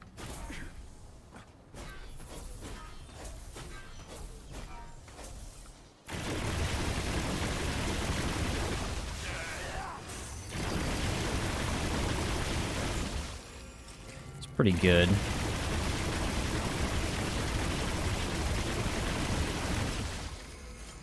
How is it no weak spot though? Oh, it's not bad at all, actually.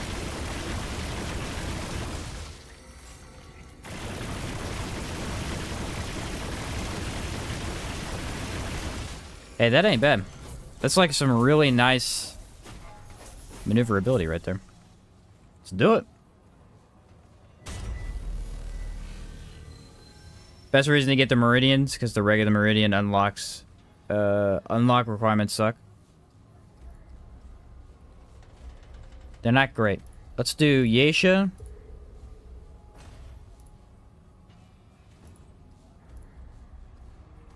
No, not Glittering Grotto. Never Glittering Grotto. We'll do Ravager. This could be a good Ravager fight. No. Now I never get the one I want. Somebody asked if I got Polygon. Yes, I have Polygon. Do I want the Polygon? No. No, I do not. There we go. What's up, Lucas? Can you show the rings again? Yeah, no worries, dude. I'll pull him up again. He said Polygon sucks, dude. So the rings I threw on for this one would be Full Moon Circlet Amulet, which is beautiful. I have the Probability Cord, since we will try to increase crit damage quite a bit. That looks like a beautiful ring too, actually. Ring of Infinite Damage to get the fire rate going a little bit faster on a Monarch. It's pretty good with Monarch. There's not too many other guns you're going to run this with. Zania's Malice, because it's a massive weak spot build bonus. Pretty good. And then a Ring of Omens to give us Misty Step. Also a very elegant and flashy looking ring.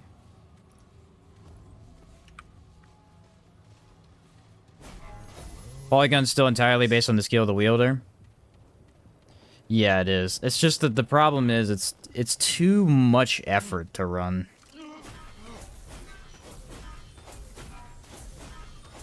I miss Misty Step builds. They're really fun. The thing about them, though, is that once you stop running them, there's only a couple of items. You know, you're limited to the Omen amulets, so it's like you're limited in terms of build potential. So I don't run them often anymore, but man, they're so good. And I think Alchemist is a very easy way to use it. Notice that my health doesn't go down hardly at all. I've got so much regen that I can pretty much just use it. I mean, it goes down, but instantly comes back. You could run the regen skill ability too here if you wanted.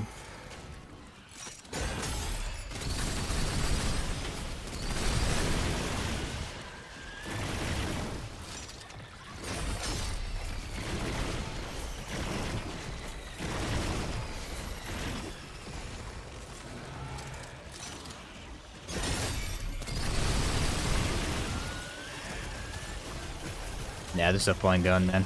This is how I usually like to play this gun, actually. It's really, really fun. Even, let's see. No problem, Lucas. If you play Polygon perfectly, other guns can do the same easier. Yes, and that is the biggest issue. If you're actually playing Polygon and trying to get the most out of it, I think just playing Spore Bloom is more powerful.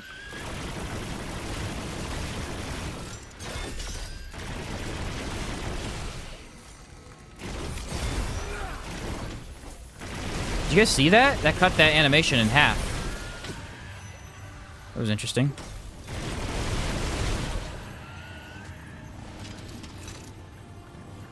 There he is.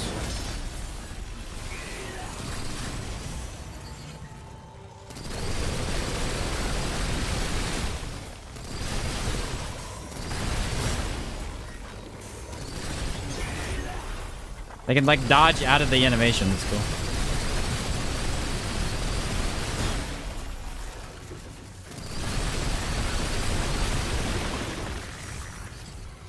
Committed, baby. Committed. I can't carry any more of that. Does Misty Step still count as perfect flop evades if you're heavyweight? No, it does not. It shouldn't.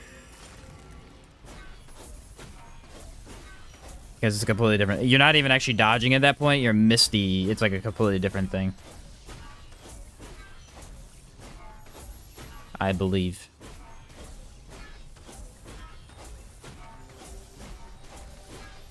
Man, Misty Step really is, dude. I'm getting back into it now. I'm really feeling it.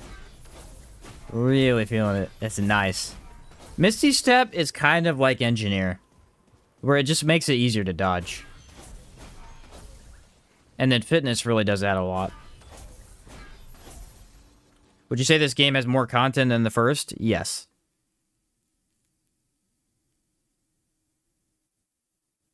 Yes, definitely. Aside from survival mode. Technically, the first game has infinite content because they had survival mode. And, I've never seen anything like for this. some reason, they have neglected to put that in the game so far. Aside from that, yes, it has way more content. And way more items to mess with, too.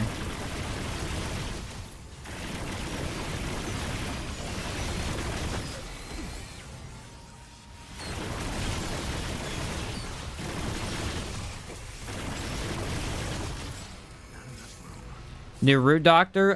This one isn't quite New Root Doctor. This one's more of like a damage setup with it, but... with the Alchemist. Root Doctor, unfortunately, I tried. I was excited to actually make a Root Doctor 3.0 with the new DLC items. Unfortunately, the Root Doctor 2.0 version is... I hate to say it, but it's kind of perfect.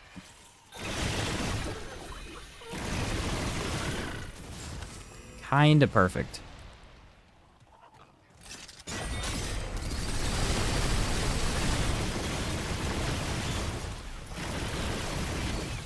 There's a couple of really cool items that could possibly make for an interesting healer build, but they just don't quite stand up to Root Doctor.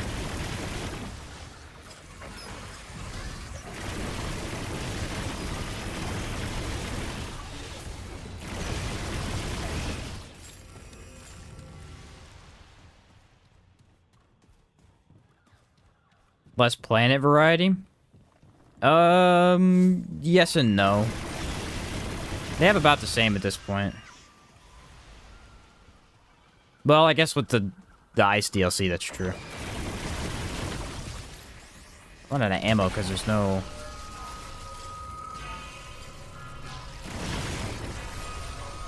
no boss to attach my mod to.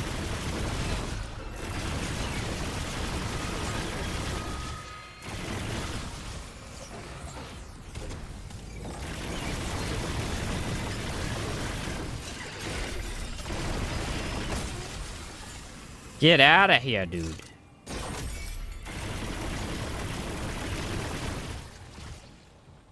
I actually need to test Root Doctor. We could throw that on later and see if we could tweak it at all. There's no chance that that distracts me like that. Oh, it's this guy.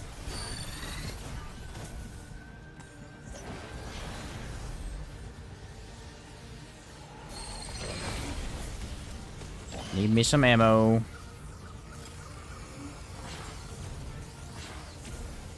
I'm gonna just go kill him, because he's annoying. If I can find him. Okay, found 80 million more enemies.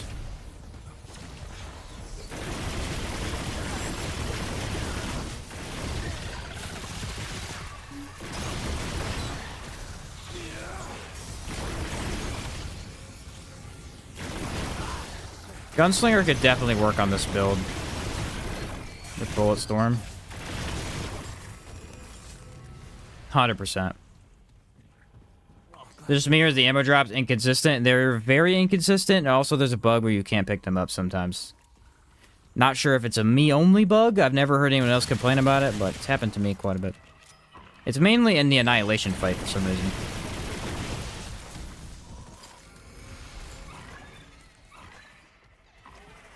Well, there's literally ammo bricks on the ground. I can't pick them up.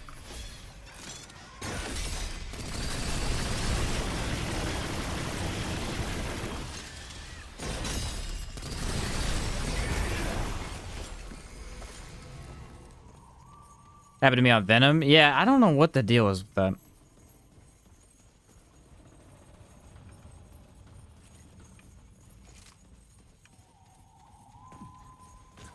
Well, this is a boss I wanted to test on, so this is kind of nice, actually. Had that bug mainly when I was running 0 device. I mean, you still need ammo with that one, so. You literally can't pick up ammo with that one. Here we go.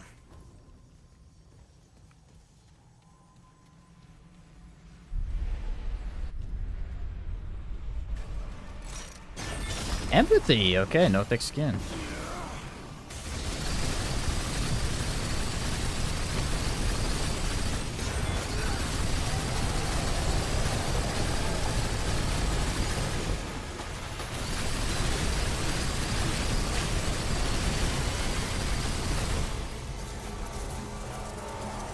Very fast movement from myself as well because of the Misty Step.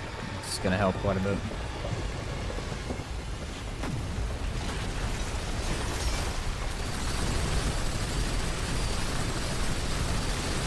Doesn't really track her that well to her weak spot. I have to move it around quite a bit.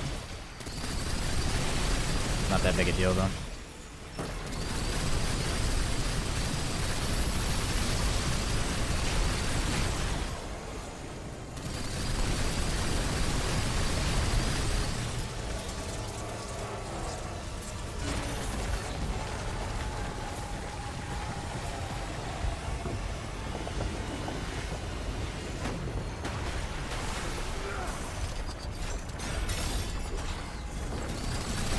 Fire away!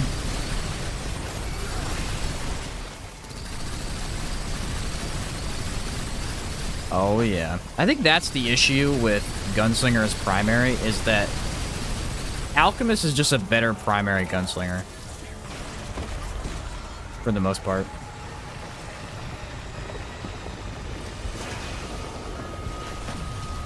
See, in boss fights you don't run out of ammo. Because you're always doing the mod. It's just in open areas you can't always use the mod that well.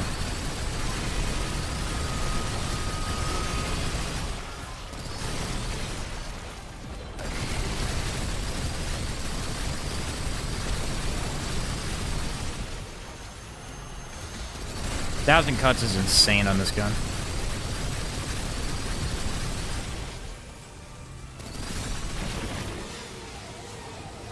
Easy, my guy. Easy. Super fluid movement from your own dodge. Skills that buff both your damage and your gun's, like, how easy it is to hit the enemy with good shots. Very nice indeed. And you could run whatever secondary weapon you wanted, really.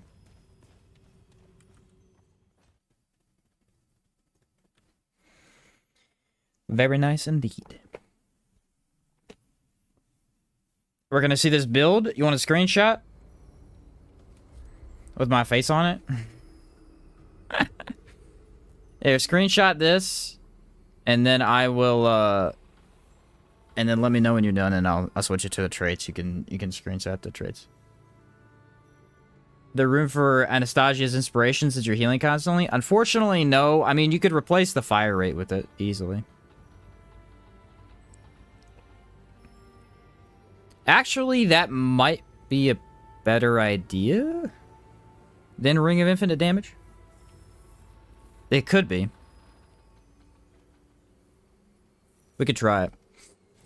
And then there are the traits. This is fitness, so I should get all of them in there. The traits are actually somewhat important on this build. They're not too important, but at least triage is pretty important. And then the concoctions are just 2 healing and 2 health.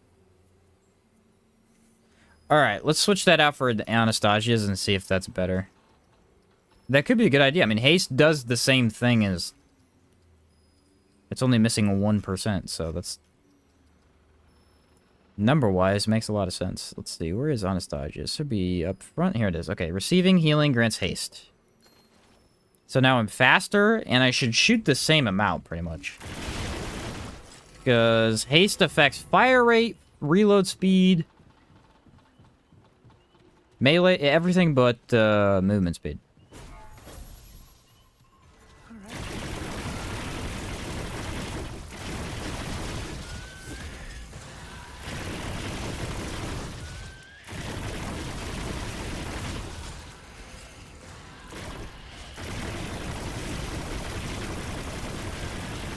That was a good change, Austin. didn't even think of that. That was a really good change.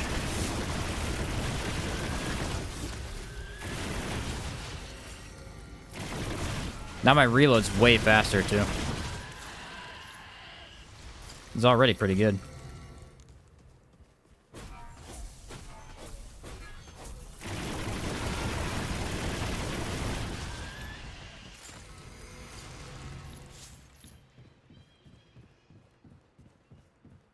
Yeah, I mean, permanent haste is definitely really solid, so.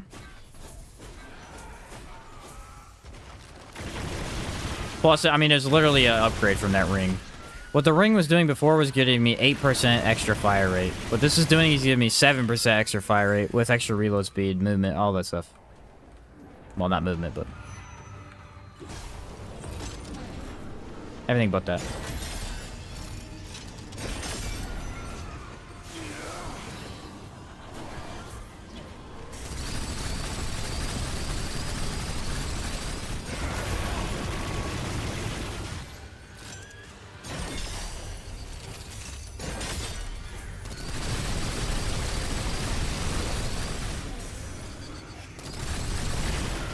Look at that. Just wipes him. Yeah, this is a pretty fun one. If you start to feel like the gray health is a little too much on you, you just take a relic, and then it's going to regen a little bit faster anyway. You want to take relics for alchemists regardless, so... that works out.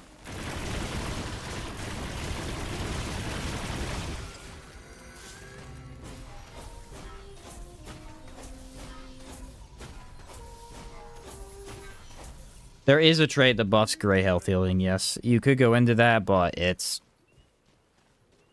we don't really have a lot of room to change stuff up. You could technically take off Flashcaster, but... I don't know. Personally, I think Flashcaster is just required to play the game at this point. Not necessarily, but... a lot of times it is. I mean, if you're using skill builds, you obviously want it, since it's what you're spamming. If you're using mod builds, you have to have it, because you're playing Archon.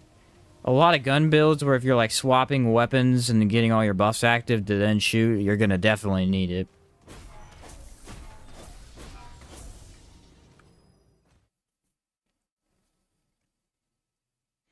Yeah, one of the traits stops gray health regen, the other one buffs the regen. The buffing one is pretty decent, the stopping one is a borderline trash.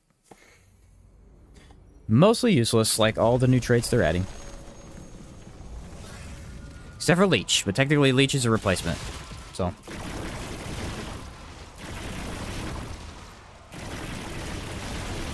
the problem is, I don't even blame him for that. It's not like I'm even making fun of him for that, because at this point, like, what other traits can you even add without just breaking the game, you know? Or making them completely useless. There's really not that many other options. We have a lot of stuff. I guess you could have one for maybe, like... There's a couple from the first game that are not in the game. Maybe those, but, I mean, some of them just aren't really that beneficial. Dark Pact now increases gray health conversion. Oh, did they redo it? Oh, I keep finding out about stuff they keep redoing. Where's that? Shade Skin's still useless. Okay, increased gray health regen. That's the old one. That one's still really good. What is the new change to that? Where's it at? I don't even know. Resolute is trash. Shades, no? What's this called? Far left? Dark Pact, thank you. Increased gray health conversion rate. Oh, yeah. It's lake water, basically. I see. I guess I'd read that before. I didn't think anything of it. Yeah, they did change it, so it's not worthless now, but it's still worthless. You know what I mean? That, in and of itself, is a cool idea. Again, there's just not a lot of ways... there's not a lot of ways to build into gray health that easily. So, I mean... that's definitely something you could use, just... eh. I wonder if that would pair pretty well with a couple of rings to keep you alive instead of killing you. No, I don't think that even works.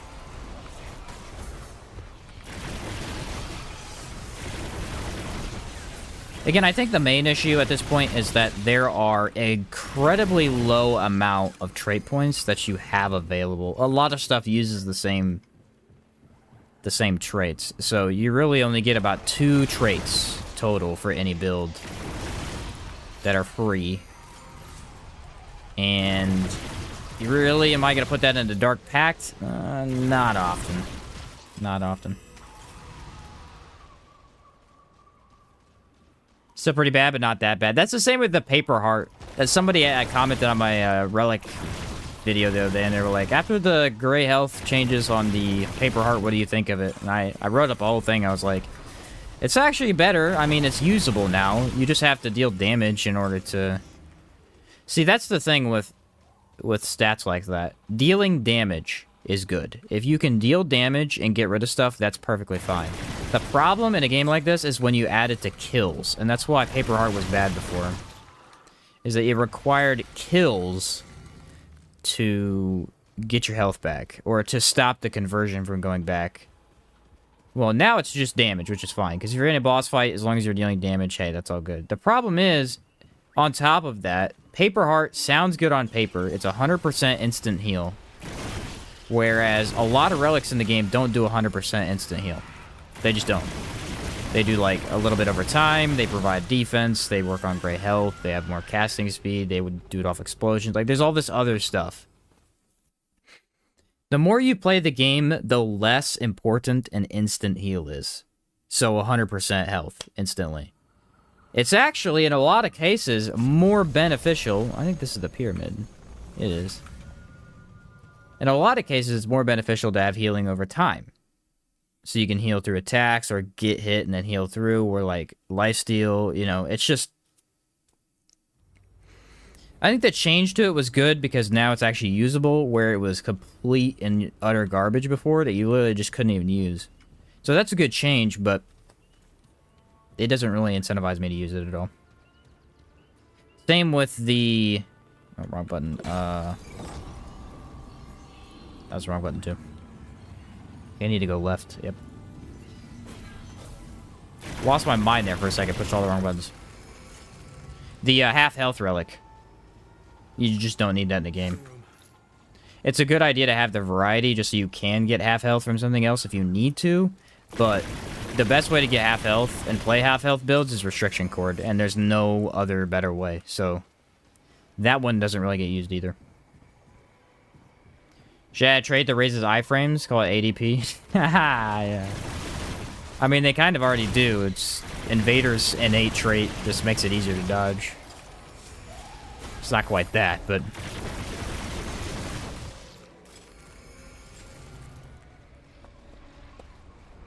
Oh, hey.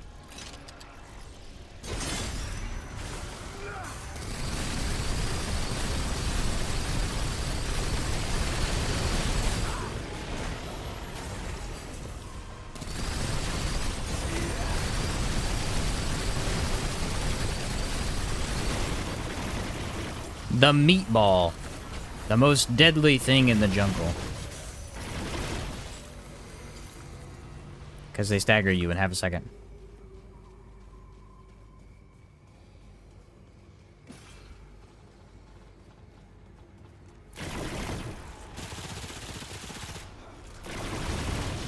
That was why I didn't want to do the ring.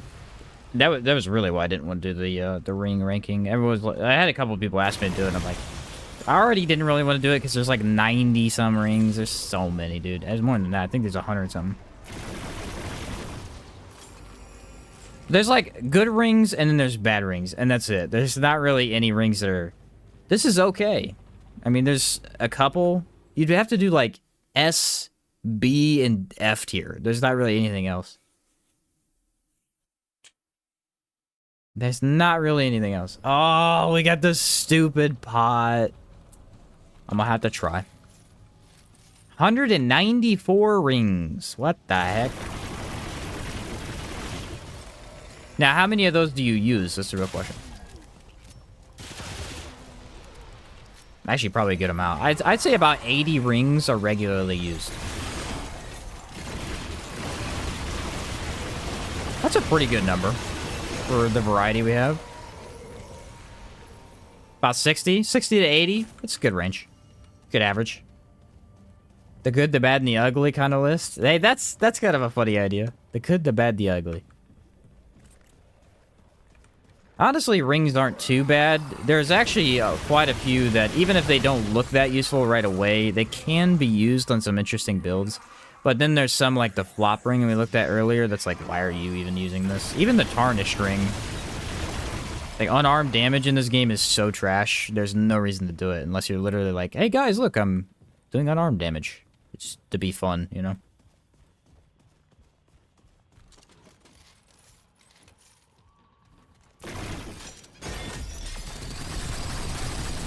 Nailed it.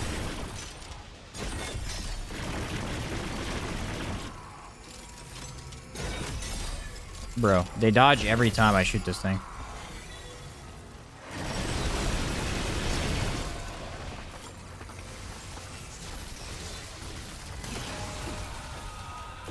This crappy enemy.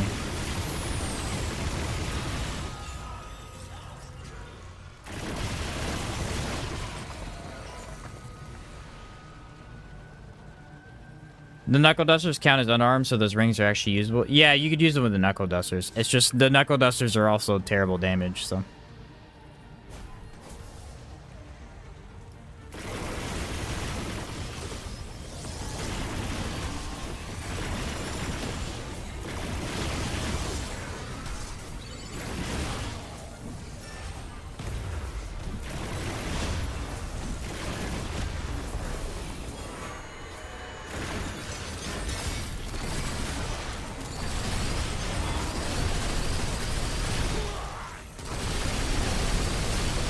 What is this guy, a freaking tank?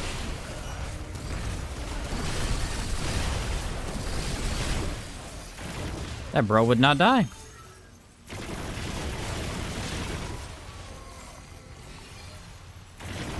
The thing I hate most about this specific dungeon is this one's not too bad, but the enemies all blend in with the background, like way worse than in anywhere in the game.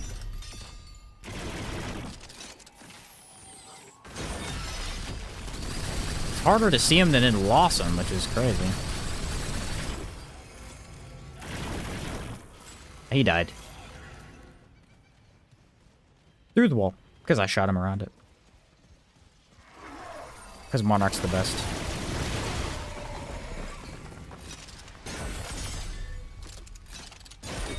I don't know why, but they dodge instantly as soon as you activate this.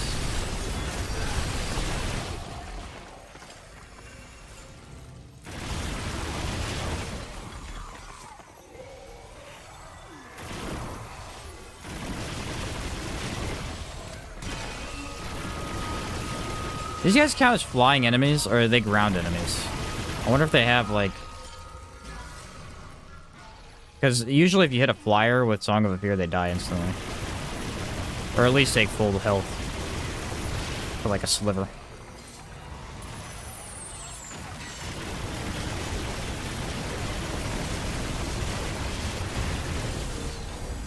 They have a weak spot? What the heck? Did I just see that right?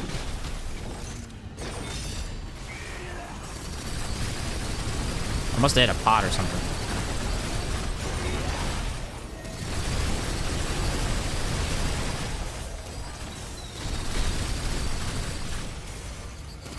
Gonna just let you shoot stuff from so far away with no aim. Nutty.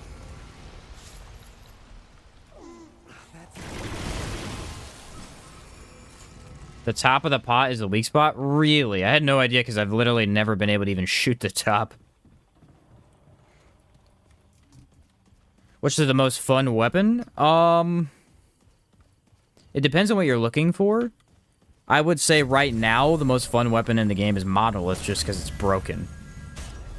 Not it, but the mod. So that's the most fun. I would say one of the most interesting guns in the game overall that you can have a lot of fun with, especially now after the changes, is Nightfall. Nightfall has always been a very cool and unique weapon that has innate lifesteal built into its mod. It's a pretty fun one.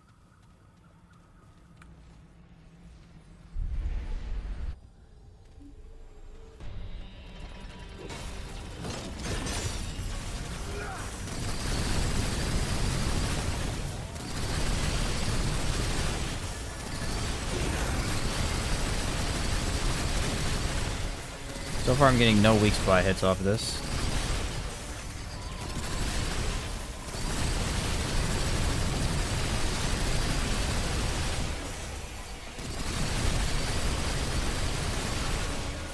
Why am I not getting weak spots? Those crystals count as weak spots.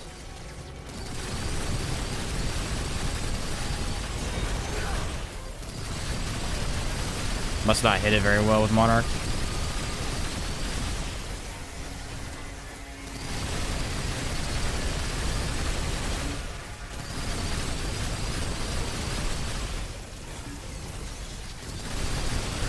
Doesn't really matter that much because I just have to hold down the button and dodge. So.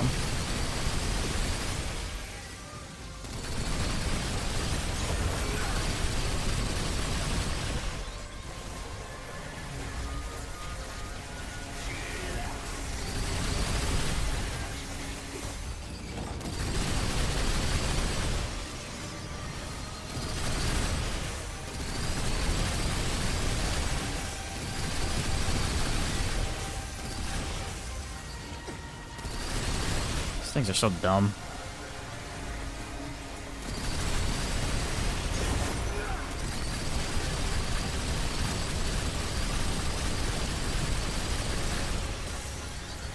There's like no way to consistently hit weak spot with this gun because of the tracking on how this boss works.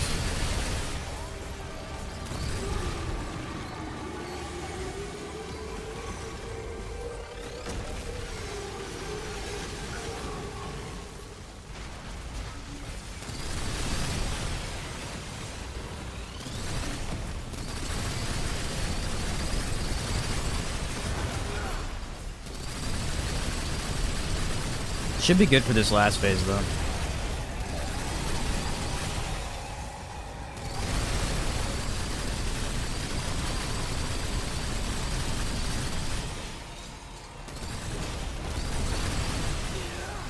Too bad I didn't have any of my skills active.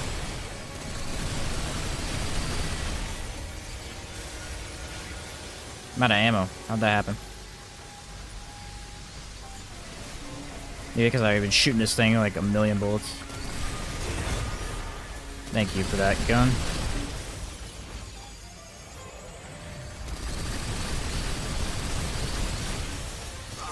This boss fight is just very annoying. It's just not a fun boss fight. It's just not a fun boss fight. Like, it's just that there's so much going on the screen. It's just not very enjoyable to play. I also don't know what I died by. There's nothing that should have hit me. And I got hit in the head for 100% of my health, so I'm not really sure what happened.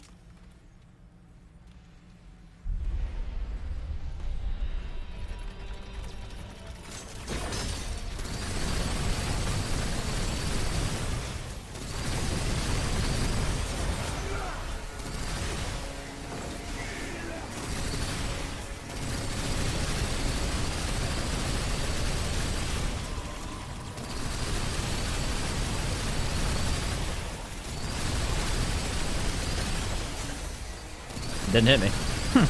I'm literally dodging through it, so okay.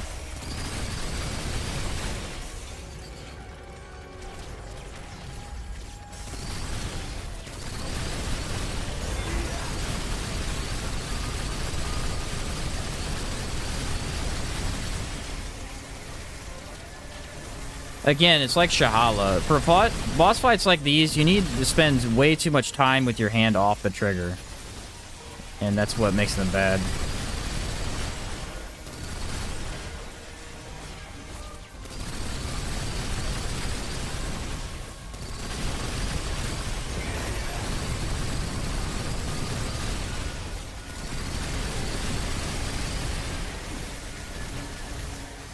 Also, the orbs are very, very random. They don't actually really hit in a very good spot for you to tell where the dodge is at. None of this is. It's just very, very random. This is a bunch of garbage. Again, this DLC really just hurts this game for me so much, dude. So much. What's up, Danny?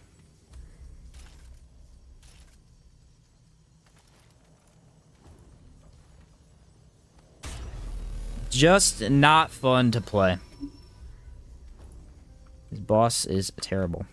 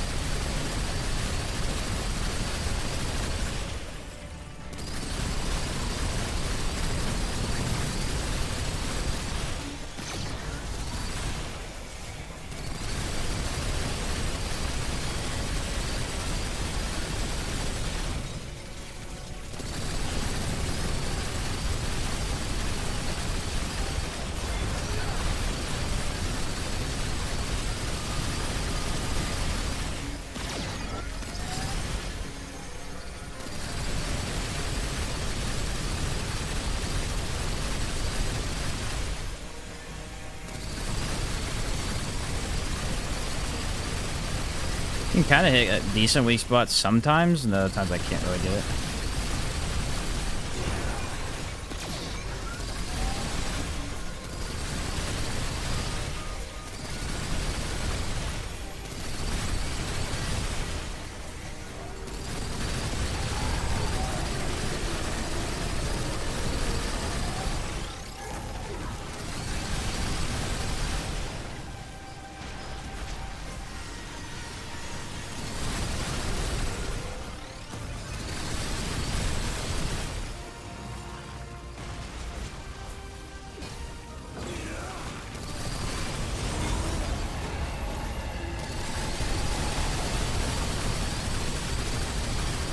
This time I did get my skills activated properly, so let's see if I can get some more damage off.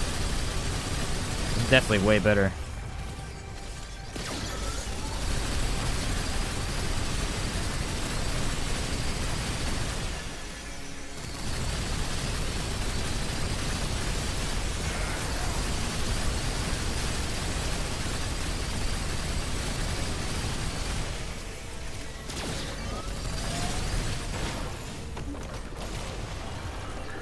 The only time in the game where energy wall feels required. Just because it's so much easier to... It literally just makes this fight so much easier. Like, oh my word. There's way too many lasers. I think the blue... All of the attacks feel okay to me, other than, like, the rocks. I think the rocks are way too random.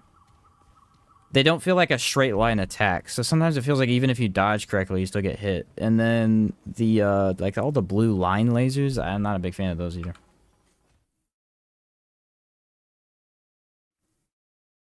What's up, Josh? How's it going, bro?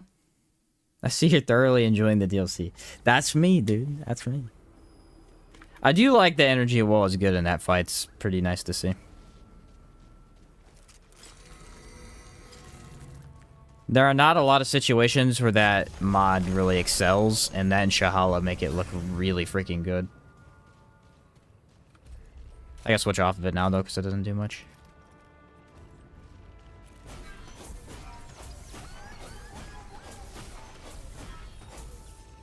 I haven't tried Deceit on that guy yet. I wonder how that is. It's probably pretty bad.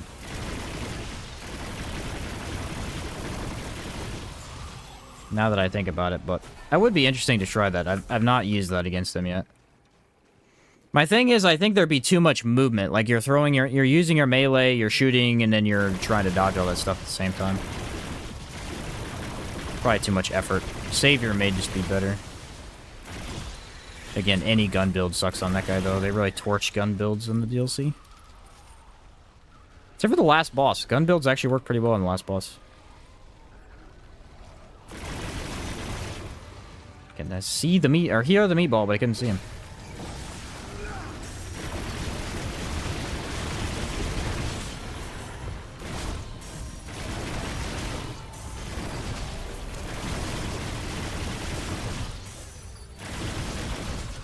You know what's really weird about focus is that if you just hold the button down, sometimes it gives it to you even if it really shouldn't. Like at the decrease in time for it made it, I don't know, it's really weird. It's better, it's way easier to use. It's just like sometimes it feels like it shouldn't have given it to me and it did anyway. Got any tricks to get the Red King's coins for the Red Prince? You want to select a build that doesn't deal a ton of damage. In my experience, the longer you take in the dungeon, the more often they spawn. So you want a build, like a tanky build, that doesn't kill stuff that fast, but you're not going to die quickly, and then you will usually get the coins faster. I had a whole bunch of those guys spawn when I did that strategy. When I was running through really, really fast on a Havoc build, I couldn't get any of them to spawn. It was very annoying. Something sad about the pot boss? What's that, Austin? Can you even melee the pot boss? I doubt you'd be able to, unless you had, like, insane DR. Root Dock could work, yeah. Root Dock or... Yeah, that's a good one. Typically, when they spawn, they're gonna spawn when about 4 enemies are on the screen. They don't have to be necessarily attacking you, but they know that you're there, and they're, like, coming after you. That's what I've had them spawn. You can't melee the crystal when he rises. Oh, that stinks. What's up, sponsor? Ambush events can spawn the elites where the red knights can spawn. Ambush events also occur when fights take a little while. Yeah, you're gonna basically run through that dungeon a couple of times, and you wanna... Yeah, you don't want to beat stuff too fast. Exactly.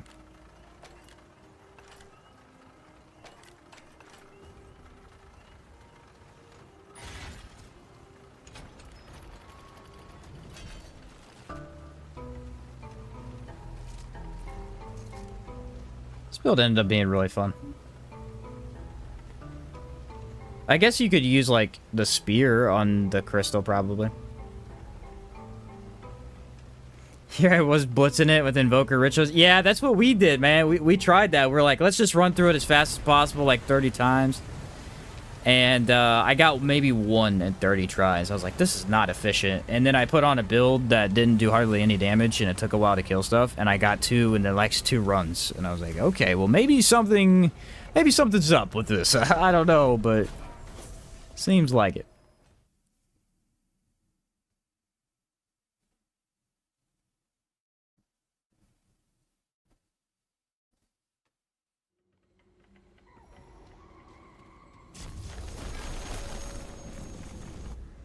Alright, I probably should have grabbed ammo. But I just use an ammo box, it's whatever. Okay, thick skin and hardy, actually, probably. No, he'll get spiteful thick skin. This guy never gets hardy for me.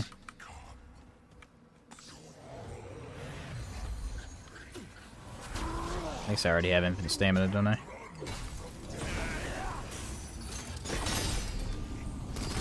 Oh, we got empathy and skullcracker, which neither of those I care about. You can't get hit by this guy anyway, so skullcracker doesn't mean anything.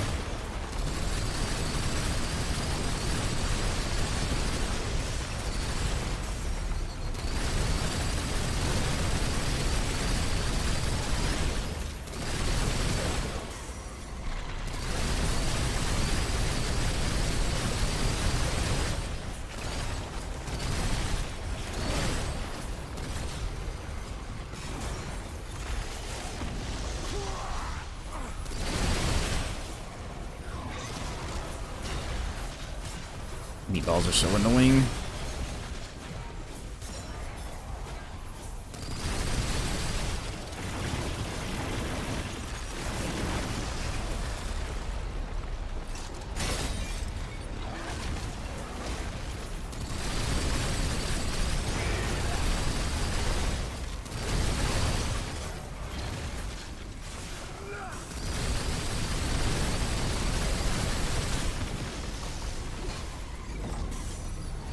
Oh, come on.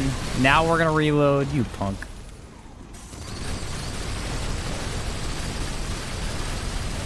Ravager just has so much health. He has, like, the second most health in the entire game. He has to. Even if you're doing insanely good damage, bro does not die.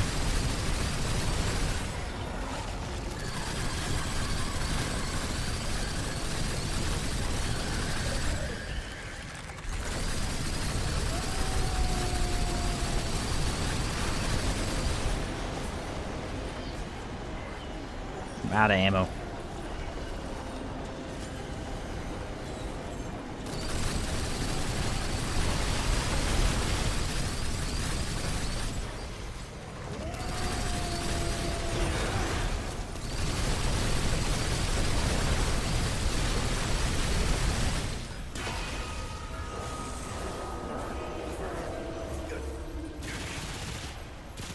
Meatballs out of here, man. Messing me up.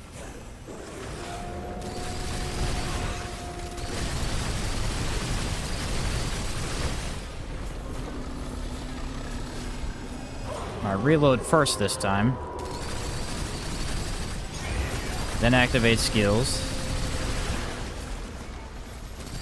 I'm gonna wait a second though, so I get optimal duration.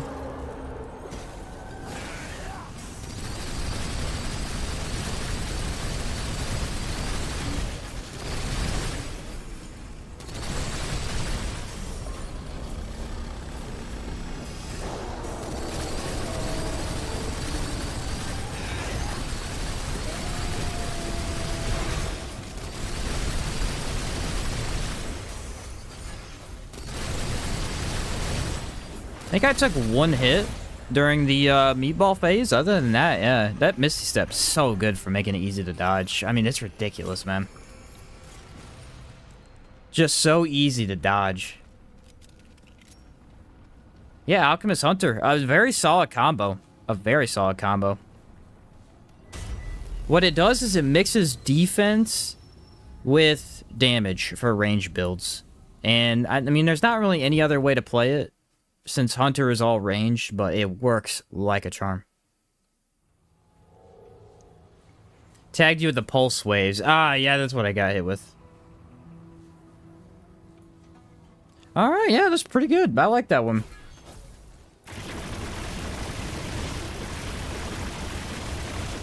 Monarch adds a lot to Alchemist builds, because the thing about Alchemist is that if your weapon requires too much effort, it can be hard to hit shots, and then Monarch just lets you hold down the button. I'd choose this or Nightfall, probably. Really been enjoying the Huntress Spear lately. There's no feeling in the game quite like theory crafting something and then it works in practice. I totally agree with that, actually. Totally agree.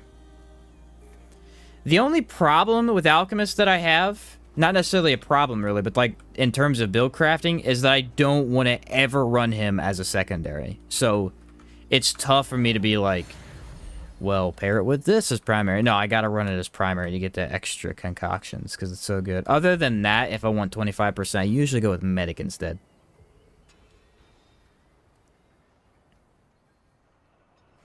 Yeah, hard to justify a secondary, for sure.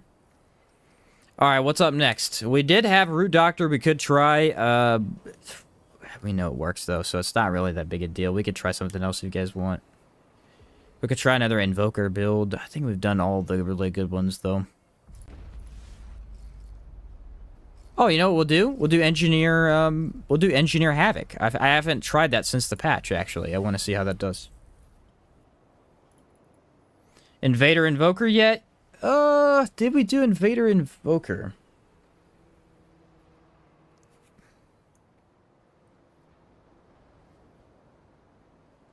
No, it doesn't look like we did. Doesn't look like we did. With the boring spin to win build with flail? Maybe. I don't know. I kind of want to try this. I kind of want to try this first. That Merciless just holds a spot in my heart, even though it's not the best. Yeah, Nano Swarm on Nebula and Merciless is really solid. I mean, they got elemental damage and really nice damage. You'd be bored fast? Okay, yeah, let's maybe try this one then. We'll try this one. This one actually probably got a little bit buffed, I think. I would hope. Okay, I gotta redo all the guns and everything. Amulet that we ran with this was... trying to remember. I think we went for damage? The old way you used to run Havoc was you tried to get as much damage out of it as possible in a short amount of time. I'm thinking Magnifying Glass for the duration.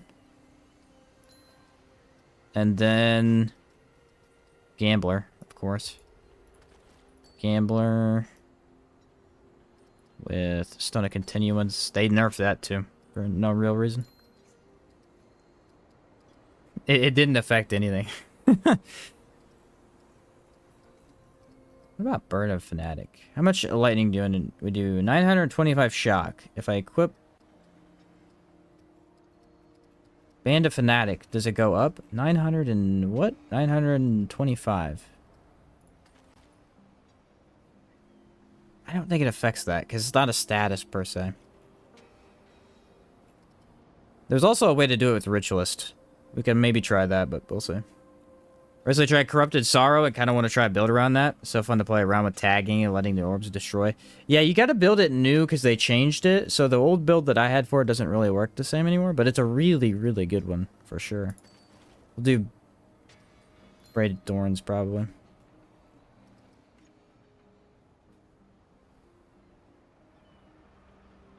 And then... what's the last one we want? Closed loop. What does this even do? Oh, that's charge shots. Yeah, I don't want to do them. Yeah, the movement speed is big. Jester's Bell instead of magnifying. Well, usually I do use Jester's Bell. I used that on the other one that I did. I was hoping to get the most duration out of this one, though. The other Havoc build I did with Invoker, I used magnifying glass, or not magnifying glass, Jester's Bell, because the casting speed increases the damage. You know what we can use, though? Now that you just reminded me of that, there's a ring that improves casting speed. And I think it's called Kinetic something or other. Kinetic Cycle Ring, maybe? I don't know. I have to see it visually. Here it is. The Kinetic Cycle Stone. Increase mod and skill casting speed. Okay, so that'll help. Then we have to run Monolith for the... Ooh, actually, if we're going to run Monolith, here's a brilliant idea. Let's throw on Token of Favor. Instead of Stone of Continuance, maybe? No. Stone of Continuance is kind of bad here. Let's be honest. We're trying to make something work that ain't gonna happen.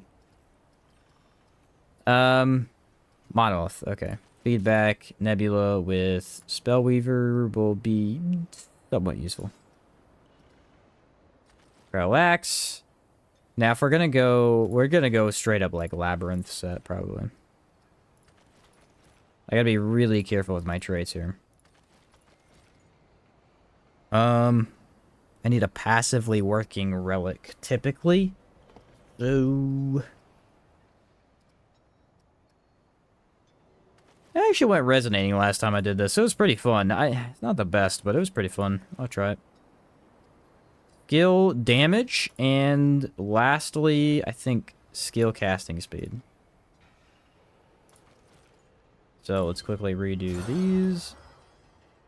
What do we want for traits? So movement speed no longer works. That's out of the question. We're going to have the basics, of course. We're going to go gifted, because it's... Why would you not? Well, why would you not with this? That's awesome. Triage, because I need that amplitude for Monolith mainly. Then lastly, I'm thinking Glutton. I haven't done Glutton in a while. Let's do Glutton.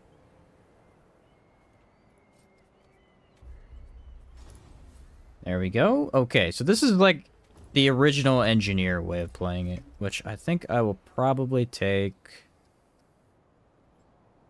Sanguine Vapor for some lifesteal. It's only 2%, but we could try it out. I haven't used this one yet. Oh, that casting speed's so fast.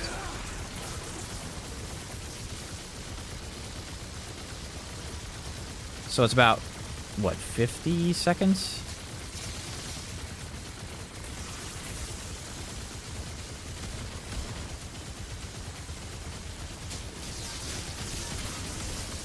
Yeah, that'll be good. And that's not our max damage either, because we're missing the other one. Yeah, that lasts quite a long time.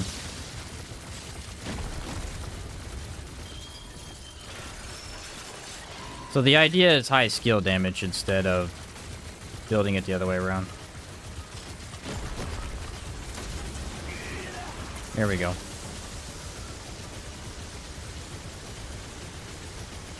Pretty good. And I think both of our mods are going to make up for the fact that... Oh, actually, we have really high mod regen because we're running Archon.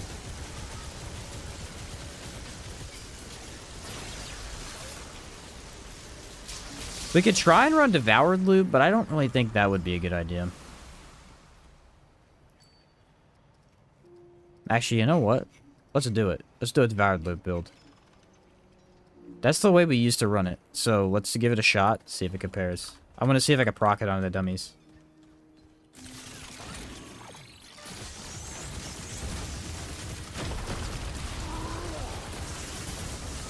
So it only happens one every 10 seconds. I think it just did it. No? It was the mods. That was the idea of the old strategy, was that Vulcan would hopefully crit for you.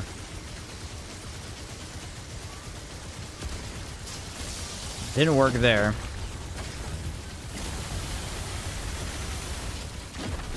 The more of these I get out, though.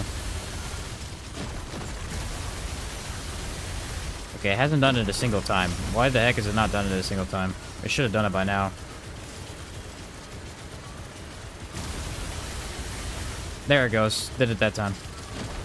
Sometimes it's real finicky. Like, in boss fights, it'll either do it or it won't do it. It's really weird.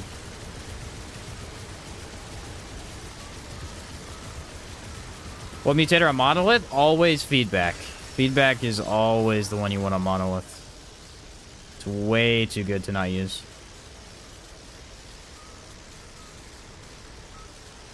Magnifying glass will help with a couple of things. I don't know if it's the best, though. Okay, devoured loop was a bad idea. That did not work in any way. You'd probably want extra crit chance, so maybe take that off, but I don't know. We'll try this. We'll give it a shot. I am interested, though, because I do want to compare. The new Havoc builds with Invoker are really hard to pass up. Because you're getting a really nice damage bump, and then this has... Oh, we do Nerud. This would be a fun Nerud. Should we do Shahala? Yeah. Let's go, dude. Shahala, here we come, boy. About to roast him. I might need a health concoction for that. Did I take glutton? Yeah, I did, man. You can tell immediately. Havoc and Engineer's always been a wacky combination. That's why I like the new Invoker setup, because you're at least buffing the correct thing, like elemental damage, but it always was kind of fun, too, at the same time.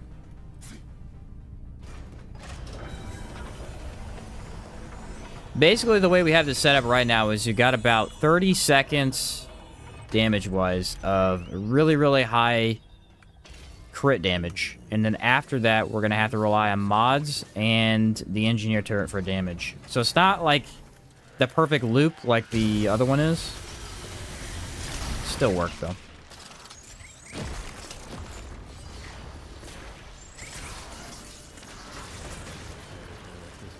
We'll try and test it in area, see how fast we can get around as well.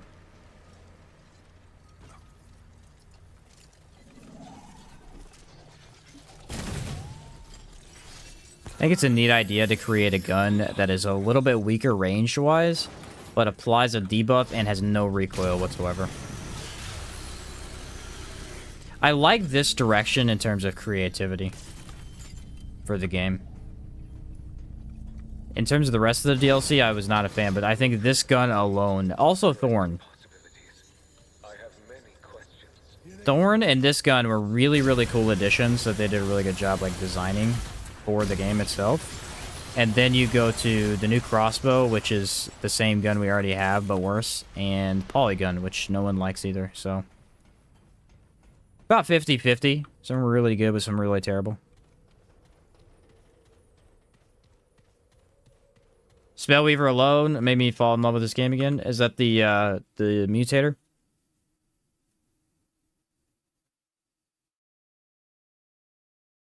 I think it's the mutator.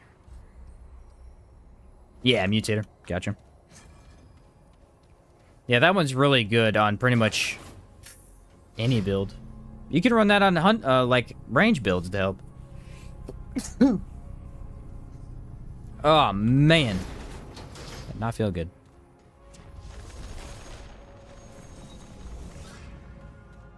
So go up and take a right.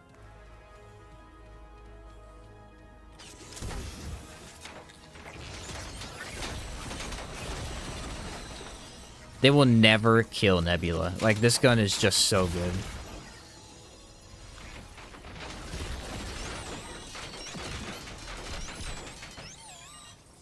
Nebula actually solos the game. It's crazy. Using my Hunter Spear build to get infinite wormholes without the Invoker archetype. Brilliant idea. Brilliant idea. My favorite gun? Heck yeah, dude. Heck yeah. Can't go wrong with it. Let's pop this down. We got Abomination. Let's go. We got Hatchery earlier, so... This is a good hatchery boss, too. Or build, too, but I wanted something different. That's interesting. The engineer turret is almost not critting at all.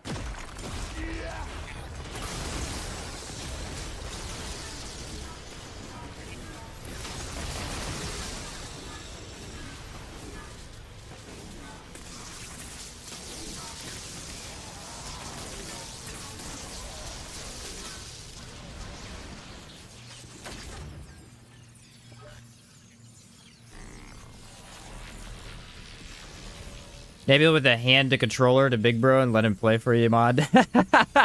Yeah. Hand the controller to Big Bro, let him play for you. He's got this, man. Yeah, Nebula's crazy. I kind of wish Nebula was a little bit more satisfying to shoot, gun-wise, but I think it's in a really good spot. I really do.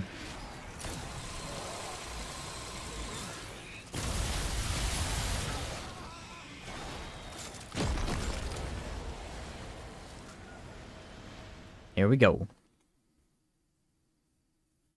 He said Nebula has a primary fire since when?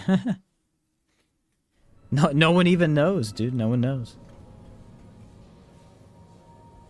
Corrupted Nebula, trash as it looks. No, Corrupted Nebula is very, very good, actually. But the problem with it is it only works on weak spot builds. That's it. Well, not weak spot builds, but weak spots. Other than that, it doesn't work at all. So basically, the gun is useless in dungeons. It does nothing. It's terrible.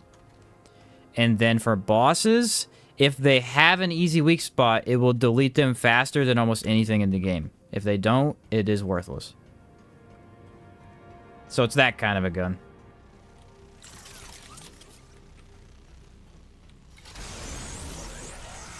Ooh, Displacer is a tough one. That's why Displacer's a tough one. Because I knew he would do that too.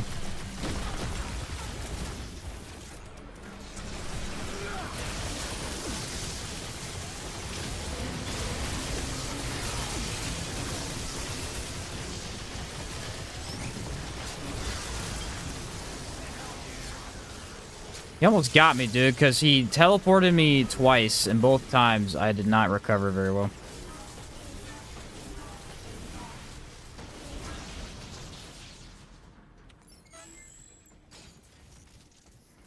Damage seemed pretty good, though.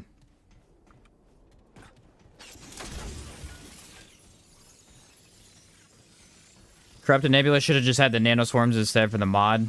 Would have meta, yeah. The change for some of the corrupted weapons just weren't very...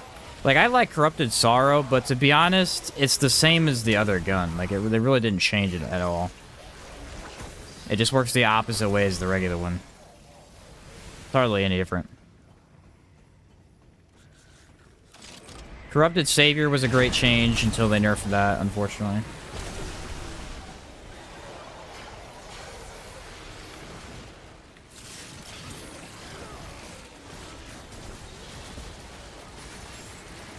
See how well that does. I think it's doing that much damage. It's alright, but...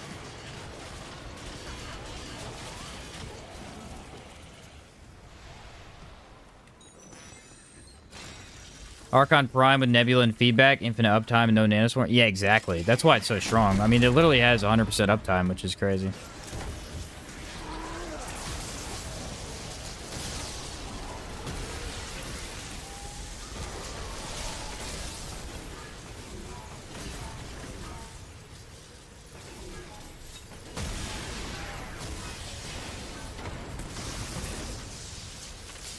Like, it's still good for movement. It's just that the intended purpose of its movement is now fixed. It doesn't have movement while you're dealing the OP. I mean, the teleport still does damage too, so... There's no chance that reached me. You're actually crazy for that.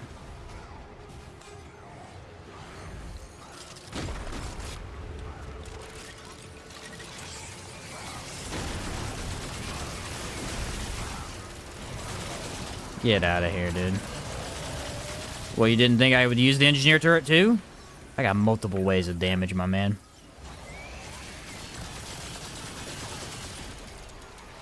I'm the army of one.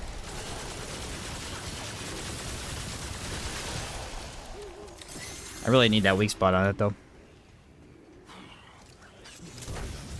So, basically, you get about 2 Havoc forms per dungeon, looks like. Which is pretty good. It's still fine. Corrupted Deceit's pretty good on the Hugs build. Yeah, unfortunately, it's just broken. I wish they would fix it. I mean, it's literally been in the game for months at this point, and it's still broken. Just doesn't even do anything to certain bosses. Or it does and then randomly doesn't work. It's so frustrating. Especially considering regular Deceit doesn't have that issue. Like, I don't know what the thing... It has to have something to do with its mod. It's very annoying.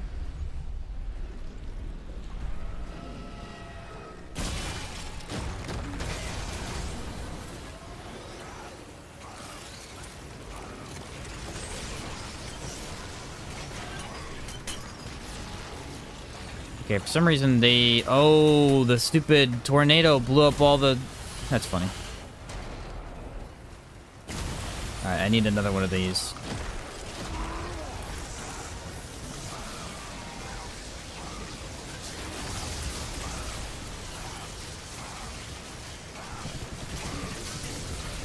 Hardy? I mean, that's doing some damage for Hardy.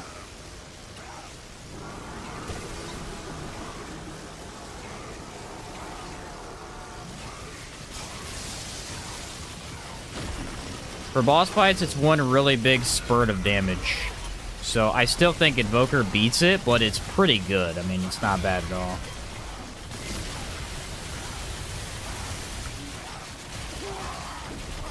Why did that hit me again? Must have delayed it.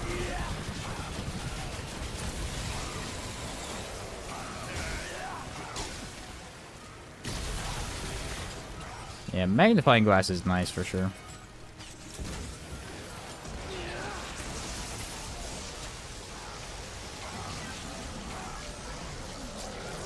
It's like a segment in the boss fight where you don't have it, and then once it comes back, you just win. I don't have any issues with it. It feels about the same, if not a little bit better, because of exposed to what it was before.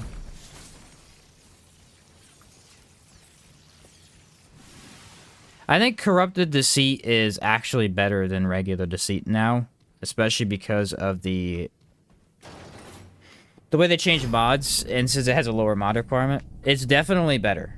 But the problem is that mod, dude. If they fix the mod, it'll be 100% better than Deceit for sure. It's just that is so brutal to use your mod and it do nothing, and then you have to regen it and it does nothing again. It's like, ah, come on. I think the only time I've had issues with it was... had issues on Abomination, One True King, and Keula. And then it didn't work very well on Legion, which neither of Deceits worked that well on Legion. Legion just has such a stupid mechanic. Because the mechanic is, when his face is closed, he has armor. Essentially. But it's like a super severe form of armor where you literally just don't deal any damage at all. The only thing that bypasses that is status, because status goes through armor.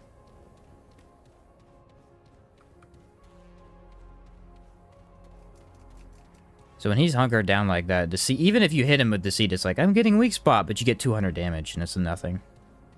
Like, wait a minute, something doesn't seem right here.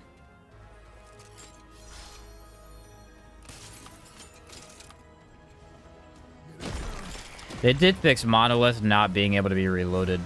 Oh, the problem was that you couldn't use it as a mod if it had no ammo. And they fixed that, and it's so much better now, dude.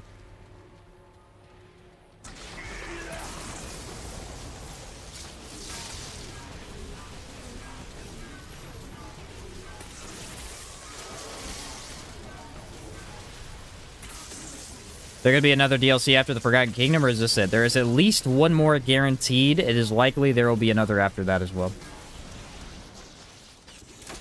But there's at least one more guaranteed.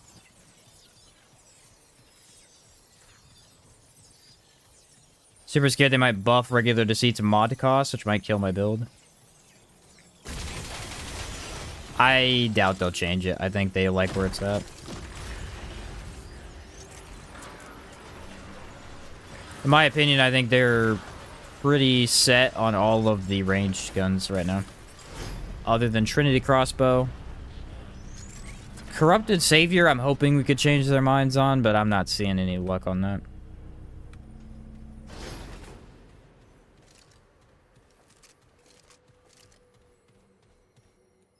I really don't. I don't think they'll change that at all.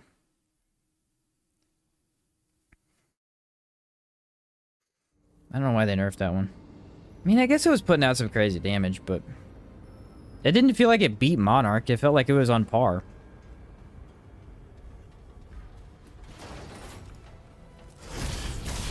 There's never any guarantees, you know, but based on the past experience and, like, where the game's at now, sometimes you can kind of infer what's going to happen.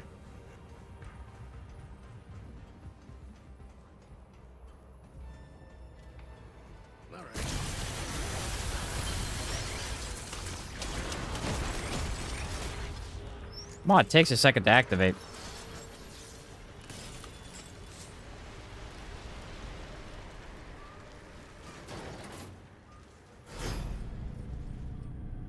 Yeah, crit builds. It's pretty good at crit builds. I think an easy change to Alpha Omega to make it better as like a ranged option is buff its reload speed. There's one thing that I noticed, especially immediately upon this game's release, was that one of the ways they tried to balance a lot of stuff was they crushed reload speed on certain items if that weapon was really good. And it's not a horrible way to balance a game, at least for ranged weapons, but it also isn't always amazing. Like with Alpha Omega, it just makes that weapon useless as a ranged option. Especially since we already have so many really good fusion rifles. The 2 Deceits, all the bows, Savior, you know. Like, bows and fusion rifles are the same thing, so.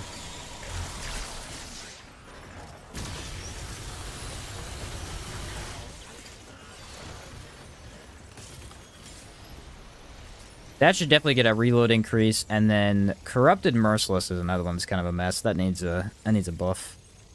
The gun itself does good damage, but its usability is so low. I think they should honestly just, like, change the mod and make the mod... While the duration of the mod is there, you have no reload.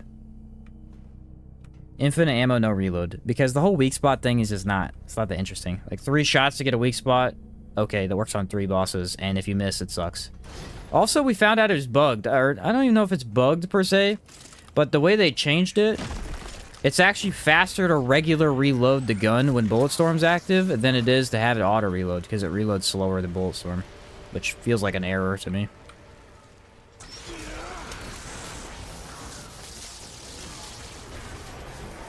Super weird to find that out the other day when we were testing it. Oh, dang, I just got destroyed.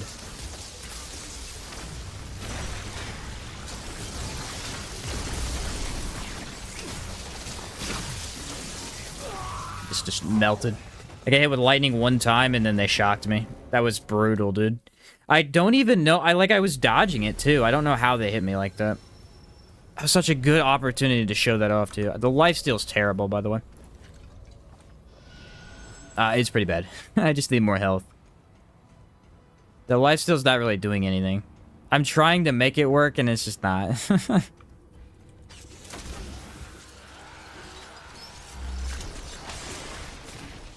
That stupid electric orb, man. That thing got me good. As soon as that hit me...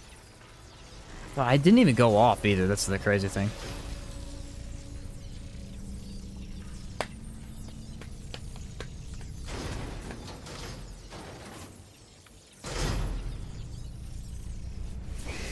Probably should have waited to activate my skill a little bit later. That would have helped.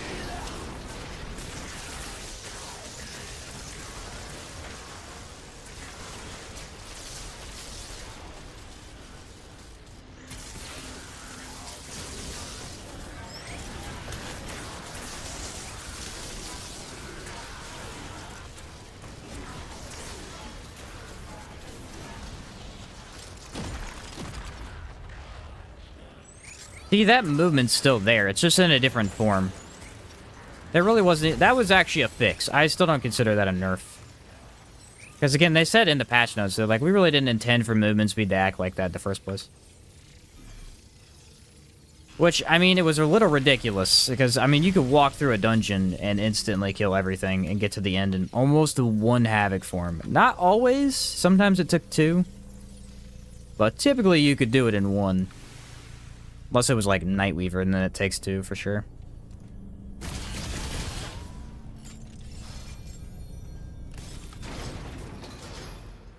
I think the only downside of that change is it once again makes footwork useless. Increase movement speed while aiming. It's just not that useful. Again, if you had every trait in the game available to you, like you did in the first game where you could build into it, yeah, that'd be super nice. But since we're limited, most often it's like, I really can't put points into that because I need some other stuff.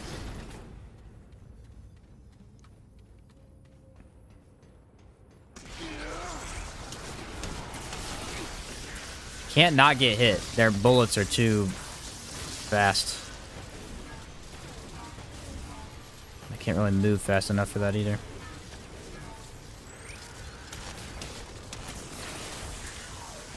I need more side-to-side movement is what I need. Lifesteal is usually a little bit easier to play with because you get that back faster, but I really did want to try resonating. It's working okay. I don't have any major complaints.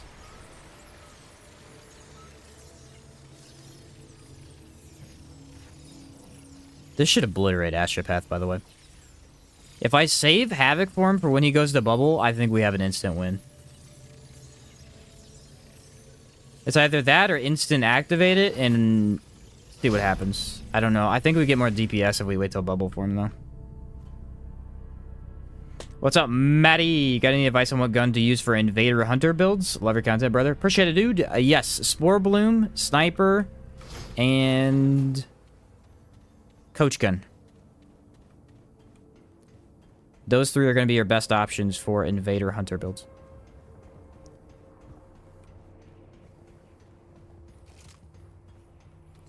I personally really like the Coach Gun. It lacks the damage of Spore Bloom, so typically I run Spore Bloom if I'm doing like a full Invader Teleport Hunter build.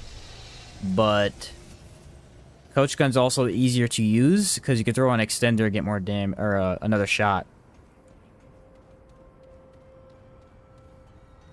I think those are the only three. I'm trying to think of other ones you would use. You really probably not too many others. Most of the other Invader builds are melee, I think.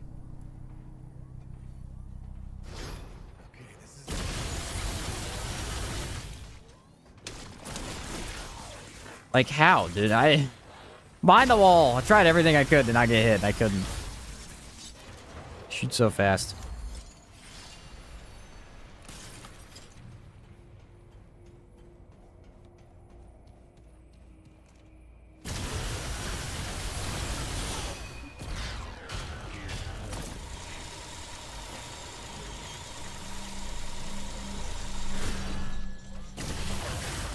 Finally, bro. Get out of here. We should get a shield like that. Like a hard light shield from Halo 4. That'd be a cool ability. No, he's gonna talk. Do this. Then use the Coach Gun with Extender and Corrosive rounds for previous build. Absolutely love it. Yeah, that's the way to run it for sure. 100%. No change whatsoever. It feels amazing that way. You could also run, I think, Top Heavy's pretty good, but Extender is hard to give away.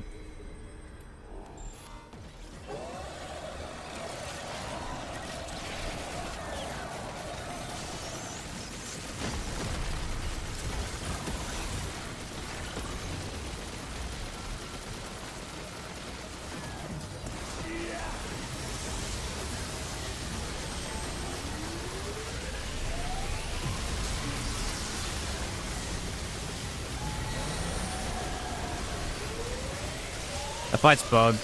That fight has to be bugged.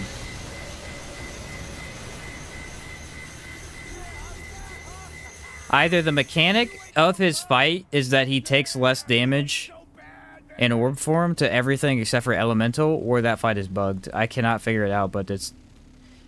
Havoc builds? Or skill-based builds and... What's the other one? Skill-based builds and elemental builds. And mod builds. Absolutely crush him in orb form. And everything else in the game does literally no damage. You can have a max range build, shoot him in orb form, and it does nothing. I don't even understand what it is, because the mechanic is not very well explained by the fight. Absolutely blast him, though, dude. Just blast him. Deleted that guy with Lydusa Eruption in 4 seconds. Yeah, scale builds just crush him for no reason. I have no idea.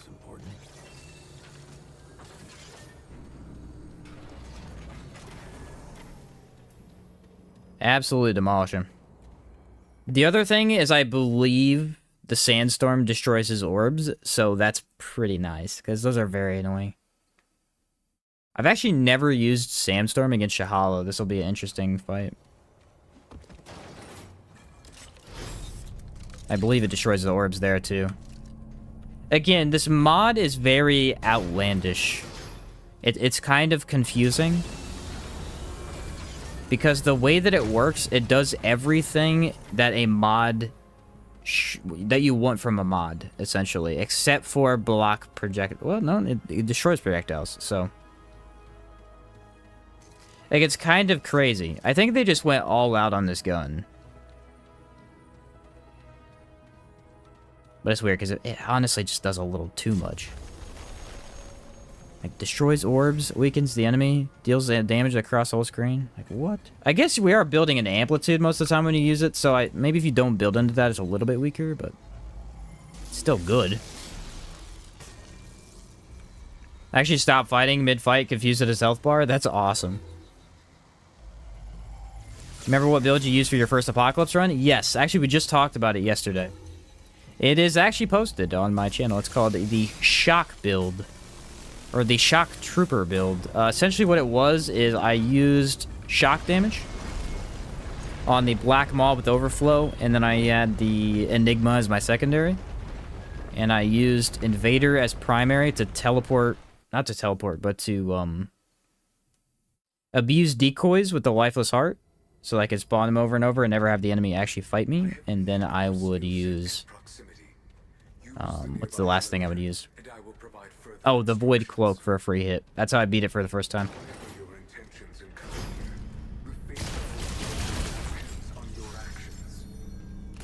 We threw it on the other day, actually.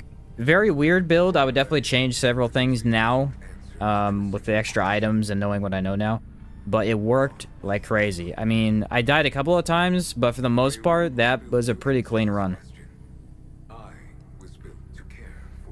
Bosses just don't really know how to deal with decoys if you're playing solo. Now, if you're playing a co-op, decoys on Invader are worthless. They just don't do anything. Because they just go for your co-op partner, because they don't have decreased threat detection. But solo, decoys are insane. And they last quite a while with that. Now, unfortunately, that exact build's a little bit harder to do, too, because Lifeless Heart got nerfed into the ground for no reason. They took a okay relic that very few people used, and they made it way worse. Baffling decision. I actually thought that relic was perfect before. You get double relic usage, but you get very little healing. So without triage, it almost gave you no healing at all. You had to take about 3 or 4 of them to get your health back. Now it has no healing, so what's the point of it? You can't even run it. You have to play with medic. And even then, that's not that easy to do. I don't know. Just stay away from it. End of story. Alright, let's see what happens. I don't know what to do damage-wise. I think I'll probably wait until he does... hands? I got this. I'm gonna spam this immediately. I might be able to get good damage.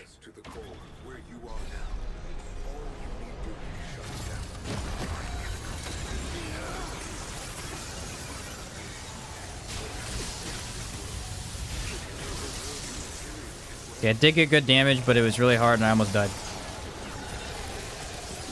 And also I can't defeat him like this, so...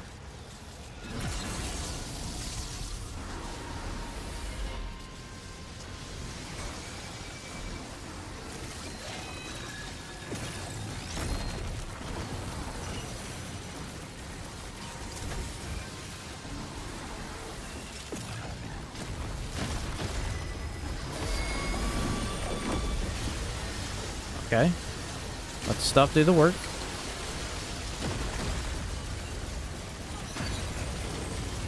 There we go, there we go. Does it hit him? No, it's like Firestorm, it doesn't hit him. Okay. Yeah, destroys the orbs. That's what I'm talking about, dude. I thought it would. Okay, wait for a hand phase. Oh, this is a hand phase.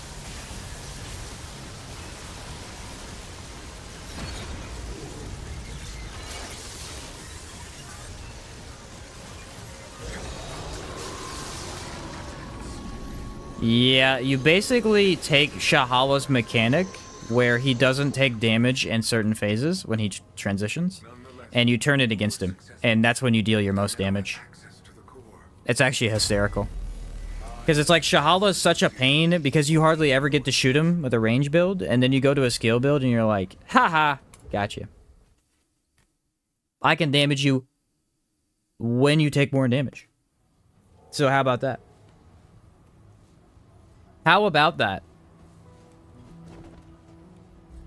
That was awesome. Well, which one was this? Engineer Archon? Man, that was a beast, dude. That was really good.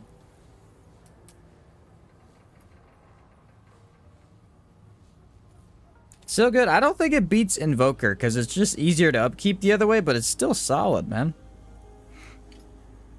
Still solid for sure. And with only one skill usage, too. That's the thing. Alright, we'll do one more build. What you guys got?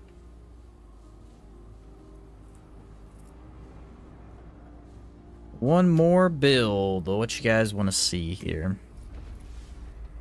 Primary.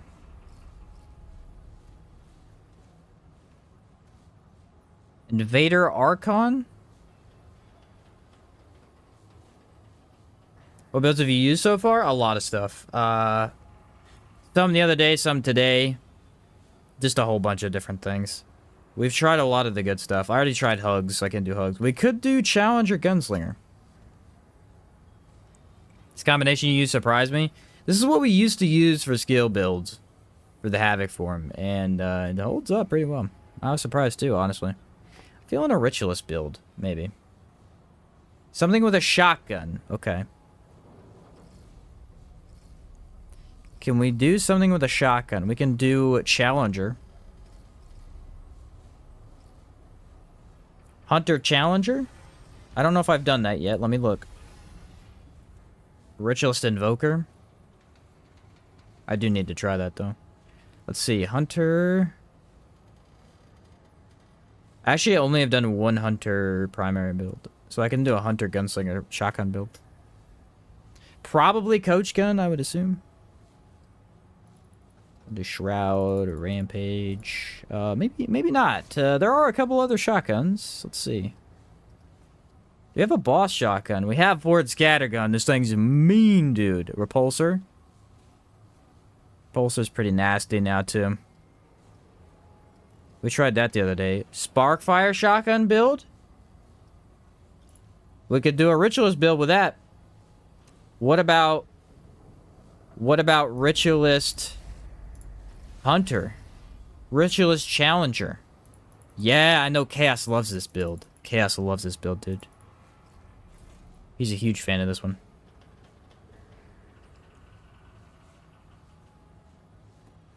That Sparkfire could go really good. Been playing with the Provisioner Ring for infinite shooting swapping style. Oh, yeah. See, I'm not a big fan of swapping. I never have been. I respect it, though. I respect it.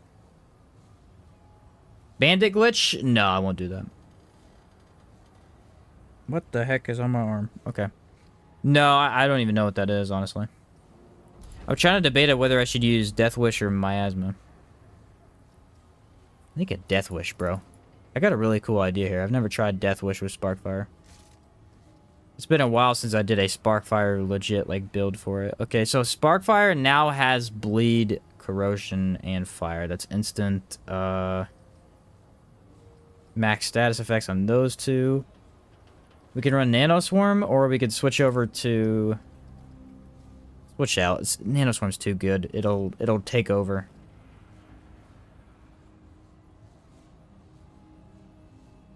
Sparkfire burn ticks are proccing Bandit right now. Oh, are they really? I had no idea. I hadn't even tried that. That sounds crazy. Creeping Mist? No, we want range damage, actually. That's why I'm debating on replacing that. Nah. Like, should I use... Okay, this is what, 15%? I got an idea. Double up on corrosive, so we get 30% crit chance. And then switch over here and apply... What am I missing? Bleed. Bleed with abrasive? Maelstrom. Boom. Solved. Now I get that mod back fast? Nah, it's not elemental damage. What if I just do, like, twisting? How about that? Twisting with creeping mist. How about that? That sounds good. Okay. We gotta have range stuff. So what we could do is abrasive, actually.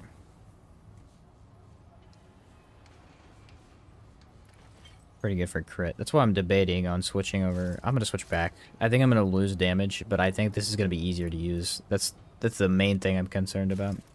So we'll do Maelstrom.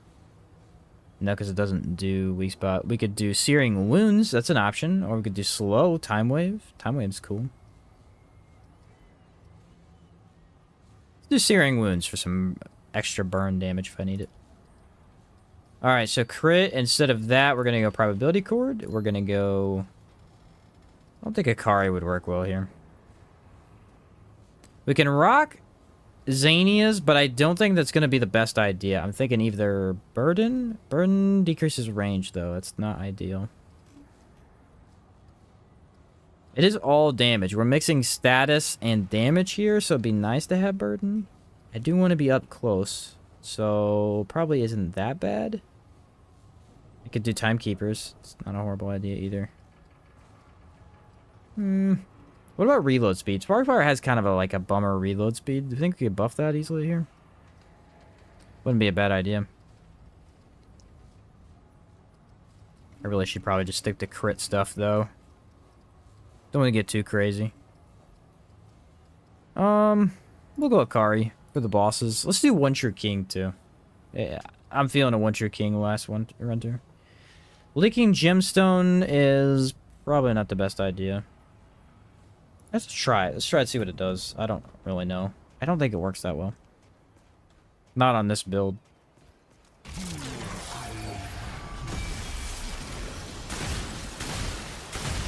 I need to reduce recoil.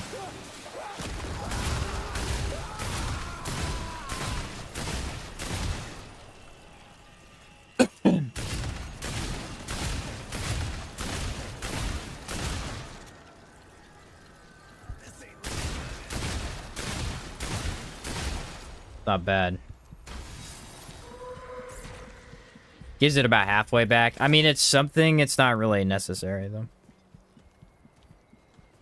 Thoughts on the Root Earth campaign? I was honestly super disappointed how short it was. It is pretty short. Yeah, I like it, though. I think it's fine. I just wish we had more into the story, personally. Health regen, mod regen. How about...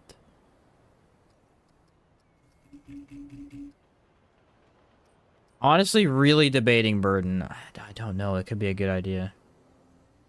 We'll stick with Leaking for now, maybe. Nah, let's go Zanias just for the extra weak spots that we hit. Okay, so those are all good. We're going to switch these over to range damage. That'll boost that a little bit more. And we'll run spread. Weapon spread with... Oh, no, no, no. This was the change I wanted to make. Instead of Akari, we run focus point. If I could find it. Where are you? Focus point. Here it is. Reduce spread. And then take the concoction. I want to see how low this gets with Sparkfire. I haven't tried it with it. Oh, yeah, dude. Now we're really hitting. Okay. Oof, that reload, though.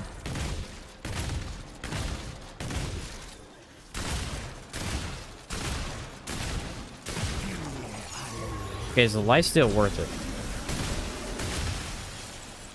That's already... Okay, the stacks already work with the status. That's what I thought would happen.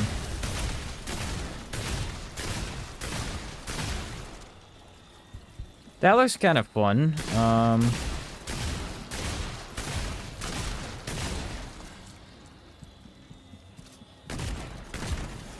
Yeah, 1600 crit ain't bad at all. Hey, that ain't bad at all. Let's rock that.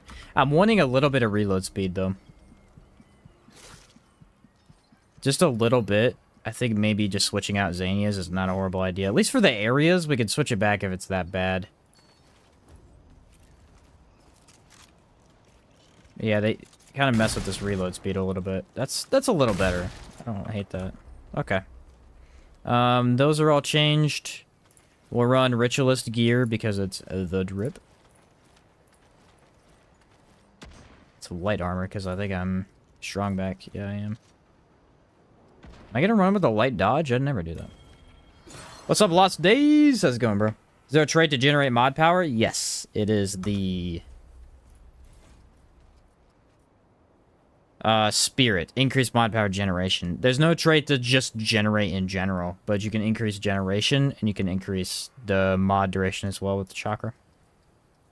Okay, we need kinship for this. Flashcaster. Do I need amplitude? What am I using? No, I don't need amplitude. I need skill cooldown with fortify for a defense so I don't get one shot. Fitness could be nice, probably. Triage. And I am running a shotgun. Let's run ammo reserves. I was debating a long shot, but ammo is going to be a major issue. Reload like that? You see why I like provisioners on? Yeah, okay. You know what? If you're going to say provisioners, let's try it. Let's try it out. Because I remember provisioners being pretty interesting, and I don't ever use it, so... Instead of gunslingers, let's give her a shot. I got plenty of ammo in both guns. That make me use them, too, so... Alright, we satisfied? What happened to my health? I'm an idiot. I didn't take vigor or endurance. What's wrong with me? How'd that even happen? I was gonna say, something seemed real off there. I had, like, way too many trade points. It was really nice. There for a second, I was really happy. Huh. So you got done making some t-shirts for the merch store? Oh, nice. Last days. That's cool, dude. Blackout ring? Which one's blackout? You kind of need to plan your build around it. Takes some getting used to. That's true. If I don't swap enough, it's going to be worthless. Okay, so no flashcaster then. You said blackout ring? Let me see what that even is. Blackout. Oh, here we go. Increase reload speed by 3% for every 20% magazine. Oh, hey! Let's try that. That's a new ring.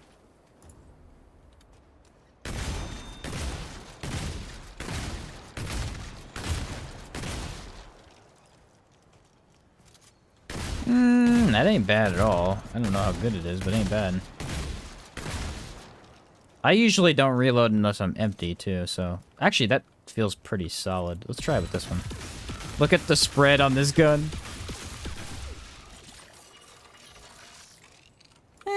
Okay, let's try the other ring and see if I prefer it. Provisioner... So if I shoot this...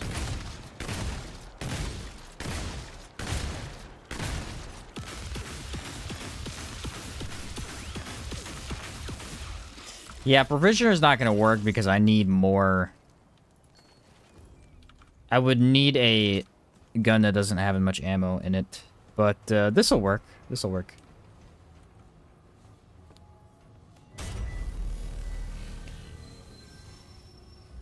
Hadn't touched the focusing shard since release. It's acting like repulsor right now.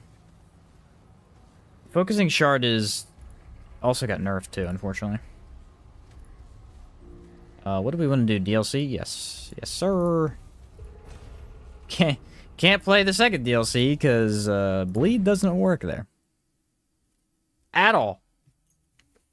Alright, what was this? Hunter and... No, this was Invader... No. I'm saying all the wrong things. Ritualist. And Challenger. But you could do the same thing with Ritualist Gunslinger, Ritualist Hunter. I think the best one is Challenger, though, because the Rampage gets procced off of the statistics.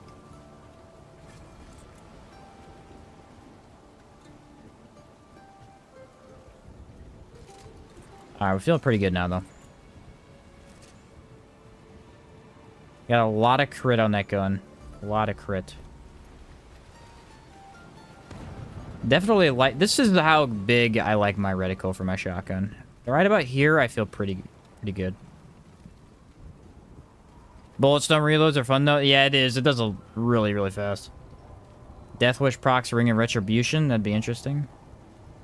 Ring of Retribution. Which one's that?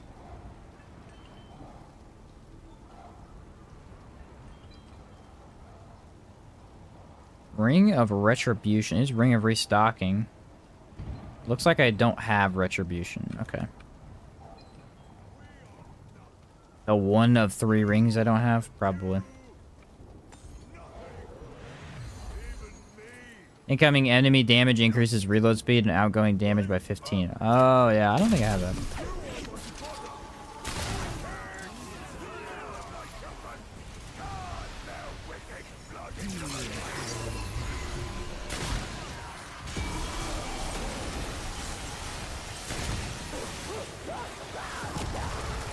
Ooh, Toxic sucks.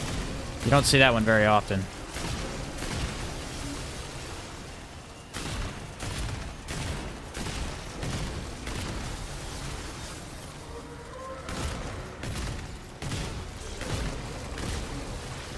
It's a particularly nasty one, though. Nope, he dodged.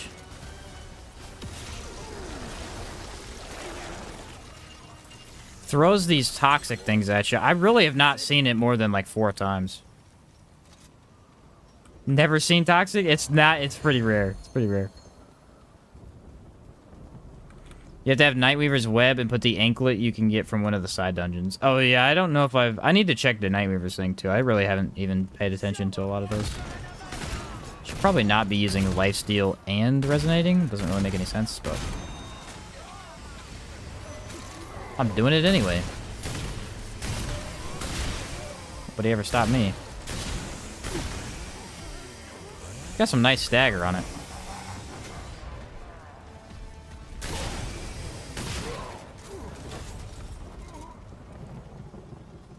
Some really nice stagger on it.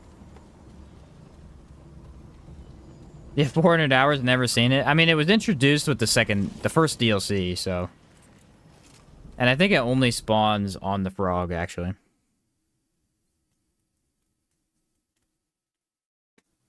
Dria's Anklet. I believe I know which one that is. This is the 3rd time today, dude. I don't understand.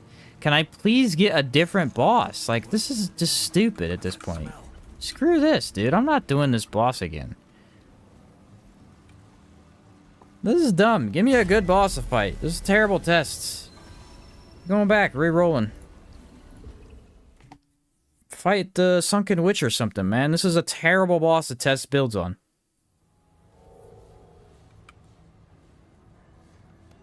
Third time today. Third time today.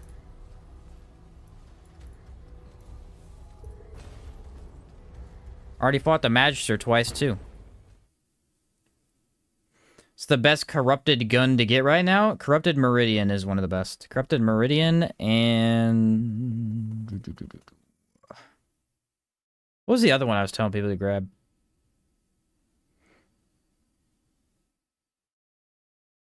I don't remember. Meridian and Corrupted Sorrow are very good. Oh, Corrupted Arbalist is really fun, too. Yeah, Corrupted Arbalist and the Meridian. Arbalist is just really fun. I like it quite a bit. It is an absolute blast. By the way, this guy's leaning on the wall. Except he's turned around. New bug that was introduced in the second DLC. How the second DLC made this happen, I will never know. You do a melee build? I can do a melee build. I don't know if I have time today, because this will be probably the last build we do, but I can show you a melee build if you stick around. Even after that. There is a melee build that uses the flail that I imagine most people are going to be doing. I also did one earlier today, too. Corrupted Arbalist, you're going to run standard Archon Summoner.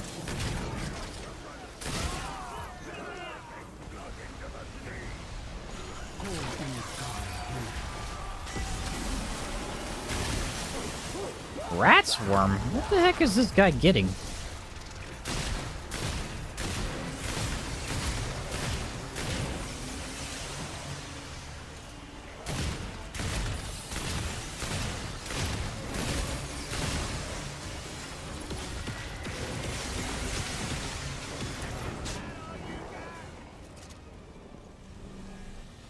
Nice. Love seeing rat swarm when I've got my arbalist. Yeah. Ping, ping, ping, ping, ping, ping. Think Ritualist might get a nerf based on what I've seen. Looks like it's a free wing class. Ritualist did get nerfed. They nerfed all status damage across the board. Compared to last season. Season, quote unquote. Last DLC.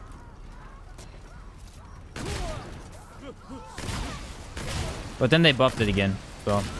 I really couldn't tell you. The devs have been super weird with the latest changes, so I have no clue what's going on with the game.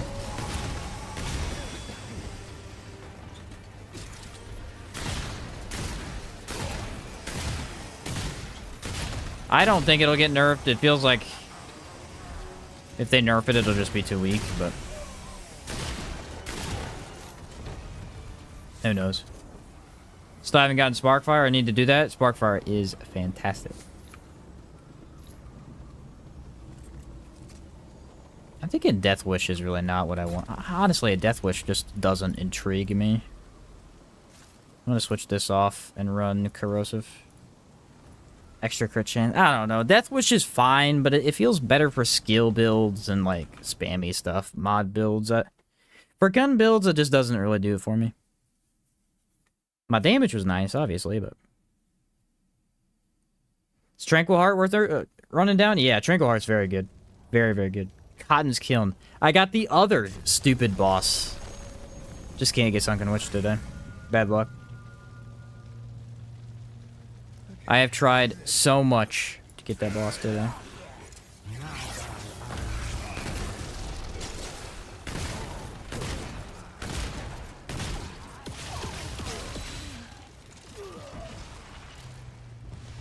Yeah, the status damage is not actually what's dealing our damage, so... Mainly the gun. Not sure what to do about that.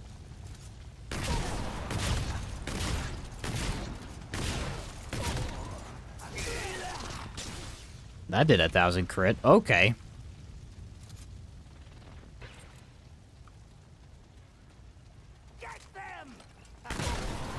The point of what it was before, though, wasn't it the bleed that was giving me... Yeah, it was giving me the extra...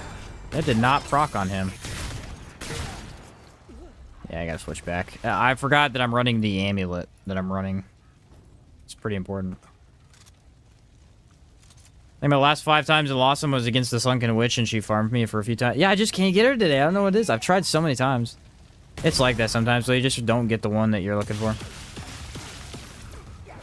Sunken Witch is a much better test boss for stuff, just because she's a really good boss fight in general.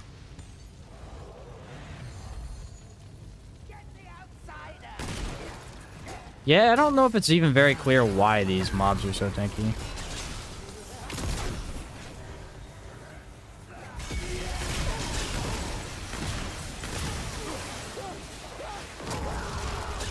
They just kind of rush you and don't take any damage.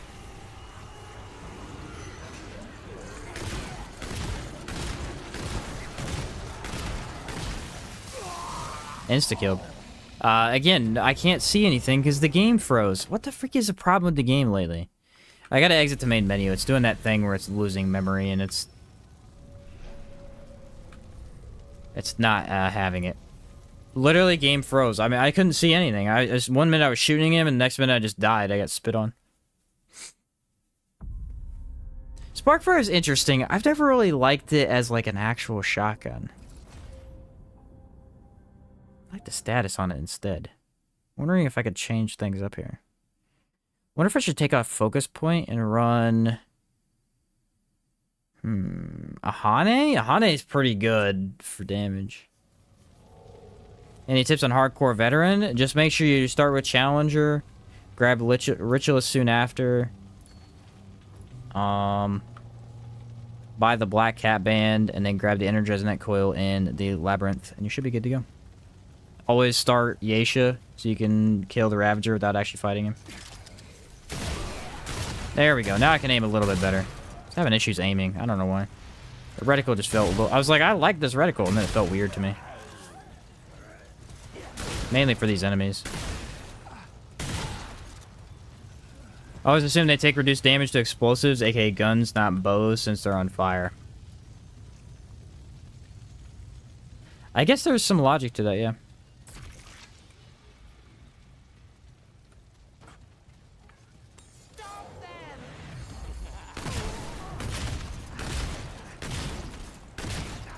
Doesn't help them using the one gun that does fire damage, and they're basically immune to it. As in, basically, I mean, they are immune to it.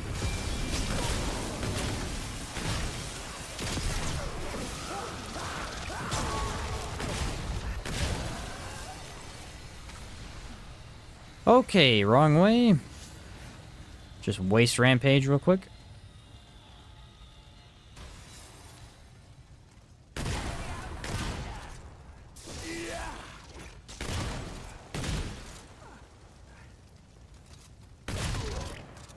You shoot them in the head, they do take a good amount of stagger.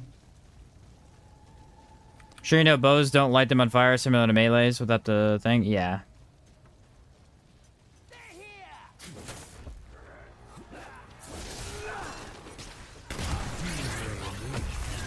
Alright, just so we can see the enemy here.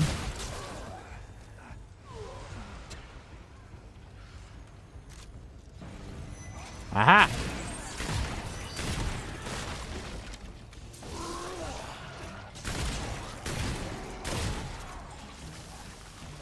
Where can the enemy get to me at? I'm trying to figure that out.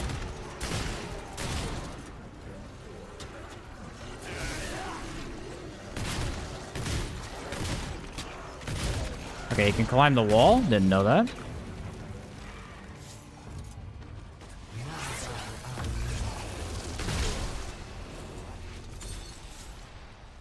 Was not aware. Don't really care for that.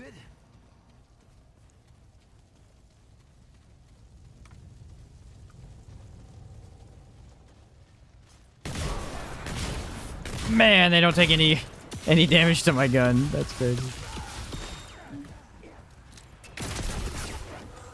Health going.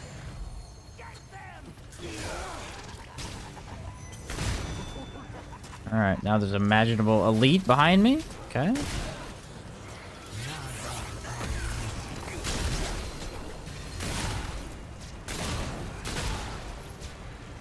Alright, so you should die to status, I would assume.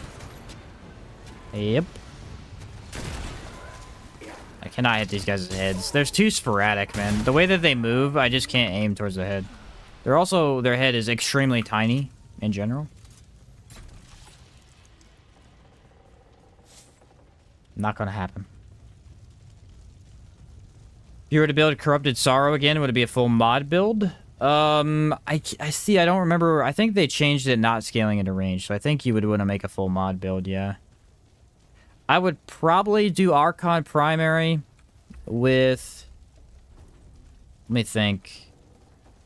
It's not explosive, so you don't have to run Summoner.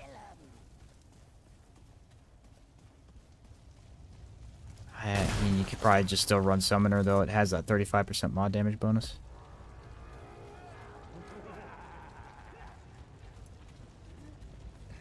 So, I mean, at base temple, you could just run Summoner again.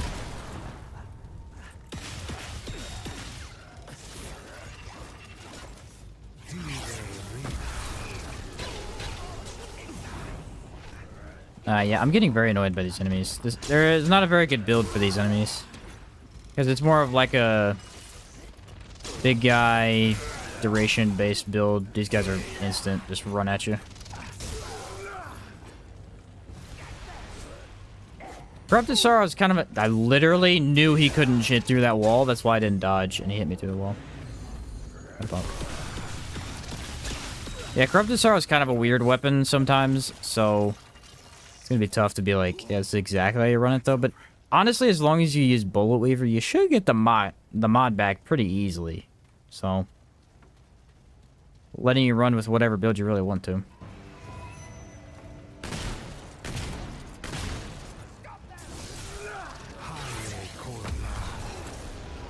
Aha! It's Flashcaster. We've been running Flashcaster all day, so now I don't have it on. It's throwing me off.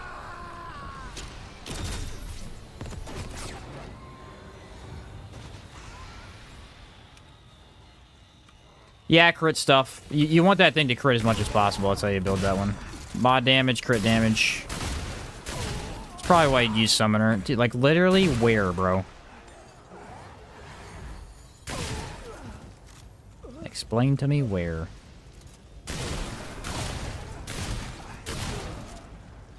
That bleed is nice.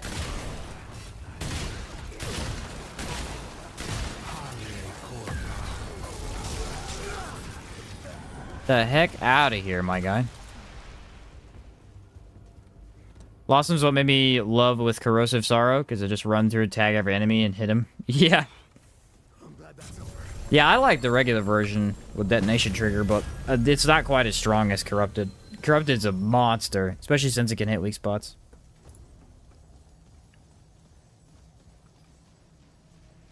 An absolute monster.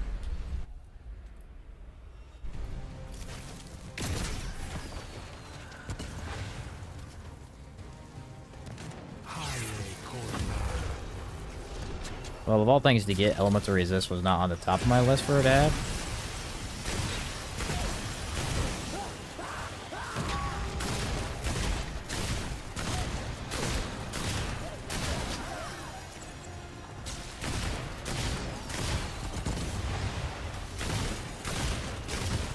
She has a weak spot, and I can never hit it. I don't know.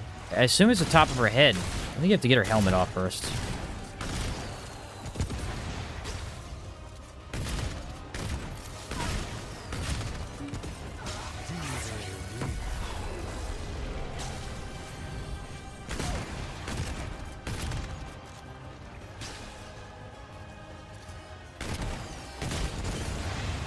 Maybe if I use this one.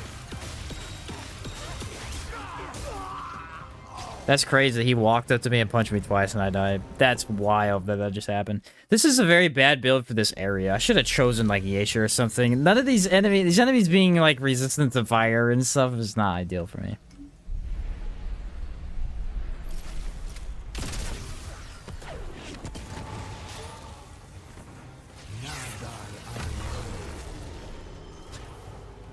That was my bad on that choice, honestly.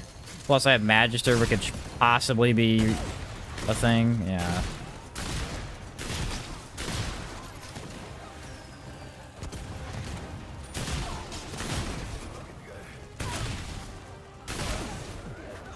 Dude, get away from me, bro. Let me play the game.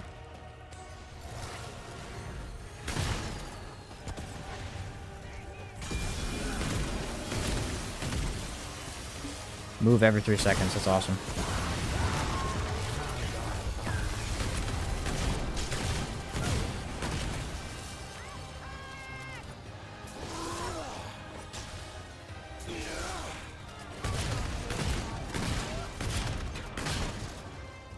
Yeah, I mean, I can't hit her weak spot, so I have no idea what the damage is actually like.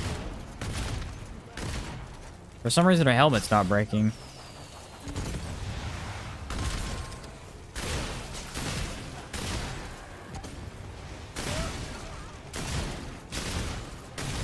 I do really like that life, that bleed mod, man. That thing sounds so meaty when it hits the enemy.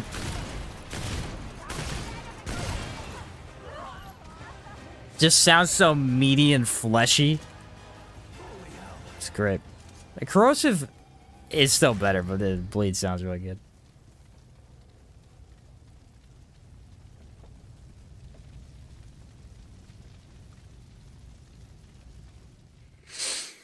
Yeah, eruption is pretty good. I've tried using it with detonation trigger myself too. It's just like sometimes if I throw on detonation trigger, I can make it work, like build around the cooldown in other ways, but yeah, it's tough. Which class combination was the biggest surprise of the day? I don't remember. Which one was it? It was the, probably the Alchemist Hunter build was really, really good. The Ritualist Invader. Probably that one. That was the one where we were doing the teleport and insta explode stuff. That was actually pretty cool. That was the biggest surprise of the day. I think one of the best ones we tried overall in terms of well-roundedness was the Misty Step one with the Alchemist Hunter. That build felt really good. I would play that build on a regular basis. This build's missing something. I can't quite tell. It's not even necessarily just the combination. I think it's just what I set it up with.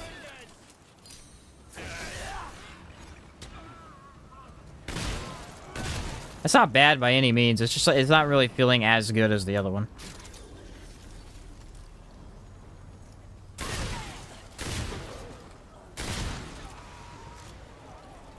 We'll see when we get to a better boss. Like I said, we haven't really found a good boss to test on yet.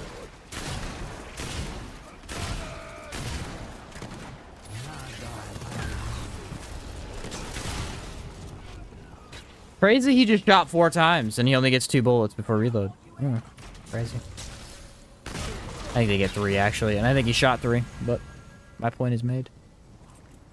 Get Leech Profane, Leech Siphoner, breaks even on single boss targets. You can heal from mistakes. Yeah, very true.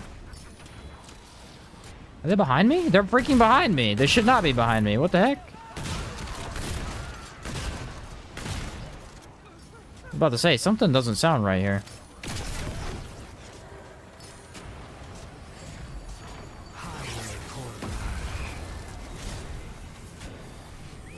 What are they doing? You never know what's going on around here.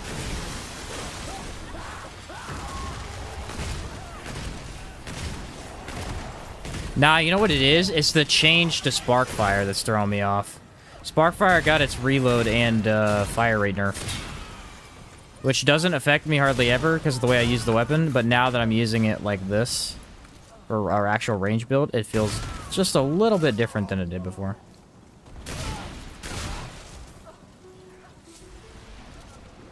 Finally beat Elite Crimson Avatar today using your strats for the Platinum. Oh, nice, 12. That's cool.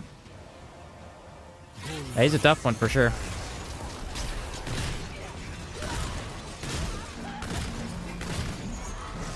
Tough nut to crack, my man. Tough nut to crack. It's the reload speed, mainly. Woo! Look at that chunky damage, though.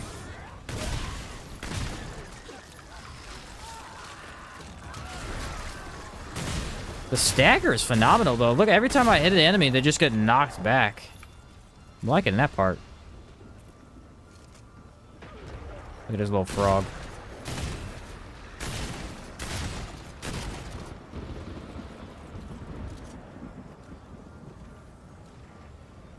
I have to say, there's something around this corner, I feel. Nope.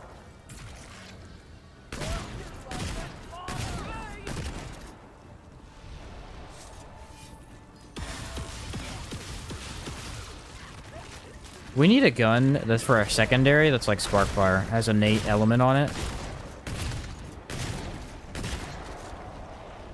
That'd be cool. That's awesome. That once again I got shut to the freaking floor.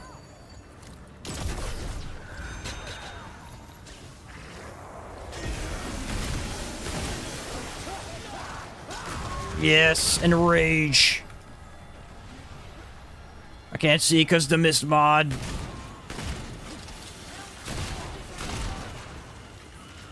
Oh, they're turning into frogs.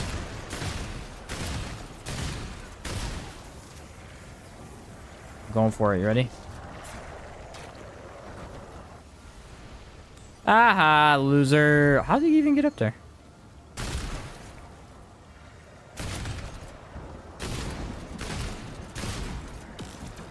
See, even frogs don't like taking ladders. I need this ammo. It didn't give me any ammo. What the heck? Okay, it gave me some, but a very minute amount. Better off just taking an ammo box. And resonating. Thank you. Okay, we're gonna wait a second so I can hit more of them. Yeah, there we go.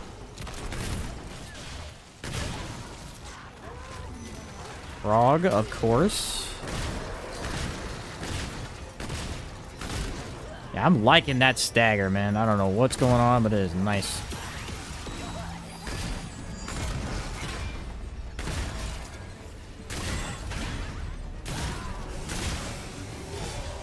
That's crazy, dude.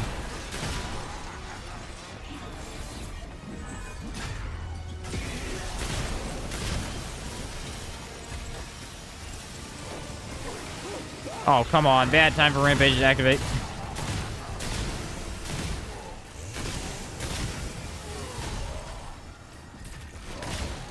Alright, it worked out. It worked out. I was a little scared there because they activated as she was coming at me, and I was like, uh-oh. I'm not going to be able to dodge, but I did. Worked out fine. Worked out.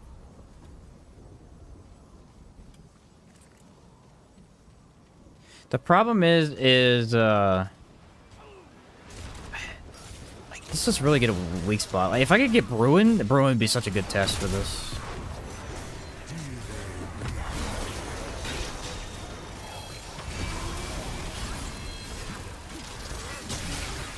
I dodged, and my character stood still and didn't move at all. That was so weird. I don't know what just happened. I dodged, I pushed the dodge button, and instead of dodging, my character stood still. Did not get staggered by the attack that would have staggered me. What? That was the weirdest thing ever. That should have staggered me, and it didn't, and instead it just canceled my dodge. Just watch that guy spawn in.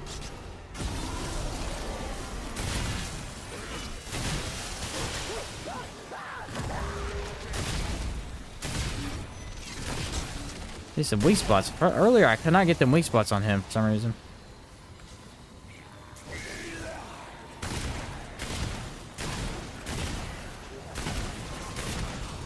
Yes, lifesteal my health, please. Brilliant.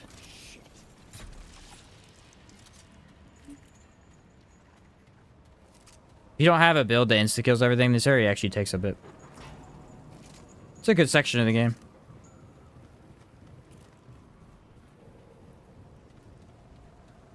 Yeah, miasma right now is really weird because there's a couple of builds that make it... Like, that's the thing about Energized Net Coil, is it's just so busted. Like, the second you apply a status, it insta-kills the enemy. So running anything other than that's a little tough. This one's more of a boss killer than anything else. At least it's supposed to be. I am quite liking the stagger. Not sure my secondary is the best choice, though. Probably could have gone with, like... something that did more fire damage.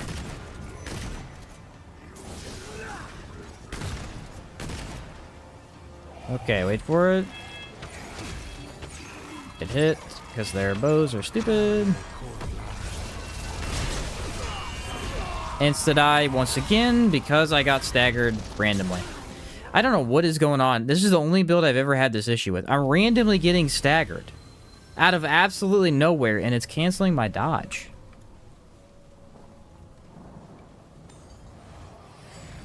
I've never had this happen before. I gotta say, not a fan.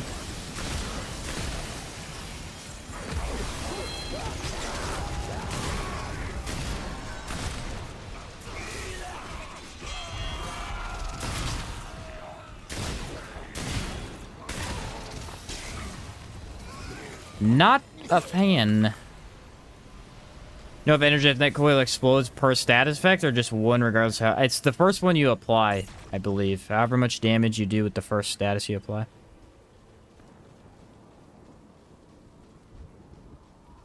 So I typically, if you're gonna run it, you would stack, like, one status, and I believe it does better that way.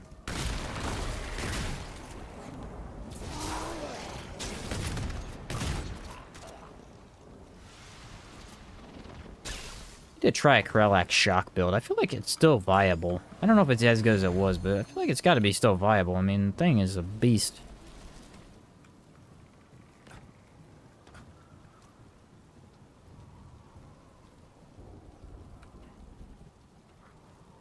What do we have here?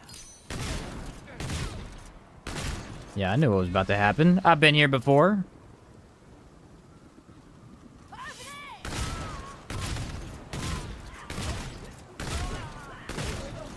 One of them turns. Nope. Okay, we're good.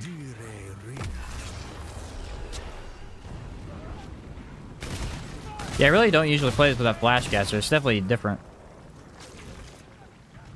Oh, he's turning too.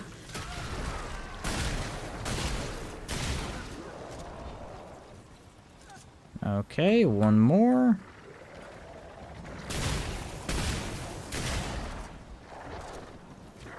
I don't remember this having this much stagger. I gotta try the coach gun sometime, because I feel like that would do some absurd stagger too.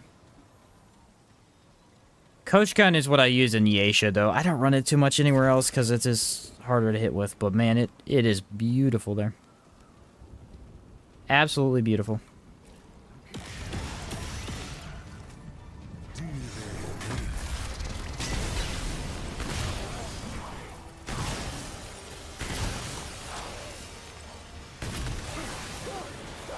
There's my rampage. Thank you. That does reload your weapon.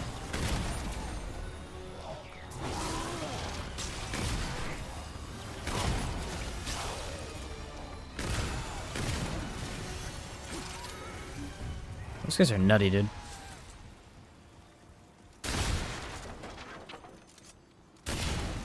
See what I'm saying about that sound? Like, it's such a bloody, like, fiery... It's so cool. So cool. Shock rounds is the only one I really don't like on the Sparkfire. I've used it a few times. It might be better now, actually, since they've changed the... Dude, I'm not doing it. I'm not doing it. I'm so sick of the same bosses today. This has been so stupid. This has been the worst Lawsome run I've ever had in this game. There's been the same boss 3 times in a row. What the heck, dude? I'm not doing that. Terrible status boss in the first place. I got the 2 freaking bosses. I got Gwendol and I got Bloking. Or not Bloking, Magister. The 2 worst bosses for status, and I got both of them. What a joke. How are they alive? I didn't rest. Oh, because I went through a door.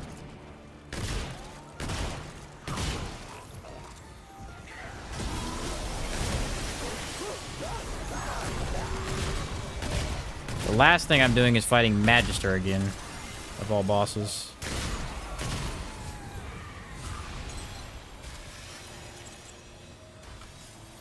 Not going to happen, buddy. Not going to happen. We even changed it up today and we tried doing a Fei Lin run. And Fei Lin still got Bloat King and Magister. Fei Lin was fun, though. Fei Lin's such a fun fight. I feel like the more... He used to be a fight that I really hated. Fei Lin is hard. He's a hard boss. But the more you fight him, the better you get at him. And it feels like a really good fight after that. He's not one where you fight him constantly and you feel like you're just up against a wall. You eventually do learn how his fight works. Is Remnant 2 worth it? Oh yeah, Remnant 2 is... If you like the first game, it's more of the first game, but better. Yeah, it's great. Contemplating 8 or Dragon's Dogma 2. I have both games. I played both games. I love both games. I think Remnant 2 has more to offer at the moment.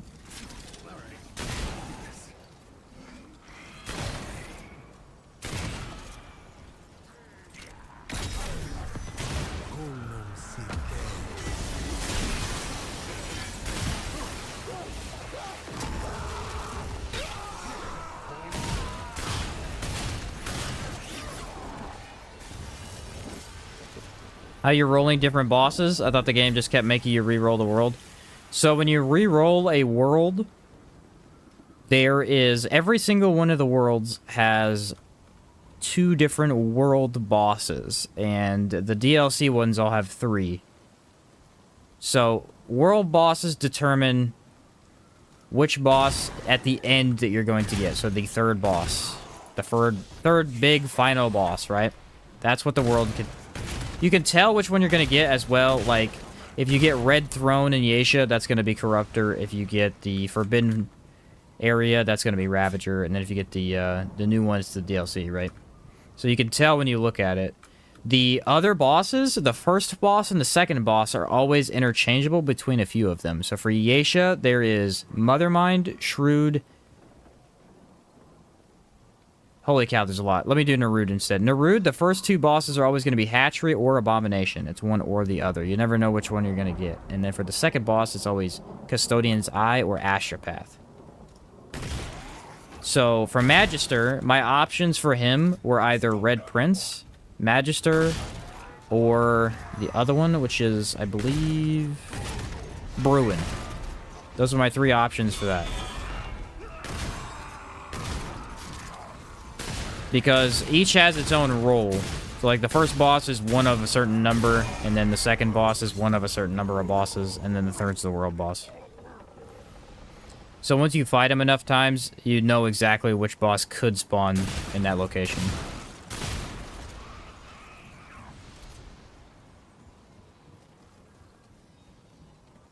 If that makes sense. Hopefully it does. It's kind of convoluted if you're not too familiar with it. The idea is to get you so you never really know 100% what boss you're coming up against. Game reminds me of Warframe. I know there's quite a few Warframe players that enjoy it.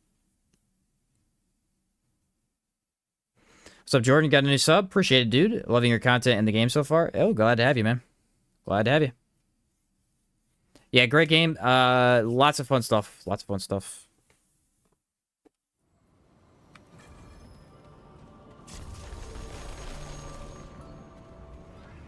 Plenty of hours spent in this game, grinding out items, killing stuff different ways, all kinds of stuff. Lots of fun.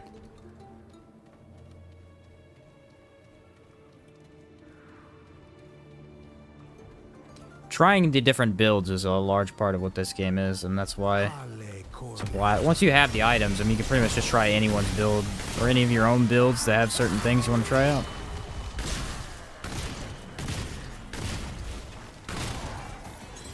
I literally said, Bruin would be so good to get. No, I didn't get Bruin. Okay.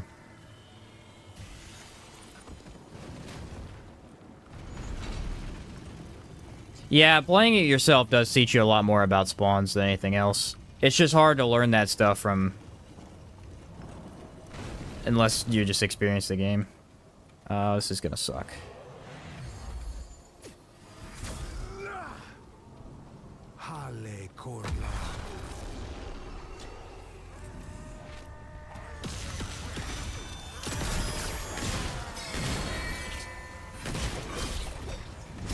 And because of that right there. Sometimes that just gets me, and there's no way to recover.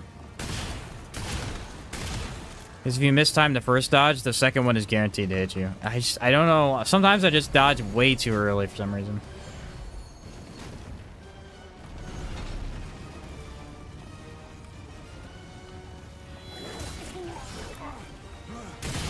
Or that crap could happen. Well... some bugginess happened right there, but...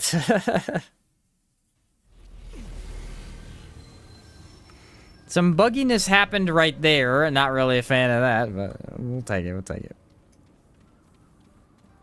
You played other Souls-like and FromSoft games? Yes, I have, yeah.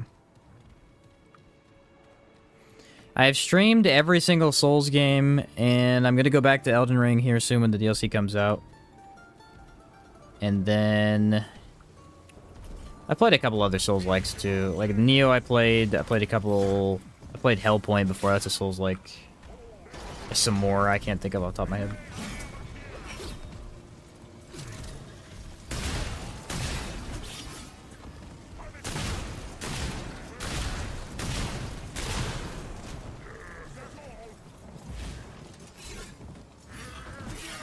Considering how good I am at the Bruin compared to most people, you would think that I'd be better at fighting these guys, and for some reason I'm not. Play Sekiro? I have not played Sekiro. People have asked me many times. Or Sekiro, however you say it, I don't know. How many hours do you have in the game so far? I have a total of 9. Let me check Steam.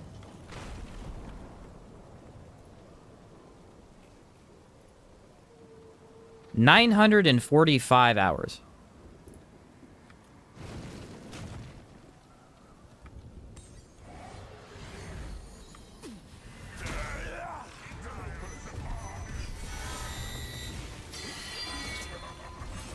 Just gonna roll past them. They are not worth my time and very dangerous to this build specifically. Peace out. You have not played Sekiro. I don't really know why I never ended up doing it.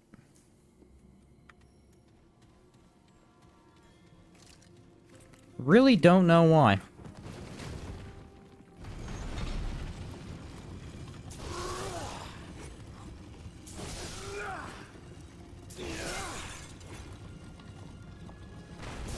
Oh, I know why. Because I suck at deflecting. So I was terrified to even play because I thought it'd be really hard. Although I did try to deflect in... Did I try and deflect in Neo? I can't remember. I don't think I did too much.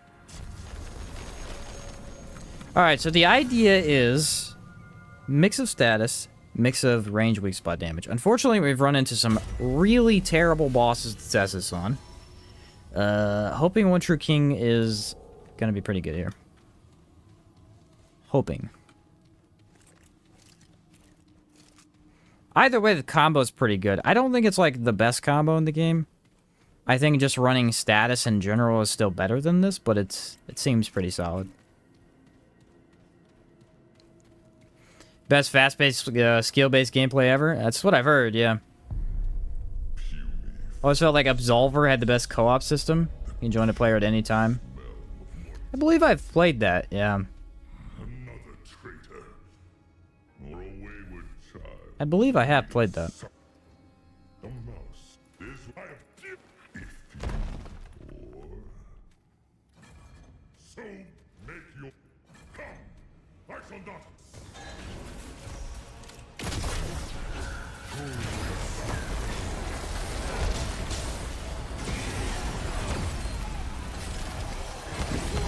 Flashcaster got me on that one. Literally couldn't use my thing.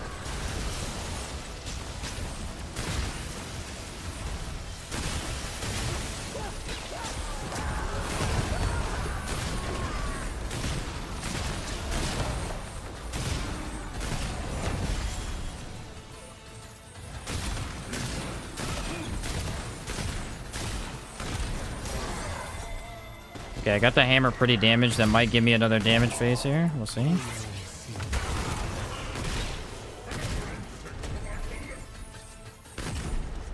No.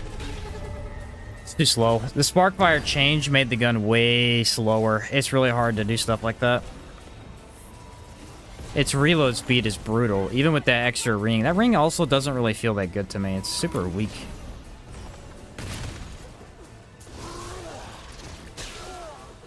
It's been helping, but it doesn't feel like a massive boost.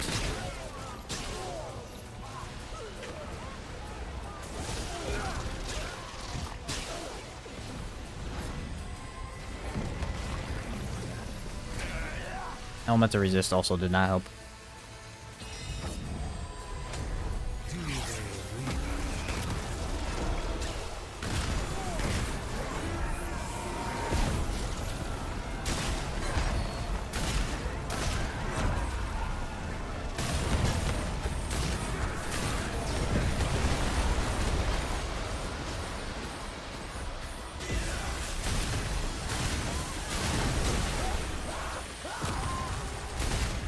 I can't hit his weak spot because he won't let me get away from him.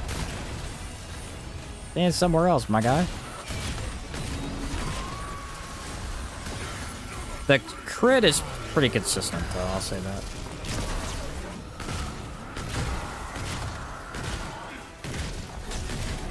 Just can't hit his weak spot. I mean, I'm literally shooting his face hole dead on, and it's not doing it. Also, it's giving me, like, weird damage numbers, far lower than it should be.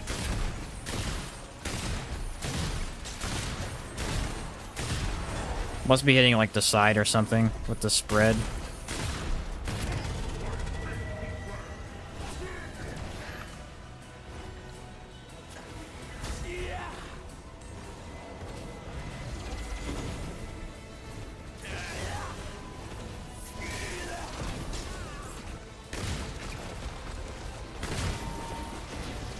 Anytime you scope down, that's when they put a red pillar on your back. They try to do it every time.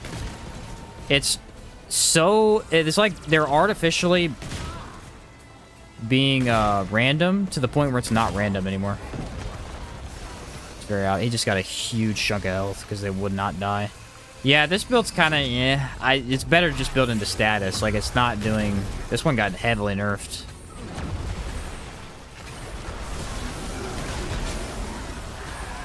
This used to be way better before the second DLC.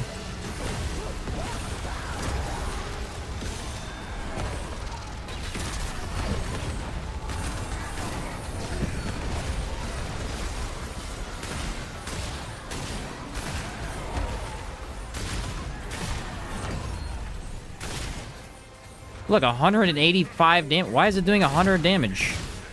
It's weak spot and crit. Very weird.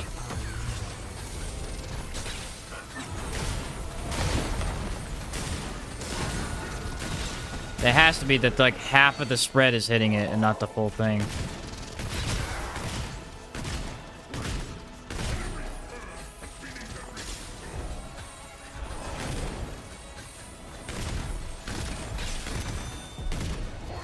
Going again. It won't let me get the second damage phase in. I don't have enough damage. I'm like probably 400, 500-ish damage off of getting it. I just can't quite get it. See what I mean? The second I threw that crow axe, they were like, yep. Oh, I'm dead. Oh, freaking animation, dude. It takes so long. That flashcaster, that's brutal. I should have had that too. Literally, this one is terrible, honestly. It's not doing very good. I'm going to switch things up here. I'm going to use corrosive instead. Something just don't feel right, man. It feels off. I need the bleed, though. What was the amulet we used last time? I need faster reload speed is my name.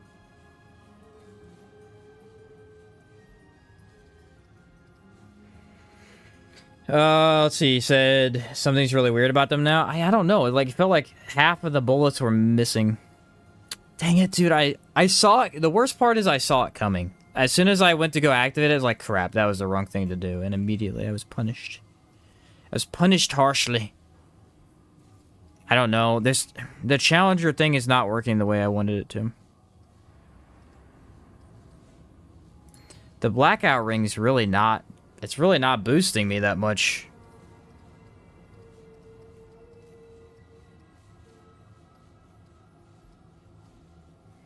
The problem is the status damage is incredibly low. Wondering if I should use Death Wish. Let's try Death Wish again.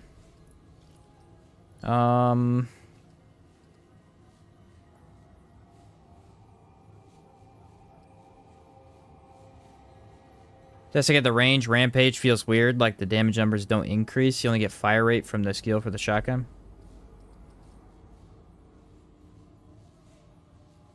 Increase range damage by 2.5 per stack. It does seem a little low, doesn't it? It seems very low. Well, we could also try a different shotgun too, I guess. I could literally throw on Spore Bloom, although it doesn't really work that well with the status, but... For the giggles, I could try it.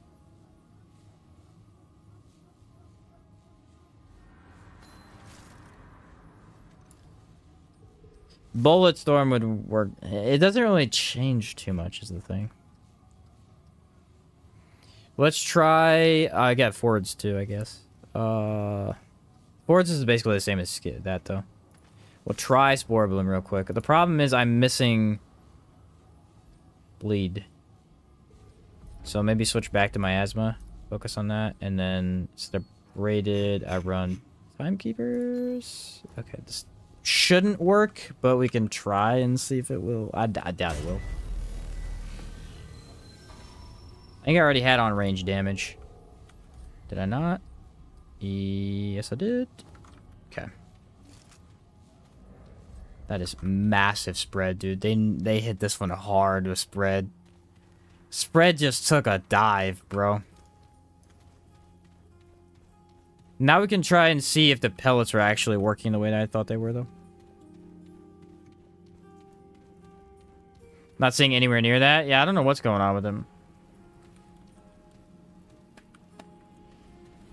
A loot filter would be nice. Devs creating UI is too complicated. They did say that, though, did they not? They're like, it'd be too hard.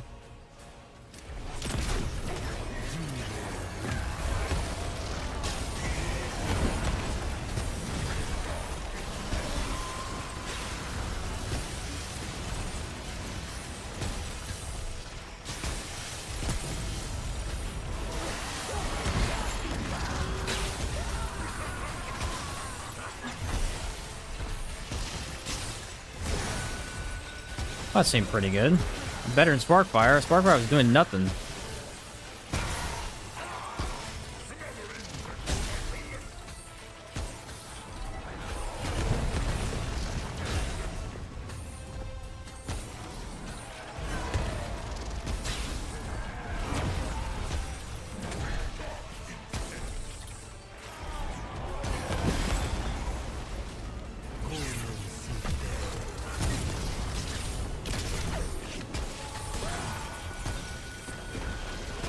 That's already way better.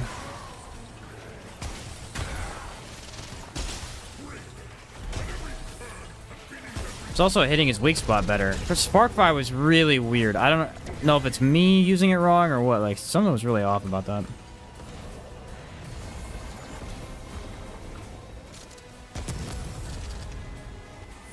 Some of that haste.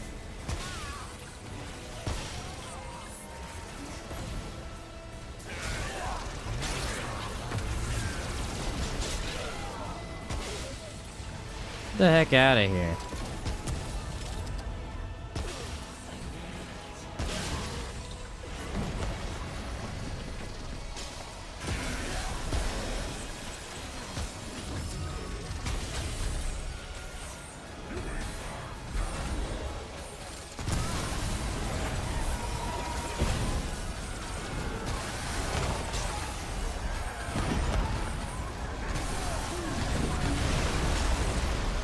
Almost dodged into that one. That would have been bad.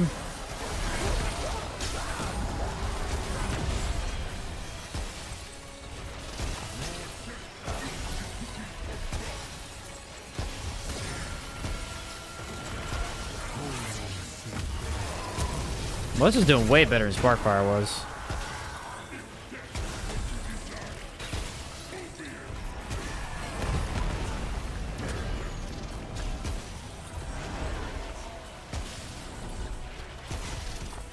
I think Spore Bloom's only gotten better. Like, even with all the range nerfs, it feels better. Because it's just easier to use with this new haste thing. I actually really like the change they did to it. Feels amazing. The spread is... okay, sometimes it'd be nice to have better spread, but really that wasn't that big a deal. That was more memery than anything else.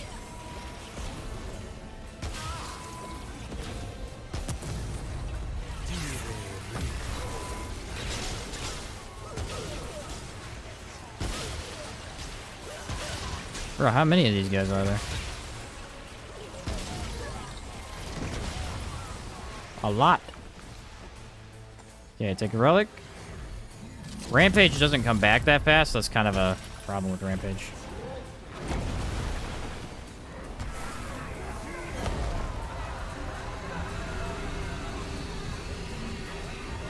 And that should just not exist. No idea why that's even in the game.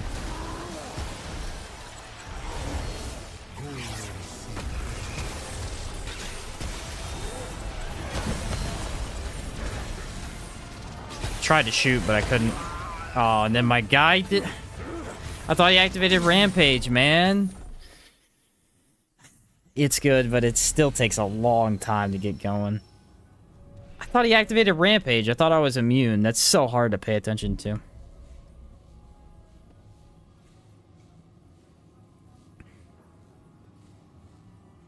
Tragic was even saying if we made a filter for elemental damage, then we'd have to make subcategories for fire, bleed, etc. Yeah, it just sounds like overcomplicating it for sure. I don't know what it is, man. Like, that was way better. It's just, it's still taking forever to kill the boss. Mainly because I just keep getting caught at the last second because of some weird animation thing. Flashcaster also helps Rampage too, so... we'll try again. I want to beat him with this. This is a pretty fun build. Nice to be in a light roll for once, by the way. I should have had him there. I knew I was going to choke at the end, too. I thought I was at Rampage. I really did. I couldn't look at the stacks. I saw red on the screen. I'm like, oh, a minute. Nope. Guess I got to focus more and ignore that entirely.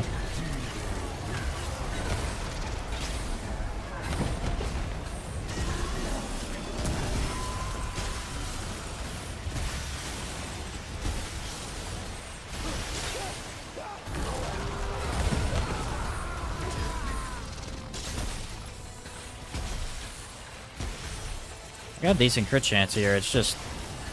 That's something weird with the spread, man. Like, it'll hit and then not hit.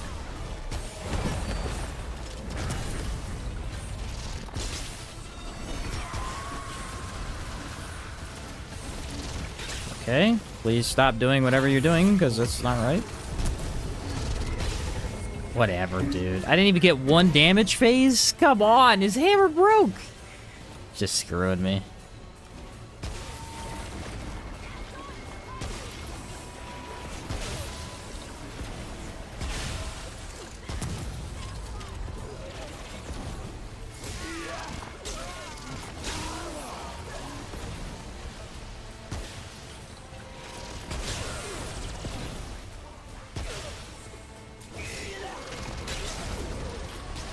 Tough one for sure. It's really not, again, not a boss that's a weak spot boss, so it's hard to be like, this is amazing for this boss.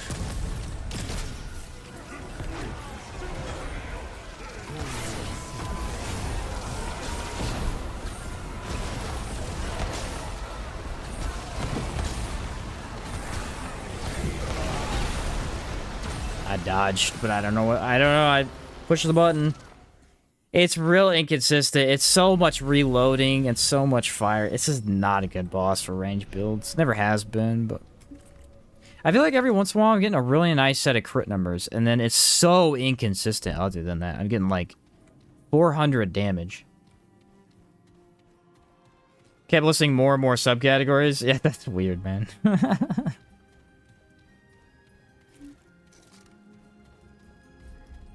Spread, dude. Can I get the spread down at all?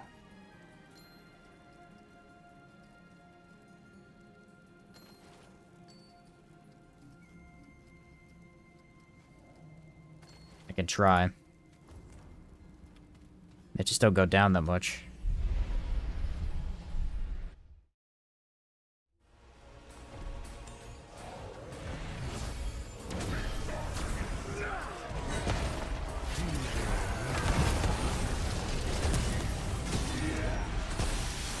Okay, that's definitely helpful.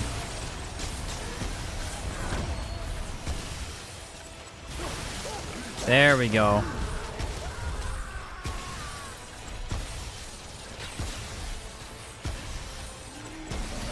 And then as he backs up, my damage just goes to non-existent. Okay.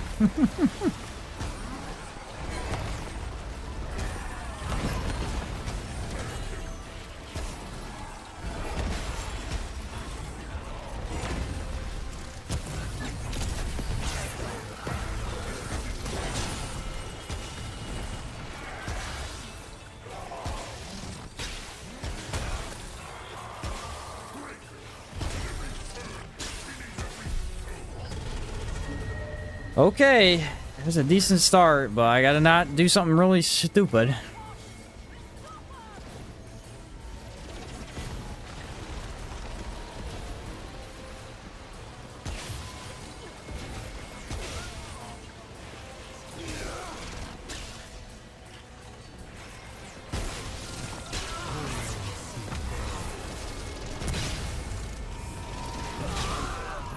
Again. They're just spawning on me as soon as I go to reload. As soon as I scope down to where I can't see, that's when they spawn it on me. It's so inconvenient. So it's definitely easier when the reticle is just slightly lower. The thing is, you don't want it too low. Like, if it was too much lower, it'd be really hard, but... What's up, Jeremiah?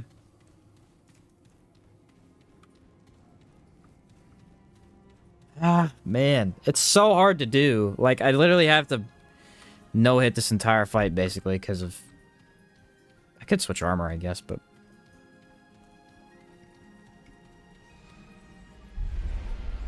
I have to no-hit the entire fight while reloading after every single bullet and aiming at his weak spot the entire time.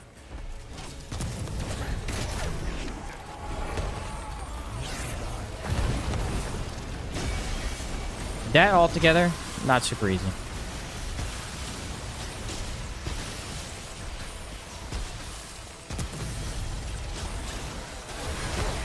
$6,000? Finally, something good.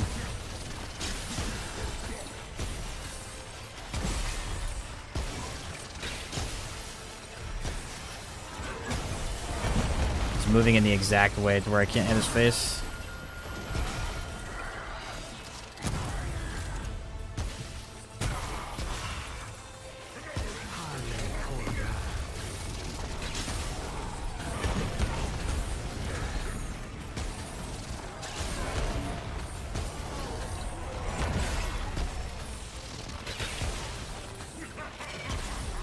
There's 2 damage phases. Remember the time you didn't even give me 1? That was inconvenient.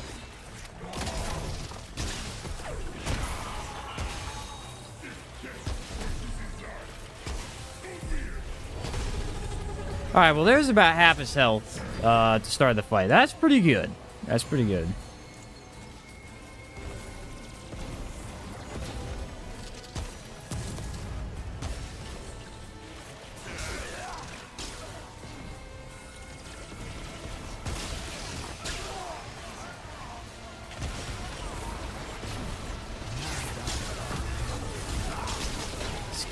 Can't kill these guys. That's the problem with Spore Balloon. It does no ad clear whatsoever.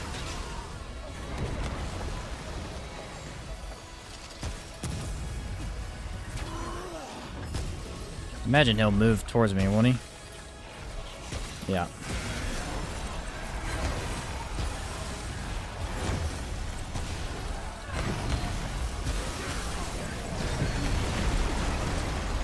Okay, we can pretend that hit me, but it didn't.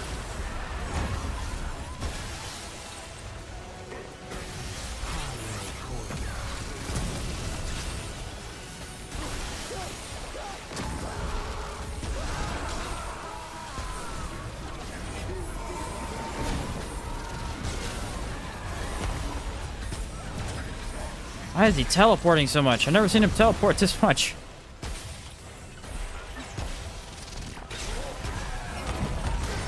He's also standing directly above my head.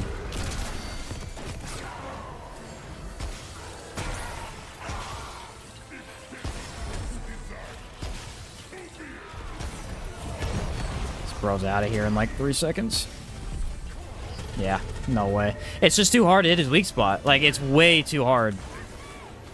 I can't get enough consistent shots off.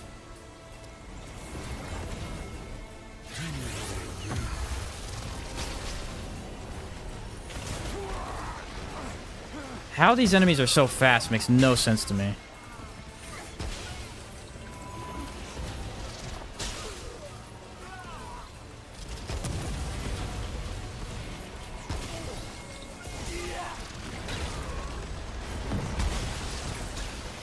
Okay, he didn't get that much health back that time, but...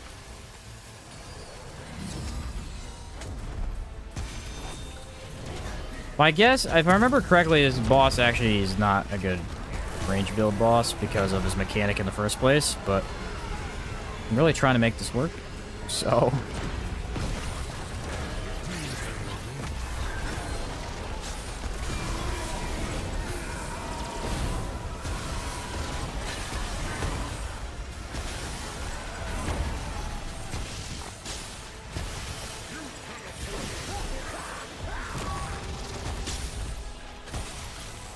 Come on, get some weak spot hits.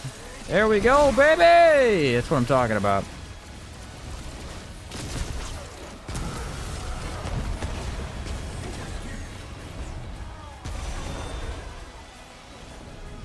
Reload? Okay, it did.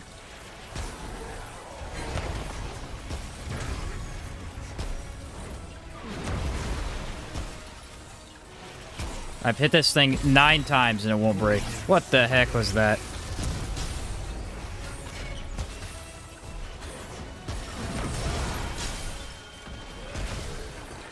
Well, that was painful, but we did it. Okay, so Sparkfire didn't work at all. Spore Bloom did, like, way more damage.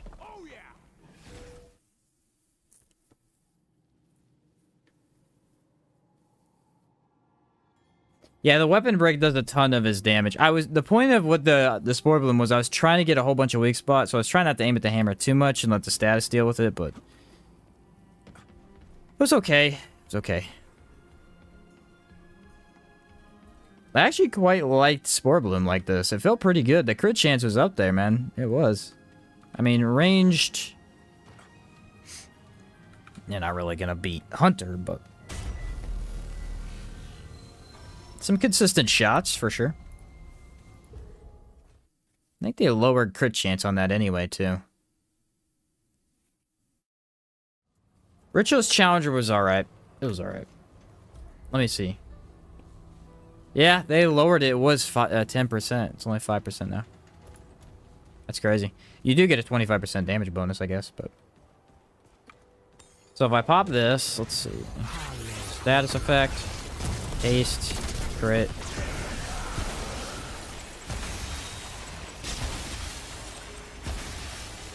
Then the more I reload, the faster the reload gets, so... There we go, that's what we were seeing. About 6,400 is where I'm capping out at. Never actually got that on the boss, but that's pretty good. No crit for like 9 times in a row, it sucks. But if we compare that to, say... Hunter. Which one do you use for this? Hunter Shroud, maybe? Might shoot too fast for that. But you would probably do the exact same build with. And honestly... Yeah, we could do... We have to take off the amulet and run... Just do Gunslinger, I guess.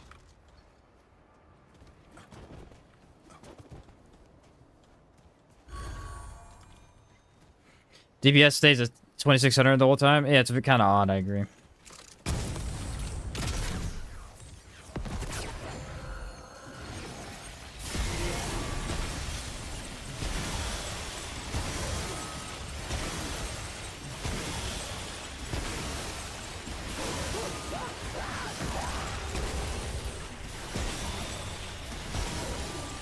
Yeah, your crit is way more consistent, and your high damage is really nice.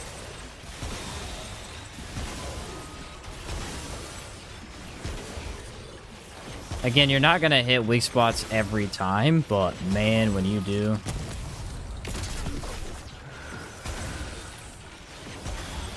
It's beautiful, man. Yeah, it's... Actually, Hunter Challenger wouldn't be too bad to test it. That's not bad at all. Ritualist Challenger is kind of weird. I think it was better before. They kind of nerfed that type of playstyle a little bit. It's still doable. I just didn't feel like it was that strong, though.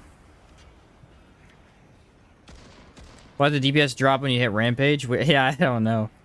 Alright, let's rank the ones we did today. Invoker Engineer. That was infinite ammo. That was pretty good. I don't think the damage was insane at all. I just felt alright. That one was pretty decent. It just didn't really feel... It has some issues. We'll go B tier. Mainly because Engineer's fire turret just needs some upgrades. Like, it needs to be more consistent at hitting stuff. Alchemist Challenger. That one... That was a C tier. That was pretty terrible. That was the melee one, wasn't it? What do we use for melee? Honestly, it's B, though. It's a B tier. Like, it is a good one. It just wasn't great. It was only good with the certain melee weapons that are good. They nerfed all the other ones. Ritualist Invader was actually... probably A tier. It was a pretty good one. I'm not gonna put that one in S, because his damage against bosses is kind of eh. But Ritualist Invader is pretty good with that one setup. Maybe put it in B since it's kind of... There's no real way to use it other than that. I'll go B. It was pretty decent, though. We got Invoker Gunslinger, which is S tier. A ridiculous build. Just a ridiculous build. Can't believe that's even possible. Alchemist Hunter. We're gonna go... We'll go A tier. It didn't feel stupid broken, but it felt really, really good. Engineer Archon.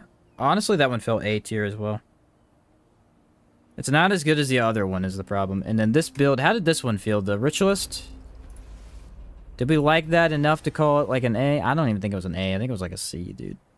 It was pretty... eh. Let me give it a C. Depends on the build that you use it with, though. I mean, the status damage up close could be good if you switch that around. The problem is Challenger, Ritualist... I guess the combo itself could be... We'll move it to B, because the combo itself could be good if you use it right. It's just that range shotgun damage was like, not great. Okay. Pretty good builds today. I had fun with it. I still think it's weird that skill damage is just through the freaking roof right now, but... Like I just showed, range builds can be fun, man. Especially Spore Bloom. Spore Bloom's really nice with some certain setups. It is. It's just so much fun. I need a better amulet with that one, though. I had the wrong amulet on. I mean, this one's good. More damage would be nice, though. I guess Cost of Betrayal could be doable. Oh, Zero Divide. Not bad. That infinite ammo on a shotgun is pretty sick. Your reload speed's way slower until you get it going, though.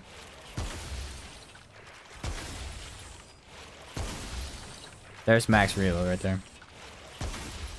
You guys want to see Spore Bloom with no reload buffs?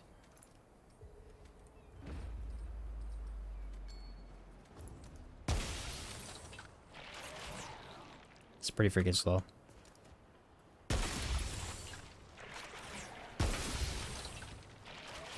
Like, wow. Add in haste and all that, and it's way faster. Yeah, it's pretty slow reload, dude. It is a monstrously slow reload. Literally can't find the ethereal manner for anguish. That is unfortunate. Reroll the DLC a whole bunch, because you can get one of the fire dungeons pretty quickly, and if you don't get the fire dungeon, you can instantly re-roll it. So that's what I would do. And as soon as you're through that fire dungeon, just quit out and redo it if it doesn't get it to you. That's the only place it's going to drop. If you've done an Invoker Explorer, messing around with it right now, spamming fountains lets you loop your Invoker skill because the Invoker's prime perk. I mean, you do get 3 skills. That's pretty cool. I haven't tried that, but, I mean, Explorer is pretty nice. It's got a 30% damage bonus. Not bad at all. Not bad at all. I'll have to give it a shot. Thing about it is you're really only using the Gold Digger skill, but the Gold Digger skill is pretty good. All things considered, it is a good skill. Ooh, cold in my room. What the heck? I mean, you get several different buffs from it, so.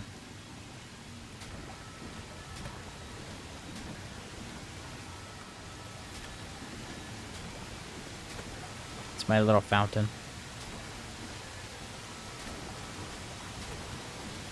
Ta-da! They really sped these up. I don't even have flash caster. Look how fast this is. Whee.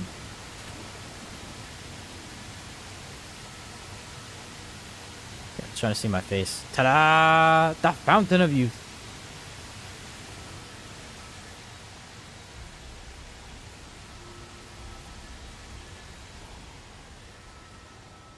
Yeah, that's without Flashcaster, I believe. Yeah. They buffed it hugely. Like, immense amount, dude. Before, it took probably 3 times slower than that right there to use it without Flashcaster. Even with, it was still slower than that. Now it's way faster. It's really, really quick. They buffed it by a huge amount. Because it was stupid. It literally took longer than almost any animation in the game, and no one used it anyway. It was weird. It's a lot better now. Alright, ladies and gentlemen, there's a couple more builds that we tried.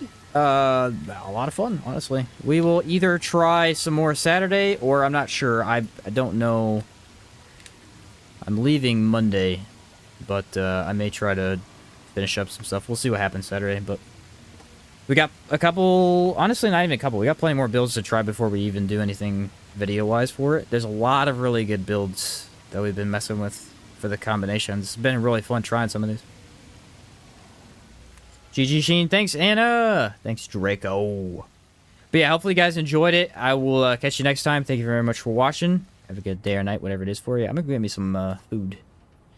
And then, I don't know what I'm doing. Edit some stuff, maybe. Other than that, I'm out of here, guys. You have a good night. I'll see you later.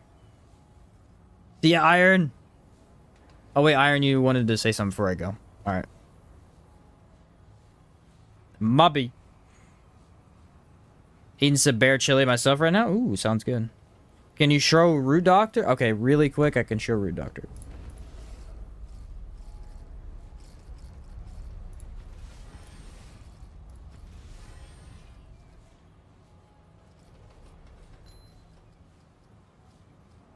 Catch you later, A-bomb. Really quick, I can show you how to do it. It's actually pretty simple, so...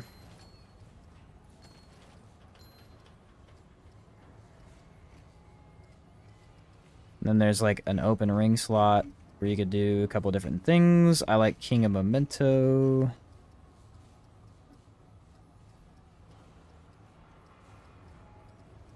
If I can find the dang thing, there it is.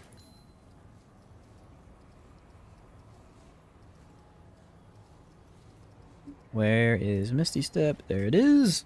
Okay. Health, healing effectiveness, and lastly, you want to run with... they changed it, so I think it's armor now? Armor. Heaviest set in the game.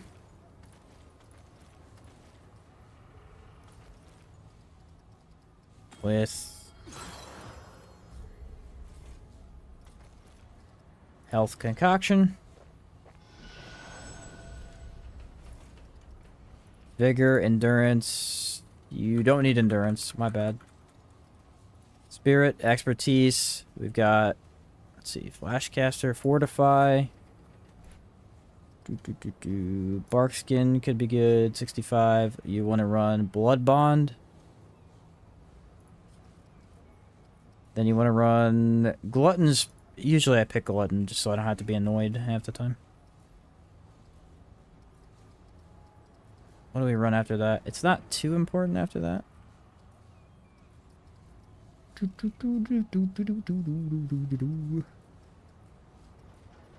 Rugged. And I'll do Flashcaster.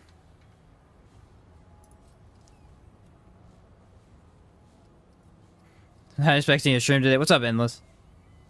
Redo of Root Doctor Mark II vid with her new stuff. Yeah, see, the thing is this is the best setup right now that I can figure out.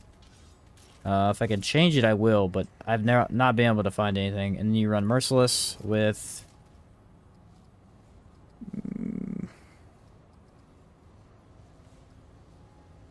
Honestly, I'm going to run Extender, so fix that reload, because that reload is awful. Then run Nebula with Maelstrom, the new way to do that, because it'll regen it fast, and then Krellax with Stormbringer. It's not the most health you could get, but with Ring of Omens, then you get Misty Step. Usually I do Fitness. Yeah, usually I would do Fitness instead of one of these. I don't remember which, though. Probably Flash. You actually don't need Flashcaster, and you would do Fitness instead. Because Fitness... Flashcaster's not too important. You gotta charge this anyway.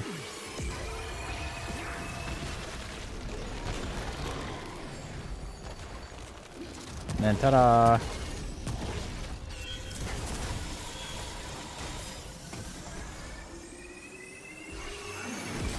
So anyway, if you wanted to see the items, that's what they are right there. I'm assuming that's what you wanted. The main thing is... What was the armor that I had on here? 65.4 DR.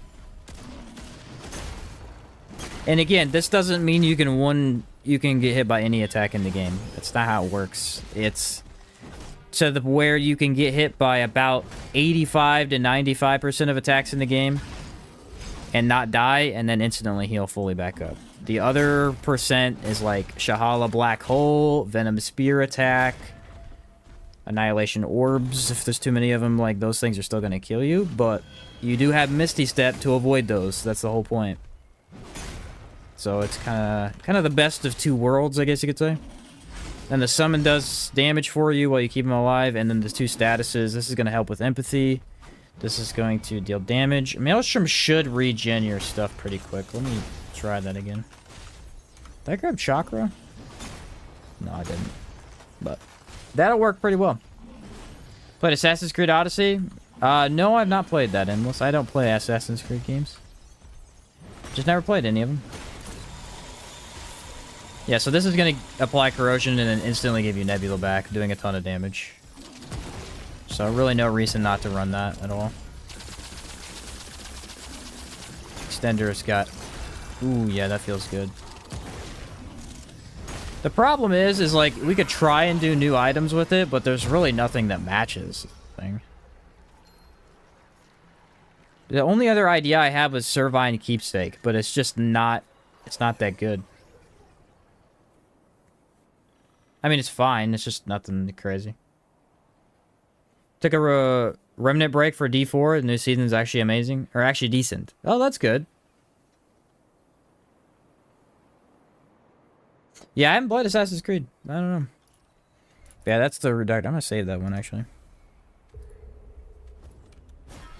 So I have it. But yeah, usually I'd run fitness just so this isn't quite as stubby feeling, but... Alright, guys. Thanks for watching, everybody. That's gonna be it for me. I just wanted to show that real quick since he asked, but... Appreciate you guys. I will catch you next time. Good to hear. I was very dissatisfied with D4 at launch. Never went back. Yeah, that'll be good. I still probably won't play it, but hey, at least it's getting better. So, all right, everybody. Catch you later.